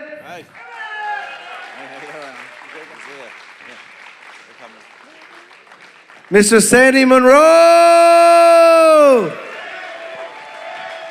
Sandy, Sandy, Sandy, Sandy. And finally, my hero, Mr. Dave Lee! Woo! Let's go! We'll let Dave sit in the middle of us, maybe? I'll sit. All right, guys, final panel. Dave, you want to sit in the middle? Actually, why don't you sit there? Okay, sorry. All right. All right, how you guys doing? Awesome. Yeah, I'm reminded of the Berkshire Hathaway annual conference. It's supposed to be legendary, but perhaps this could be the start of something even better. Yeah, Tesla fans, Tesla owners, Tesla investors coming together. It's an honor and a privilege to meet you guys personally. I'm deeply moved, deeply touched. There's so much just good vibes, giving, wanting to look out for each other, thinking not just for ourselves, but hey, we're in a bigger vision, purpose, mission, and we're in it together. So I just wanted to welcome you guys and say thanks from the bottom of my heart. All right. So I thought it'd be cool to do this thing where I'm going to call this this segment here, this talk, the greatest double down in history. And what I'll do is I'll just kind of share some anecdotes, some stories, and then also have Emmet and Sandy kind of chime in here. And the whole concept and theme of this kind of short kind of talk, and then we'll open it up for questions. So it'll be kind of half segment with this and half questions. But the theme is doubling down. So I don't know if you've ever seen kind of a crazy person double down, but typically it doesn't work out. And when it does work out, there's just sometimes a person who you could say they're kind of a little bit off in the head, but they continue to do it, right? They double down again, and they double down again, and eventually, you know, something happens, usually. But there are occasional rare times in history, I think, when you get a double down that actually continues to double down and it doesn't explode or it doesn't implode, it actually continues to grow. And I think what perhaps we might be witnessing today in this point of history is we're in the middle of what could be the greatest double down in history. And let me kind of take a step back and try to explain this. So when you compound something and you put something down, is if it grows, you're able to tackle something bigger. So for example, if you have an army and you conquer an army and you grow bigger, let's say as an army, the next target you can actually conquer a bigger target, right? And so that's the idea of compounding or investing to compound, is you can grow your assets or your resources bigger where the next target is going to get bigger and bigger. And if you combine this with doubling down, you kind of get the story of Elon Musk and Tesla, where in the beginning of Tesla's story, it goes back to the Roadster and the Model S, where most people would have done an electric car that looked like a Prius, that was basically practical, it was safe, it appeared to the eco kind of green conscious people, and that's what people were actually lobbying Tesla to do. That's what they thought they should do. But Elon did this weird move, and he said, you know what, if we're gonna make it not just as a fringe niche player, but if we're gonna make it as perhaps the biggest automaker that shifts the world's energy usage, we've got to go for the stars. And they created what was perhaps the craziest car of all time, which is the Model S, right? And I don't know if you guys have thought about the Model S, but the Model S, in a way, is kind of one of the first or the big double downs that Elon did, where he said, we're not going to go for a cheap niche Prius, we're going to go for the best of the best. We're going to tackle the best of the cars, the BMW 7 Series, the Mercedes S-Class, all the best of the cars. And if we can't make it against these cars, forget it, we're dead. It's not worth going on anymore. And so it's remarkable, this double down, the first one with the Model S. And just like thinking about it, I wanted to bring Sandy and Emmet in this picture here, is I don't know if you guys have any kind of stories or memories from the Model S as kind of being this revolutionary kind of a big bet from Elon, but I don't know. Yeah, I remember seeing the Model S for the first time, and it was love at first sight for a tech guy that liked new technology. It was a few years after the iPhone came out, and that was my first real new technology moment where I was like, wow, this is amazing. And I felt like at the time in 2010, when I saw the Model S, that I missed the boat on like Apple stock, and I had been investing in my personal account and such by that point. But when I saw that Model S in a department store, it was a prototype Model S, and I sat in there and played with the technology, it just planted a seed like, I need to investigate this. It just sparked something in me. And so a friend of mine and myself, we both had the same feeling, and I don't know what it was, but our curiosity was just lit. And we searched everything we could on the internet. There's very rarely any articles about Tesla at the time. It was nowhere on Twitter, and somehow we stumbled upon this Tesla Motor Club's forum. I don't even know how that existed then. It was still like a brand new car company, but there was something called the Tesla Motors Club forum, and that really helped bring my curiosity to a new level when it came to electric cars and what Tesla was doing and learning about it. Yeah. So I have no stories about the original Model S because we weren't allowed to use the word S or use the letter S in Detroit. They just, we never heard of it. So my first experience was the Model 3. And when we got that, and I started taking it down and started looking at what was going on inside, I made a lot of very brash statements, which basically eliminated me from the social society of the Detroit area. Okay, oh, and by the way, I didn't know I was going to be doing this, and I had this beer, which my wife gave me. So, anyhow. Yeah. Not chugging, folks. Yeah. So anyway, I will tell you one thing, though. The double down concept is not new to the United States.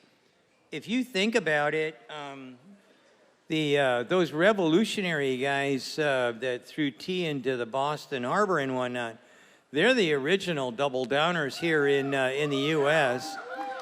And then if you start looking, I mean, we had a whole bunch of double downers.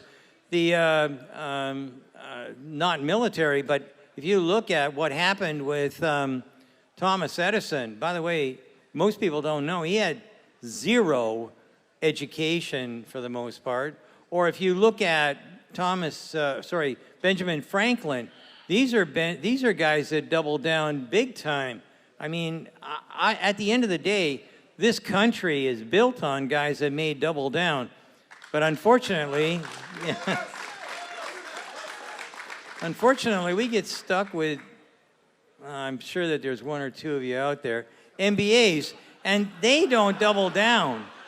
They grab the money and run. So I'm delighted that, I mean, when Gali was speaking, he talked about Elon Musk as an alien, and I had to think really hard. You know what? He probably is an alien, but it's okay. I like him. Yeah. Awesome. Thanks, Sandy. So the second double down, I think, was the Model 3. And originally, it was just called the third-gen car. And in 2014, Tesla had to make a big decision, which is to start their own kind of Giga factory in Nevada. And it was a crazy decision because it took on a lot of risk. Usually, you don't make that type of decision. Usually, you outsource everything. You don't take big risks when you don't have to. But it was a huge risk. In 2000, I think it was 15 or so, Emmet and I had a chance to visit the opening party of the Gigafactory in Nevada. And we were taken in by these shuttle buses or shuttle kind of carts or something through the empty building. And we were just, our jaws literally dropped. Because there was like football field after football field of building after building. And we're just shaking our head the whole time. I remember the next day, there was a Tesla management person who was one of the top kind of 3 or 4 people at Tesla. And I'd met him before, and I said, oh my gosh, like, did you see the factory? And he's like, yes, that's how big Elon is thinking. Like, he's thinking bigger than anyone else is thinking. And I remember that moment because it was a complete double down where Elon probably could have, I don't want to say should have, but the whole company he put at stake. Because really, most people would have done a less risky, a more conservative move, outsource everything, don't take on a crazy, ambitious project. But Elon knew in order to deliver 500,000 cars at scale by 2020, that Tesla was planning to do, he had to take control of the destiny of Tesla's supply chain. And he had to make moves that no one else would make, that would put the company perhaps at risk, but it was going to be worth it. So to me, that was kind of like the second double down, which was the Model 3 and doing things that other car companies, no one would do. The third double down, I think, is FSD. It started out, right, as just autopilot. And typically, most companies, you wouldn't risk your whole company on AI or this non-related, supposedly, field. But what Tesla did was, rather than relying on a third-party supplier, like NVIDIA or Mobileye or some other company, they decided to basically double down again, right? And all of this investment that Tesla has done over the years is actually, in a way, hurt their short-term profitability. It's hurt their short-term kind of sustainability in a way. Like when Tesla was at the brink in 2018 or so, like they were pouring a lot of money into autopilot FSD even back then. They could have just canceled the project, but they didn't, right? They continued their double down. And what you see before our eyes right now is we're in the middle of this third double down that Elon and Tesla is really putting the company, in a sense, at risk to really deliver, which will be a completely new market for Tesla beyond cars. And the fourth double down, which is crazy, is humanoid robots. And this is a double down that is so crazy that most people are ridiculing Elon and Tesla's vision. Most people probably think it's a joke right now, right, that this bot is ever going to happen. And this is the classic kind of, I won't say the final double down, but it's the ultimate double down. And the reason why it's the ultimate double down is because with full self-driving, after you fix it and you solve the problem, you're basically solving for a big portion of what Elon calls real-world AI. You've built up an AI team. You've built up a supercomputer. You've built up all the neural nets and all of your training and Q&A teams and deployment teams. And you have just hundreds, if not thousands of people with expertise. And if you really want to double down, what are you going to do? You're basically going to try to solve for the ultimate, which is AI robots. Now, if you solve for AI robots, you basically solve for labor and production. You solve for construction. You solve for robots that can mine in the ground, that can create their own factories, that could build more robots themselves. And the concepts, the possibilities are frightening because they're unlimited in a sense. But if they're stewarded in the right way, meaning they're directed in safety and for the good of humanity, it becomes almost the ultimate product, a product that perhaps will never be eclipsed. And so what we have here is we have a company that could have started and probably should have just remained a niche auto player. Most people would have done that. Or a company that would have just maybe made a Gen 3 car like Tesla and then stopped, right, and become a mid-tier. Or a company that maybe had more ambition and became a large auto company. But what we're seeing before us is a completely different playing out of the scenario, which is a person and a company who's doubled down over and over, and now we're at this place where quite possibly, if Tesla is successful with solving for humanoid robots and AI, you could see a complete separation of history, like a moment where we see, like the 2020s was the demarcation. It was the turning point, right? And my hope is that it stays in Tesla's grip where it could be steered toward the good for humanity, that this technology can be closely guarded and done in the right way, combining humanity, responsibility together with pushing the envelope with engineering and innovation. And I think when we take a step back, that's kind of the bigger picture. We're at a remarkable turning point with, I think, one of the most remarkable, interesting leaders and also companies in the world who has doubled down multiple times and refuses to stop doubling down. It's like the most craziest thing. Most CEOs, most people, when they reach a certain pinnacle, they call it quits. They buy their island or their 10 houses all around the world and they chill out. But this isn't happening, and it's quite remarkable, the journey that we're in. Emmet, Sandy, do you have any kind of comments on that story? Yeah, and this is where, those are good. That was very good. I think that what you find sometimes is that you'll bump into somebody who's not motivated by what the rest of us are, and I think that I can pretty much justify. For me, I can say this is true. We usually just strive for creature comforts and those things that are earthly, if you like. Some folks go for the stars. And this is the difference between Elon Musk and everybody else. He's not driven anymore by an island in the sun or something like that. Actually, I've heard that he's thinking of the idea of ditching all his houses and whatnot and basically living off the land or something. At the end of the day, this kind of a drive is so totally different. So I can't think of anything else but spiritual. The rest of us mere mortals can't quite comprehend, and that's why all these clowns that are I shouldn't have said that, but anyway. Blame it on my wife. She gave me the 2 beers. So. But anyway, but at the end of the day, if you think of the guys that are, living large in New York, they drink what is it, Pappy, whatever brand, whatever. Anyhow, they're drinking this fine bourbon and they're eating a $120 steak and whatnot. And they think that this is the apex of life. And Elon sits at home, who knows, I think when I was with him, he had some kind of frozen dinner. It was a TV dinner. That's what he ate. So he gobbled that down while they were talking about how we're going to redesign this rocket motor. That's the difference between us and him. And that's what it boils right down to, boys and girls. It's us and him. Yeah.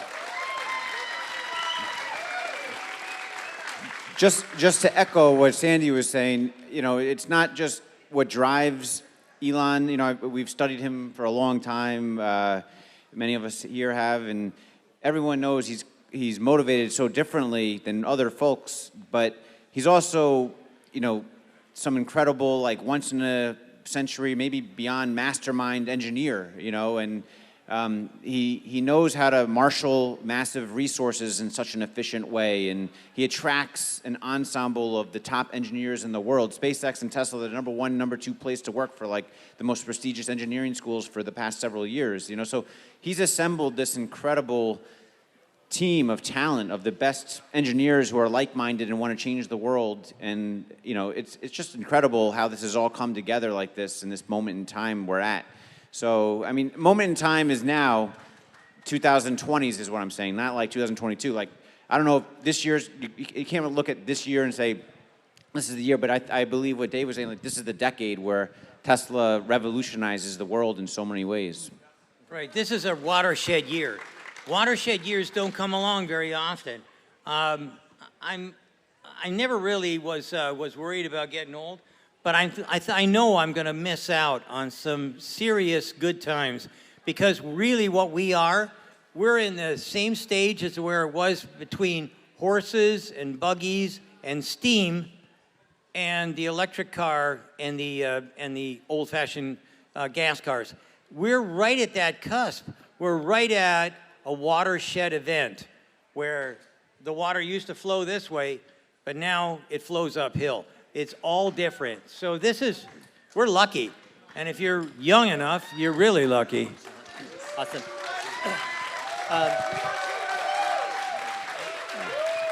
All right, what I want to do now is actually take some questions from the audience. So what we're going to do is I want to kind of get the mic going so everyone can hear the question. So we'll take about, you have a mic. Okay, Matthew, could you actually choose the people to get questions?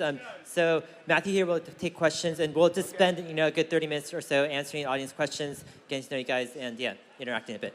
Hi. Assuming Tesla continues selling their cars to the public, what do you think is going to happen when Optimus goes into production and Tesla starts dogfooding and like putting it on their own production lines? Are they going to start passing the savings onto the customers? How much of an impact that's going to have, and how is that going to impact the competition? Will there be a competition? Yeah, great question. Okay. So the question is, will Optimus, when Tesla start using Optimus robot for assembly in their factories, will they pass on that savings? How will the competition compete with that type of thing? Sandy, Emmet, do you have any? Sounds like a Sandy question to me. Thanks. Okay, so here's the deal. I believe that Tesla puts more money into R&D than anybody else. So consequently, when we talk about profit, some people will say that if they just would have put their R&D into profit, they would have made more money. Okay, you can do it that way, but I believe that once Elon comes up with, if we like to say the AI robot, AI has a whole bunch of different meanings and whatnot, and it has different levels. If it's a cognitive learning robot, in other words, as it makes mistakes, it learns, don't do that again, and that's pretty high level. But I don't think he's going to be able to come up with something like right away. So my guess is that what he's going to do is the robots will come out, they'll have specific jobs, they'll be artificially intelligent, but they won't be as high a level as what he's going to want. And so these things are going to be either upgraded or scrapped, and new ones are going to come in their place.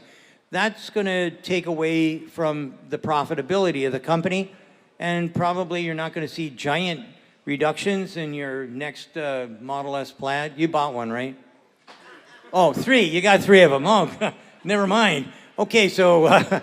But I think that at the end of the day, this is going to be what his strategy is going to be until the day that he falls over dead. He's going to be continuously looking at how do I improve, how do I create. He's, like I say, he's different than the rest of us. Yeah. I think also with Tesla, most of the human labor goes into the final assembly, the General Assembly. And so that's actually, a lot of stuff is quite hard. It'll be a progressive thing over many years that a robot gets as good enough as a human. Some of the savings will be passed on, but then ultimately, the value that Tesla gives to the end person with autonomous driving is going to increase the value and the transaction. But yeah, I don't know how others will compete, to tell you the truth. All right, next question. Thank you. Appreciate it. First of all, you guys are legends, and thank you for everybody. You changed my life, and probably a lot of people here, Dave leave. But Sandy, we love you, so take care of yourself. We want you around for a long time. I have a consumer. There we go. So I have Your conscience is the optimist. Yeah.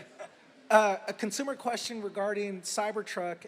Well, two things. How long do you think it'll take them to ramp up it for it to be like all the bugs worked out on the first Cybertrucks? And then second, that add-on camping device that somebody's working at, yeah, is that going to work, and is it going to get better, and is that going to be a thing? Okay, so that was a great question, half of which I can't answer. So, okay, Cyberlander is a customer, so I have to I can't talk about that. So, but what I can talk about is the ramping of the Cybertruck. The Cybertruck, I think, if everything looks as golden as what I see, it'll ramp very, very quickly. So usually what you try and do is a couple of thousand a month when you first roll out, and then you quickly try and bring it up so you get to scale. And like I mentioned before, I believe they'll be able to crank 50,000 of those out in the first 6 months of launch. If they can get it out, it's supposed to be in July or something like that. Is that it? When it's, I think. Curious, Sandy, Elon mentioned a robotaxi, dedicated robotaxi car last night. Do you think that will be using kind of folded stainless steel, like methods that they learned from Cybertruck for a dedicated robotaxi? No? Nah, it's too expensive. I would suggest that they'd either going to be using fiberglass, carbon fiber, or aluminum.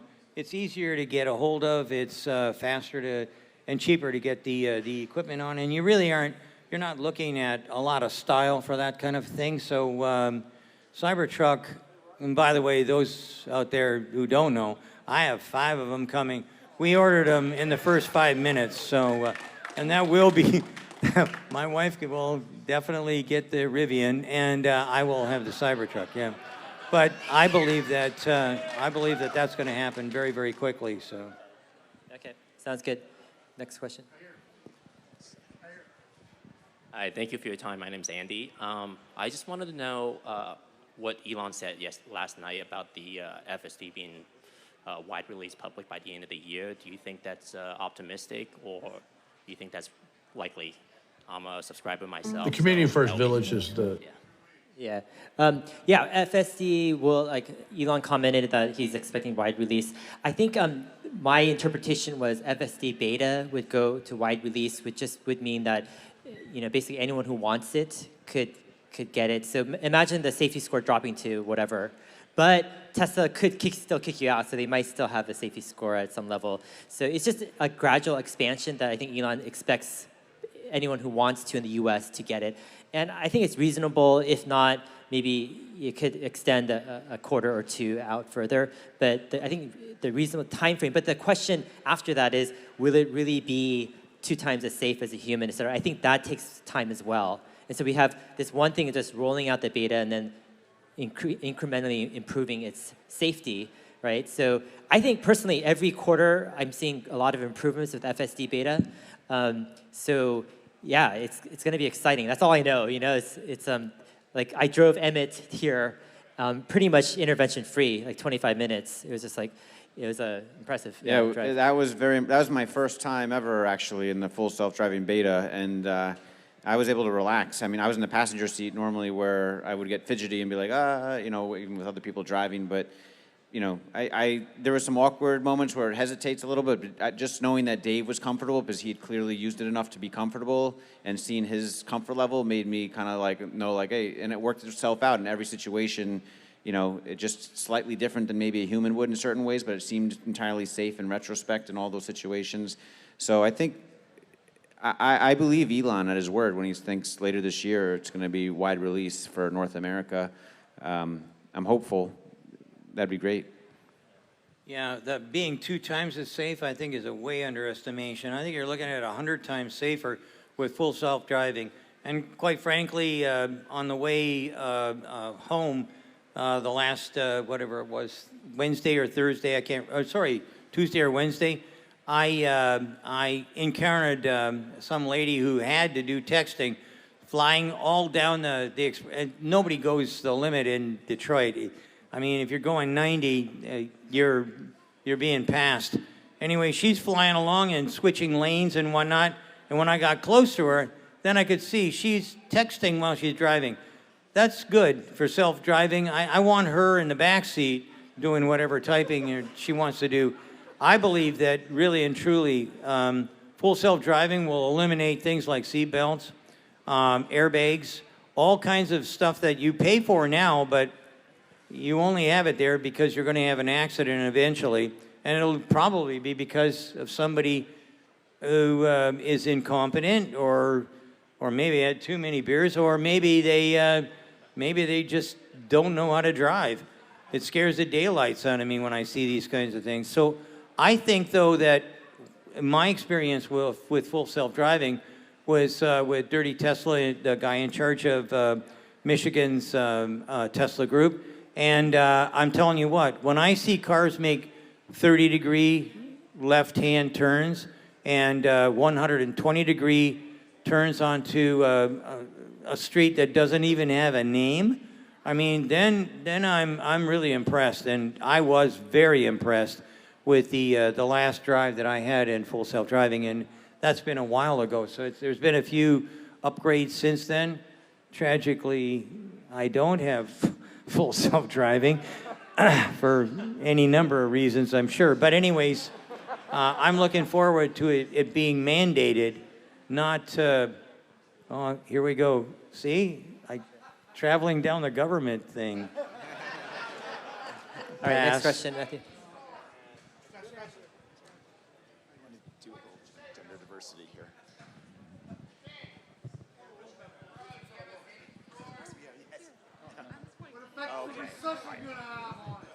Thank you. Long-time listener, first-time caller. Solar Roof has not scaled very quickly or as quickly as I thought.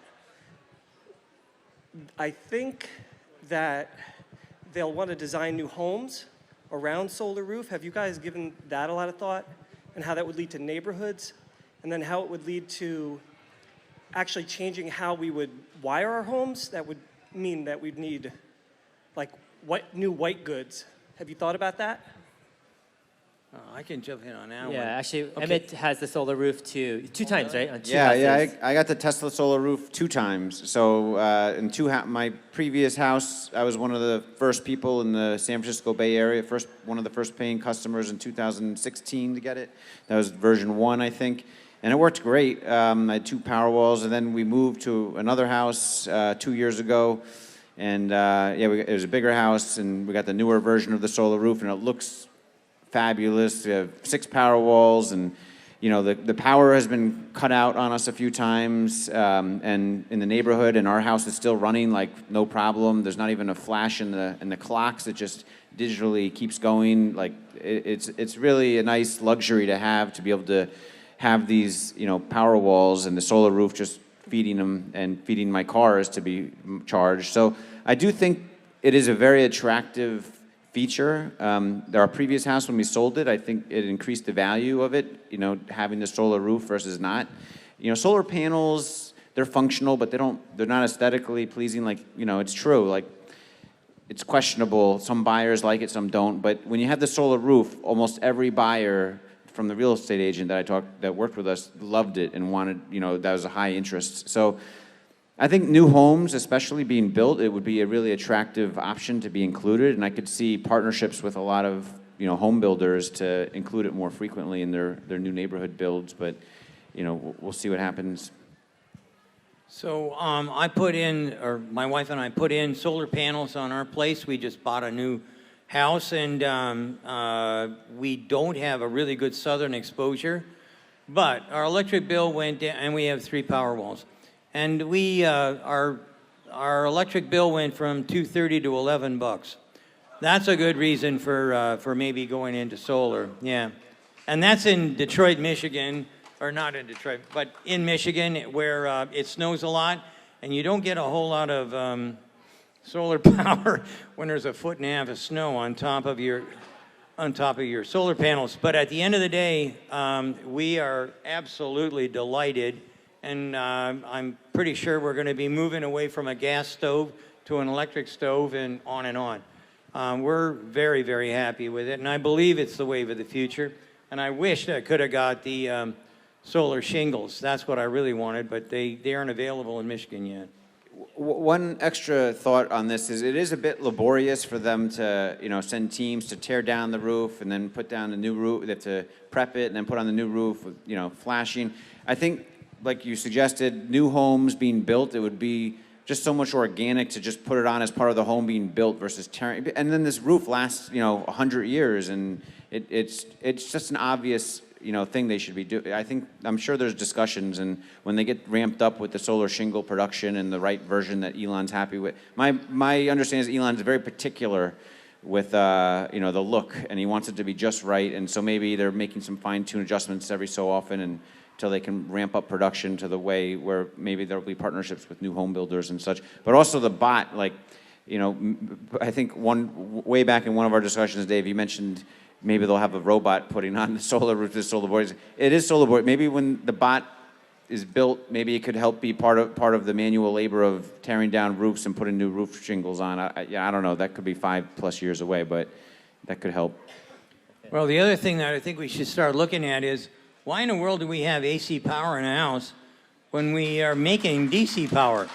I mean, it doesn't make any sense whatsoever to me. So should my wife and I decide to ever build another house, I'm going to redesign it, and everything is going to be everything's going to be electric, number one, and I'm definitely going to go with DC power. I'm making it. I might as well use it. Why should I convert it to AC and then bring it back to DC? It doesn't make any sense. So I'm going to be, that's what I'm going to be probably working on. All right, sounds good. Let's go ahead and for our panelists, we'll try to keep our answers a little quicker so we get more questions and interaction going. So go ahead, Matthew. Yeah. Is there a woman who has a question? I just want to have some diversity. Yes, thank you. I'm not sure if this is a question more, as I would love to hear a bit more, but one double down that maybe you haven't commented on is SpaceX. And with the, we're going to be going down to Starbase, some of us a little bit later, and though nobody understands what that is. I tell my friends and family, I'm going to go see, they think I'm going to go see a rocket fly, and it's not that. And that is a vision that I think is, needs to also be part of the conversation. Yeah, no, I definitely agree. SpaceX, how many of you guys agree that it's like underrated? People don't completely grasp, what they're doing. Yeah, it's crazy because it's this combination of not just a noble mission or this crazy mission, right, to get this civilization on Mars established, but it's the combination of a legitimate business model. Like, that has never been done before, and that's kind of this genius that people are completely overlooking, which is Starlink. And Starlink is not getting the coverage that it deserves, but this is possibly, a company that could be worth trillions of dollars with just what they're doing. So, and revolutionize education and opportunity for everyone in the world. But yeah, definitely agree with SpaceX. Yeah. Yeah, I've been to SpaceX, and I also worked on other rockets for L'Oreal, for Boeing, for McDonnell Douglas, a whole bunch of different places. And I can tell you that everything that they did, these other guys, they took no suggestions from us. And when I went down to look at the rocket ships that were being created down in Brownsville, I was totally blown away. Corey and I both went down there, looked around for 4 hours. totally look at whatever you want kind of a thing, and I was really impressed with the way they were building rockets versus the drilling and putting in rivets, and holy mackerel, I can't believe how much labor and how much inaccuracy you're going to wind up with, whereas Tesla's basically TIG welding and cranking them out like there's no tomorrow.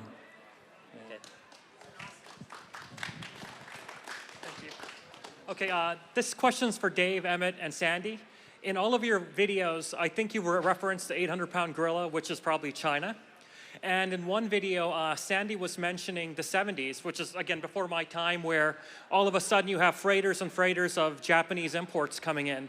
Do you see China essentially supplanting the American OEMs after Tesla as maybe the first tier of an automaker? In other words, is this horizon foretold, or do you think geopolitics have changed and it's a whole new game out there? What do you think about China? And China's going to kick the U.S.'s ass. They're going to wind up with 30% market share, and I'm almost never wrong.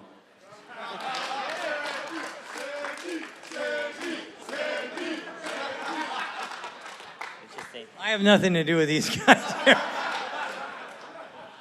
I think the Chinese EVs are second place to Tesla, and globally, once they saturate the Chinese markets, they will export globally. So we'll see. Yeah, my perspective is if you look 5-10 years in the future, the value you get in a car is going to be less and less the hardware. It's going to be more and more the software that drives the car. That's what you're going to be buying a car for. And so to me, if you look at the old school paradigm of what a car is, the Chinese OEMs are very attractive right now. They're doing a lot of things right. The question is, are they going to be able to solve full self-driving? Are they going to be able to solve autonomous cars? And is it really a market that can be distributed, meaning it's not a winner-takes-all market? And my leaning is actually with the network effects of data that it's at least a winner-takes-most market. And yeah, right now Tesla, it's their game to lose, and it's the Chinese OEMs and other OEMs to fight over the pieces left over.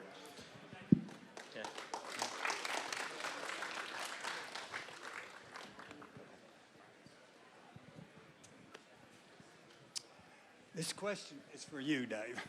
All right. Would you interview Tony Sebo? All right, Rethink X? Yeah. Okay, I'm asking that because... Bring a microphone up close to your face. I'm sorry. Thank you for telling me that. Yeah. Biden's Build Back Better or whatever it is, I think it's focused wrong, okay? At the car, it should be first principles. It should be energy because, and Tony Seba, he's talking about $2 trillion, 2.4, all right?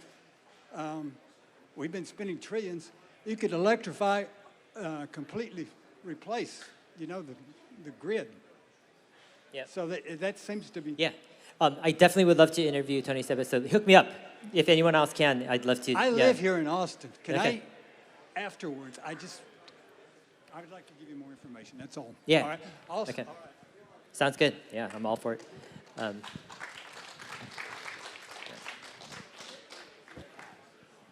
you. Hi, Dave. Since you've talked about the various S-curves on your podcast and expanding on the electrification part of that, so all across the West, we're seeing fires. I live in Colorado. We've had three major fires in the last few months. I'm sure they're happening in California as well. Two of those, at least, have been started by power lines down. And so this national grid that we're so dependent on is also a big fire risk. And so do you think there is any possibility that Elon may be thinking about distributed grids, microgrids, whatever? That's my question. Yeah, the question is Elon thinking about microgrids, distributed grids? I think it's in their, I think they think about it a lot.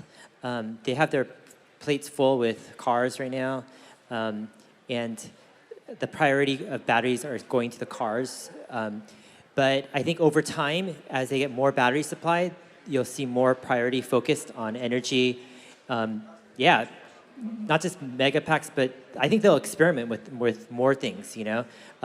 Partner with utilities, create their own, you know, various projects. So I'm optimistic that we're gonna see, one of the areas I think Tesla's underrated also is, again, it's this theme of compounding. The idea is with energy, it's such a crazy multi-trillion-dollar market.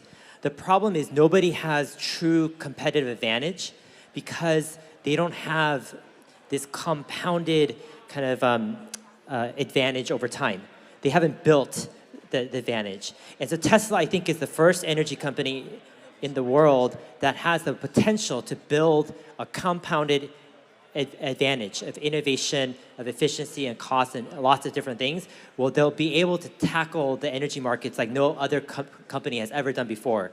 But it's not gonna happen this year or next year. You know, it won't be finalized. This is gonna happen over many years. But definitely exciting trend and exciting question, thanks. Let's take one final question and then call it good. Is that okay? Yes, let's go for it.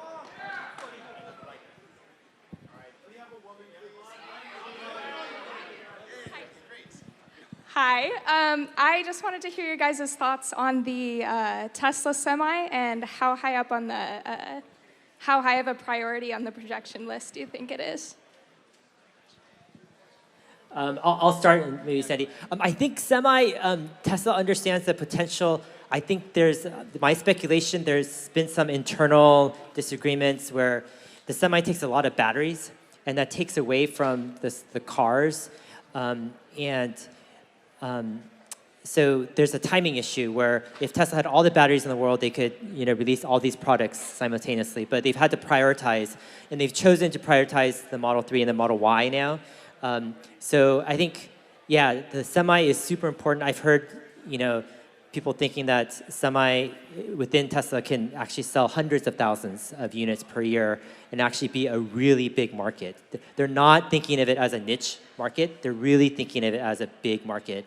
And so they understand, you know, the potential. My thinking is again, compounding. If you are actually able to put an autonomous Semi on the road, you have such a big advantage. What else can you do with that? If you're a crazy double down person, you could double down on the next step, which would be logistics and kind of a bigger play than just Semi. So we'll see what will happen with that. Well, I know that there's at least 3 legitimate electric Semi producers. And the reason that I'm encouraging all of them, including the Tesla Semi, all you have to do is go to LA, go down to the docks and look at 10,000 trucks standing in a line, idling, the worst polluting way that you can have a nice vehicle. Polluting, basically pouring out diesel fuel like there's no tomorrow, waiting to be basically that truck that's going to take and unload some of that information, some of that stuff that's being shipped in via these different great big giant ocean tankers and ocean carriers. These things pollute more than anything. They pollute more than any jet engine. They pollute like there's no tomorrow. We should be encouraging everybody that's doing something like that to help out the ecology. I know that this is going to be like a bad thing to say, but right now, Nicola's. All right, guys, 15. That's it now. There's 15 of their trucks out there not idling. We need 1,000, 10,000, 15,000, 200,000. We need a lot of trucks that don't have diesel engines on them. Woo! Thank you, guys. Thank you, everyone. Yeah, appreciate everything. Thank you. Yeah! Woo! Thank you, guys. One more time for Dave, Lee, Emmet, and Sandy. Sandy, Sandy, Sandy, Sandy. Before we finish, though, hold on. All the profits, every dollar, the $20 you guys spent on your tickets, everything we're doing here is going to an amazing amazing nonprofit. For my investor friends, I call it the unicorn of nonprofits. It's a place called Community First. I want you guys to watch this video, and then I'm gonna introduce a very special person. Please watch this, and then I will get back on the microphone. Thanks. The Community First Village is the craziest place I've ever been and ever lived. Oh! I love this place. What we're doing here in Austin, Texas has never been done anywhere in the United States of America or the world. Mobile Loaves and Fishes has created a new movement designed to lift the most chronically homeless men and women of our community up off the streets. When I look back on it, it was nothing short of a miracle.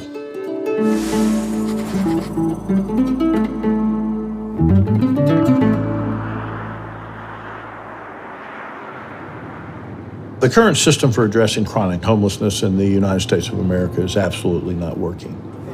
This is a human issue that requires a human response. Peanut butter and jelly or meat and cheese. You need a blanket, bro? Yeah. Let's grab us some food, man. Yeah. Mobile Loaves and Fishes was started back in 1998 in order to feed the homeless in Austin, Texas. When the truck goes out, those that are serving and those that are being served are on the same side of the serving counter. Oreos, cookie, water. There's no disconnect. And this requires a human-to-human, heart-to-heart relationship. Yeah, I know what it means. It's the simple things. And that singularly was the game changer. Truly, that food truck ministry is what taught us what we needed to know in order to build Community First Village. In 2004, I came up with this idea that we could go out and buy a gently used recreational vehicle, lift somebody up off the streets.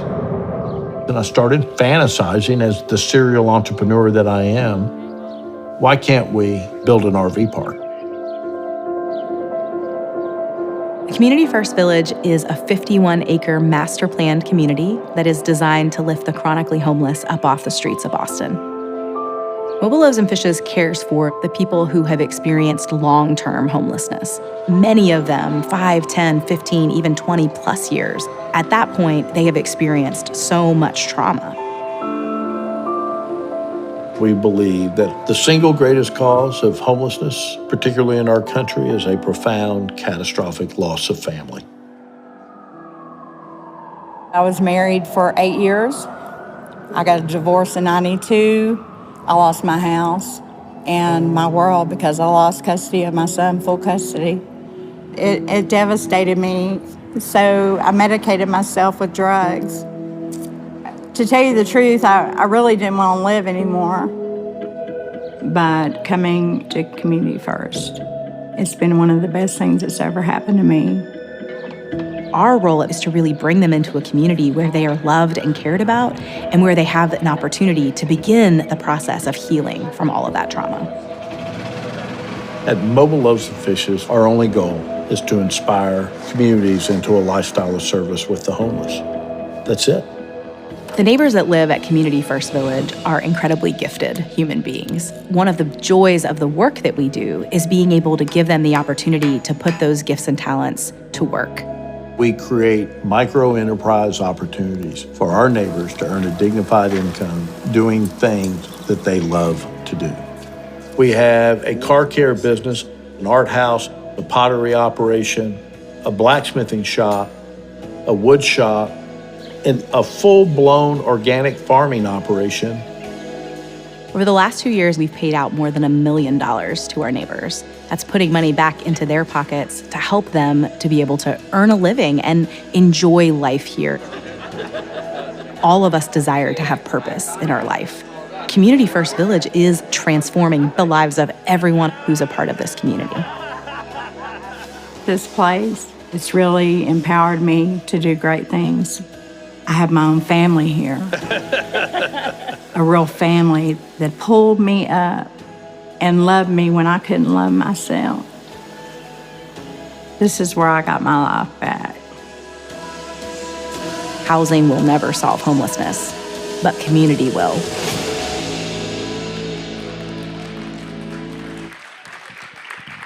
We have a very special guest with us today, the president, the chief goodness officer of Mobile Loaves and Fishes and Community First, Amber. I'd like for her to say a few words. Please give her a round of applause.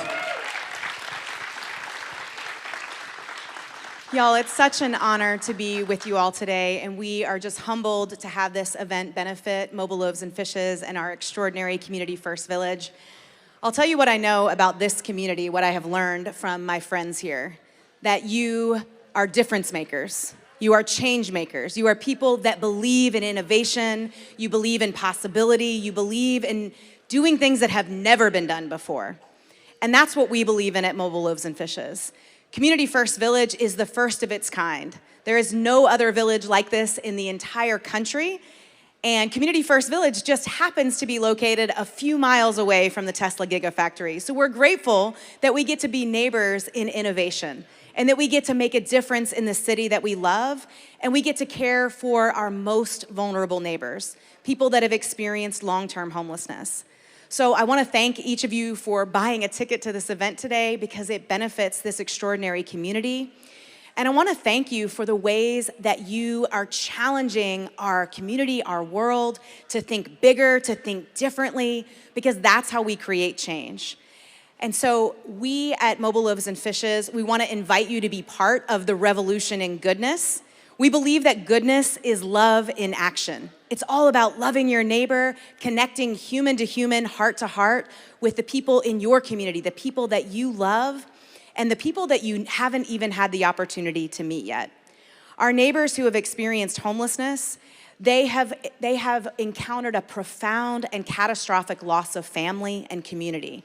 And what they need from us is a group of people who see them, who care for them, who want to love them, and who believe in them. And I know that this group, you believe in people. I know that you believe in change. You believe in making a difference. And so I want to just invite you to be on this journey with us, to continue to serve goodness, not just here in Austin, but across the country. There are cities all across the United States that are modeling a Community First Village in their own city. And so you will see this model all across the country, and we're so proud of that. And we're proud that we got to be part of this event today. So thank you for being here. Thank you for being the difference makers and the change makers that you are. Thank you so much. So before I introduce the rest of the Tesla Owners Club leadership team, on the Tesla, what's our website? Sorry. TeslaConTexas.com website, we've changed the top link. If you guys go, it's donate to Community First Village. Thanks to our amazing Plaid sponsors, every dollar that you guys, for the $20 tickets you guys bought, is going directly to Community First. But if you guys would like to donate more, go to our website. The first red button that you see says Donate to Community First Village. This is the unicorn of nonprofits. I know we're celebrating this amazing thing, Elon and Tesla coming to Austin. There's a lot of great things about that, but there's some ripple effects that will influence affordability in housing. This is by far these guys are amazing. If you guys ever get a chance, look them up on Google Maps. Go visit. Go say hi to Amber. It'll change your life. What these guys are doing is special. This is not just Austin. I don't know of any place in America, if not the world, that's doing the kind of special work that my friend Alan Graham and Amber are doing. So thank you guys for what you do. Not only the Tesla community, but I'm trying to get Mr. Elon Musk and Tesla. If Elon's watching this, this is the unicorn of nonprofits, Elon. It's literally a stone throw away from Giga, Texas. So growth and opportunity is great, but we got to make sure that we're taking care of our community. And I love their slogan. You don't just build more houses, you got to build community. I really believe in that. So speaking of community, let me bring up the rest of the leadership team. Please give a round of applause for the Tesla Owners Club leadership team, the guys behind the scenes that made all this happen. Please come up. Matthew, you want to introduce the rest of the group? Michael, Carla, Michelle. Amazing work, guys. Thanks, you guys. This is by the community, for the community. It felt like full-time work for the last few months, I'll be honest, but we did it for you guys. So thank you guys. For those of you that drove, that flew from other side of the planet, we thank you. This is the conclusion of TeslaCon Texas 2022. Woo! Thank you guys so much.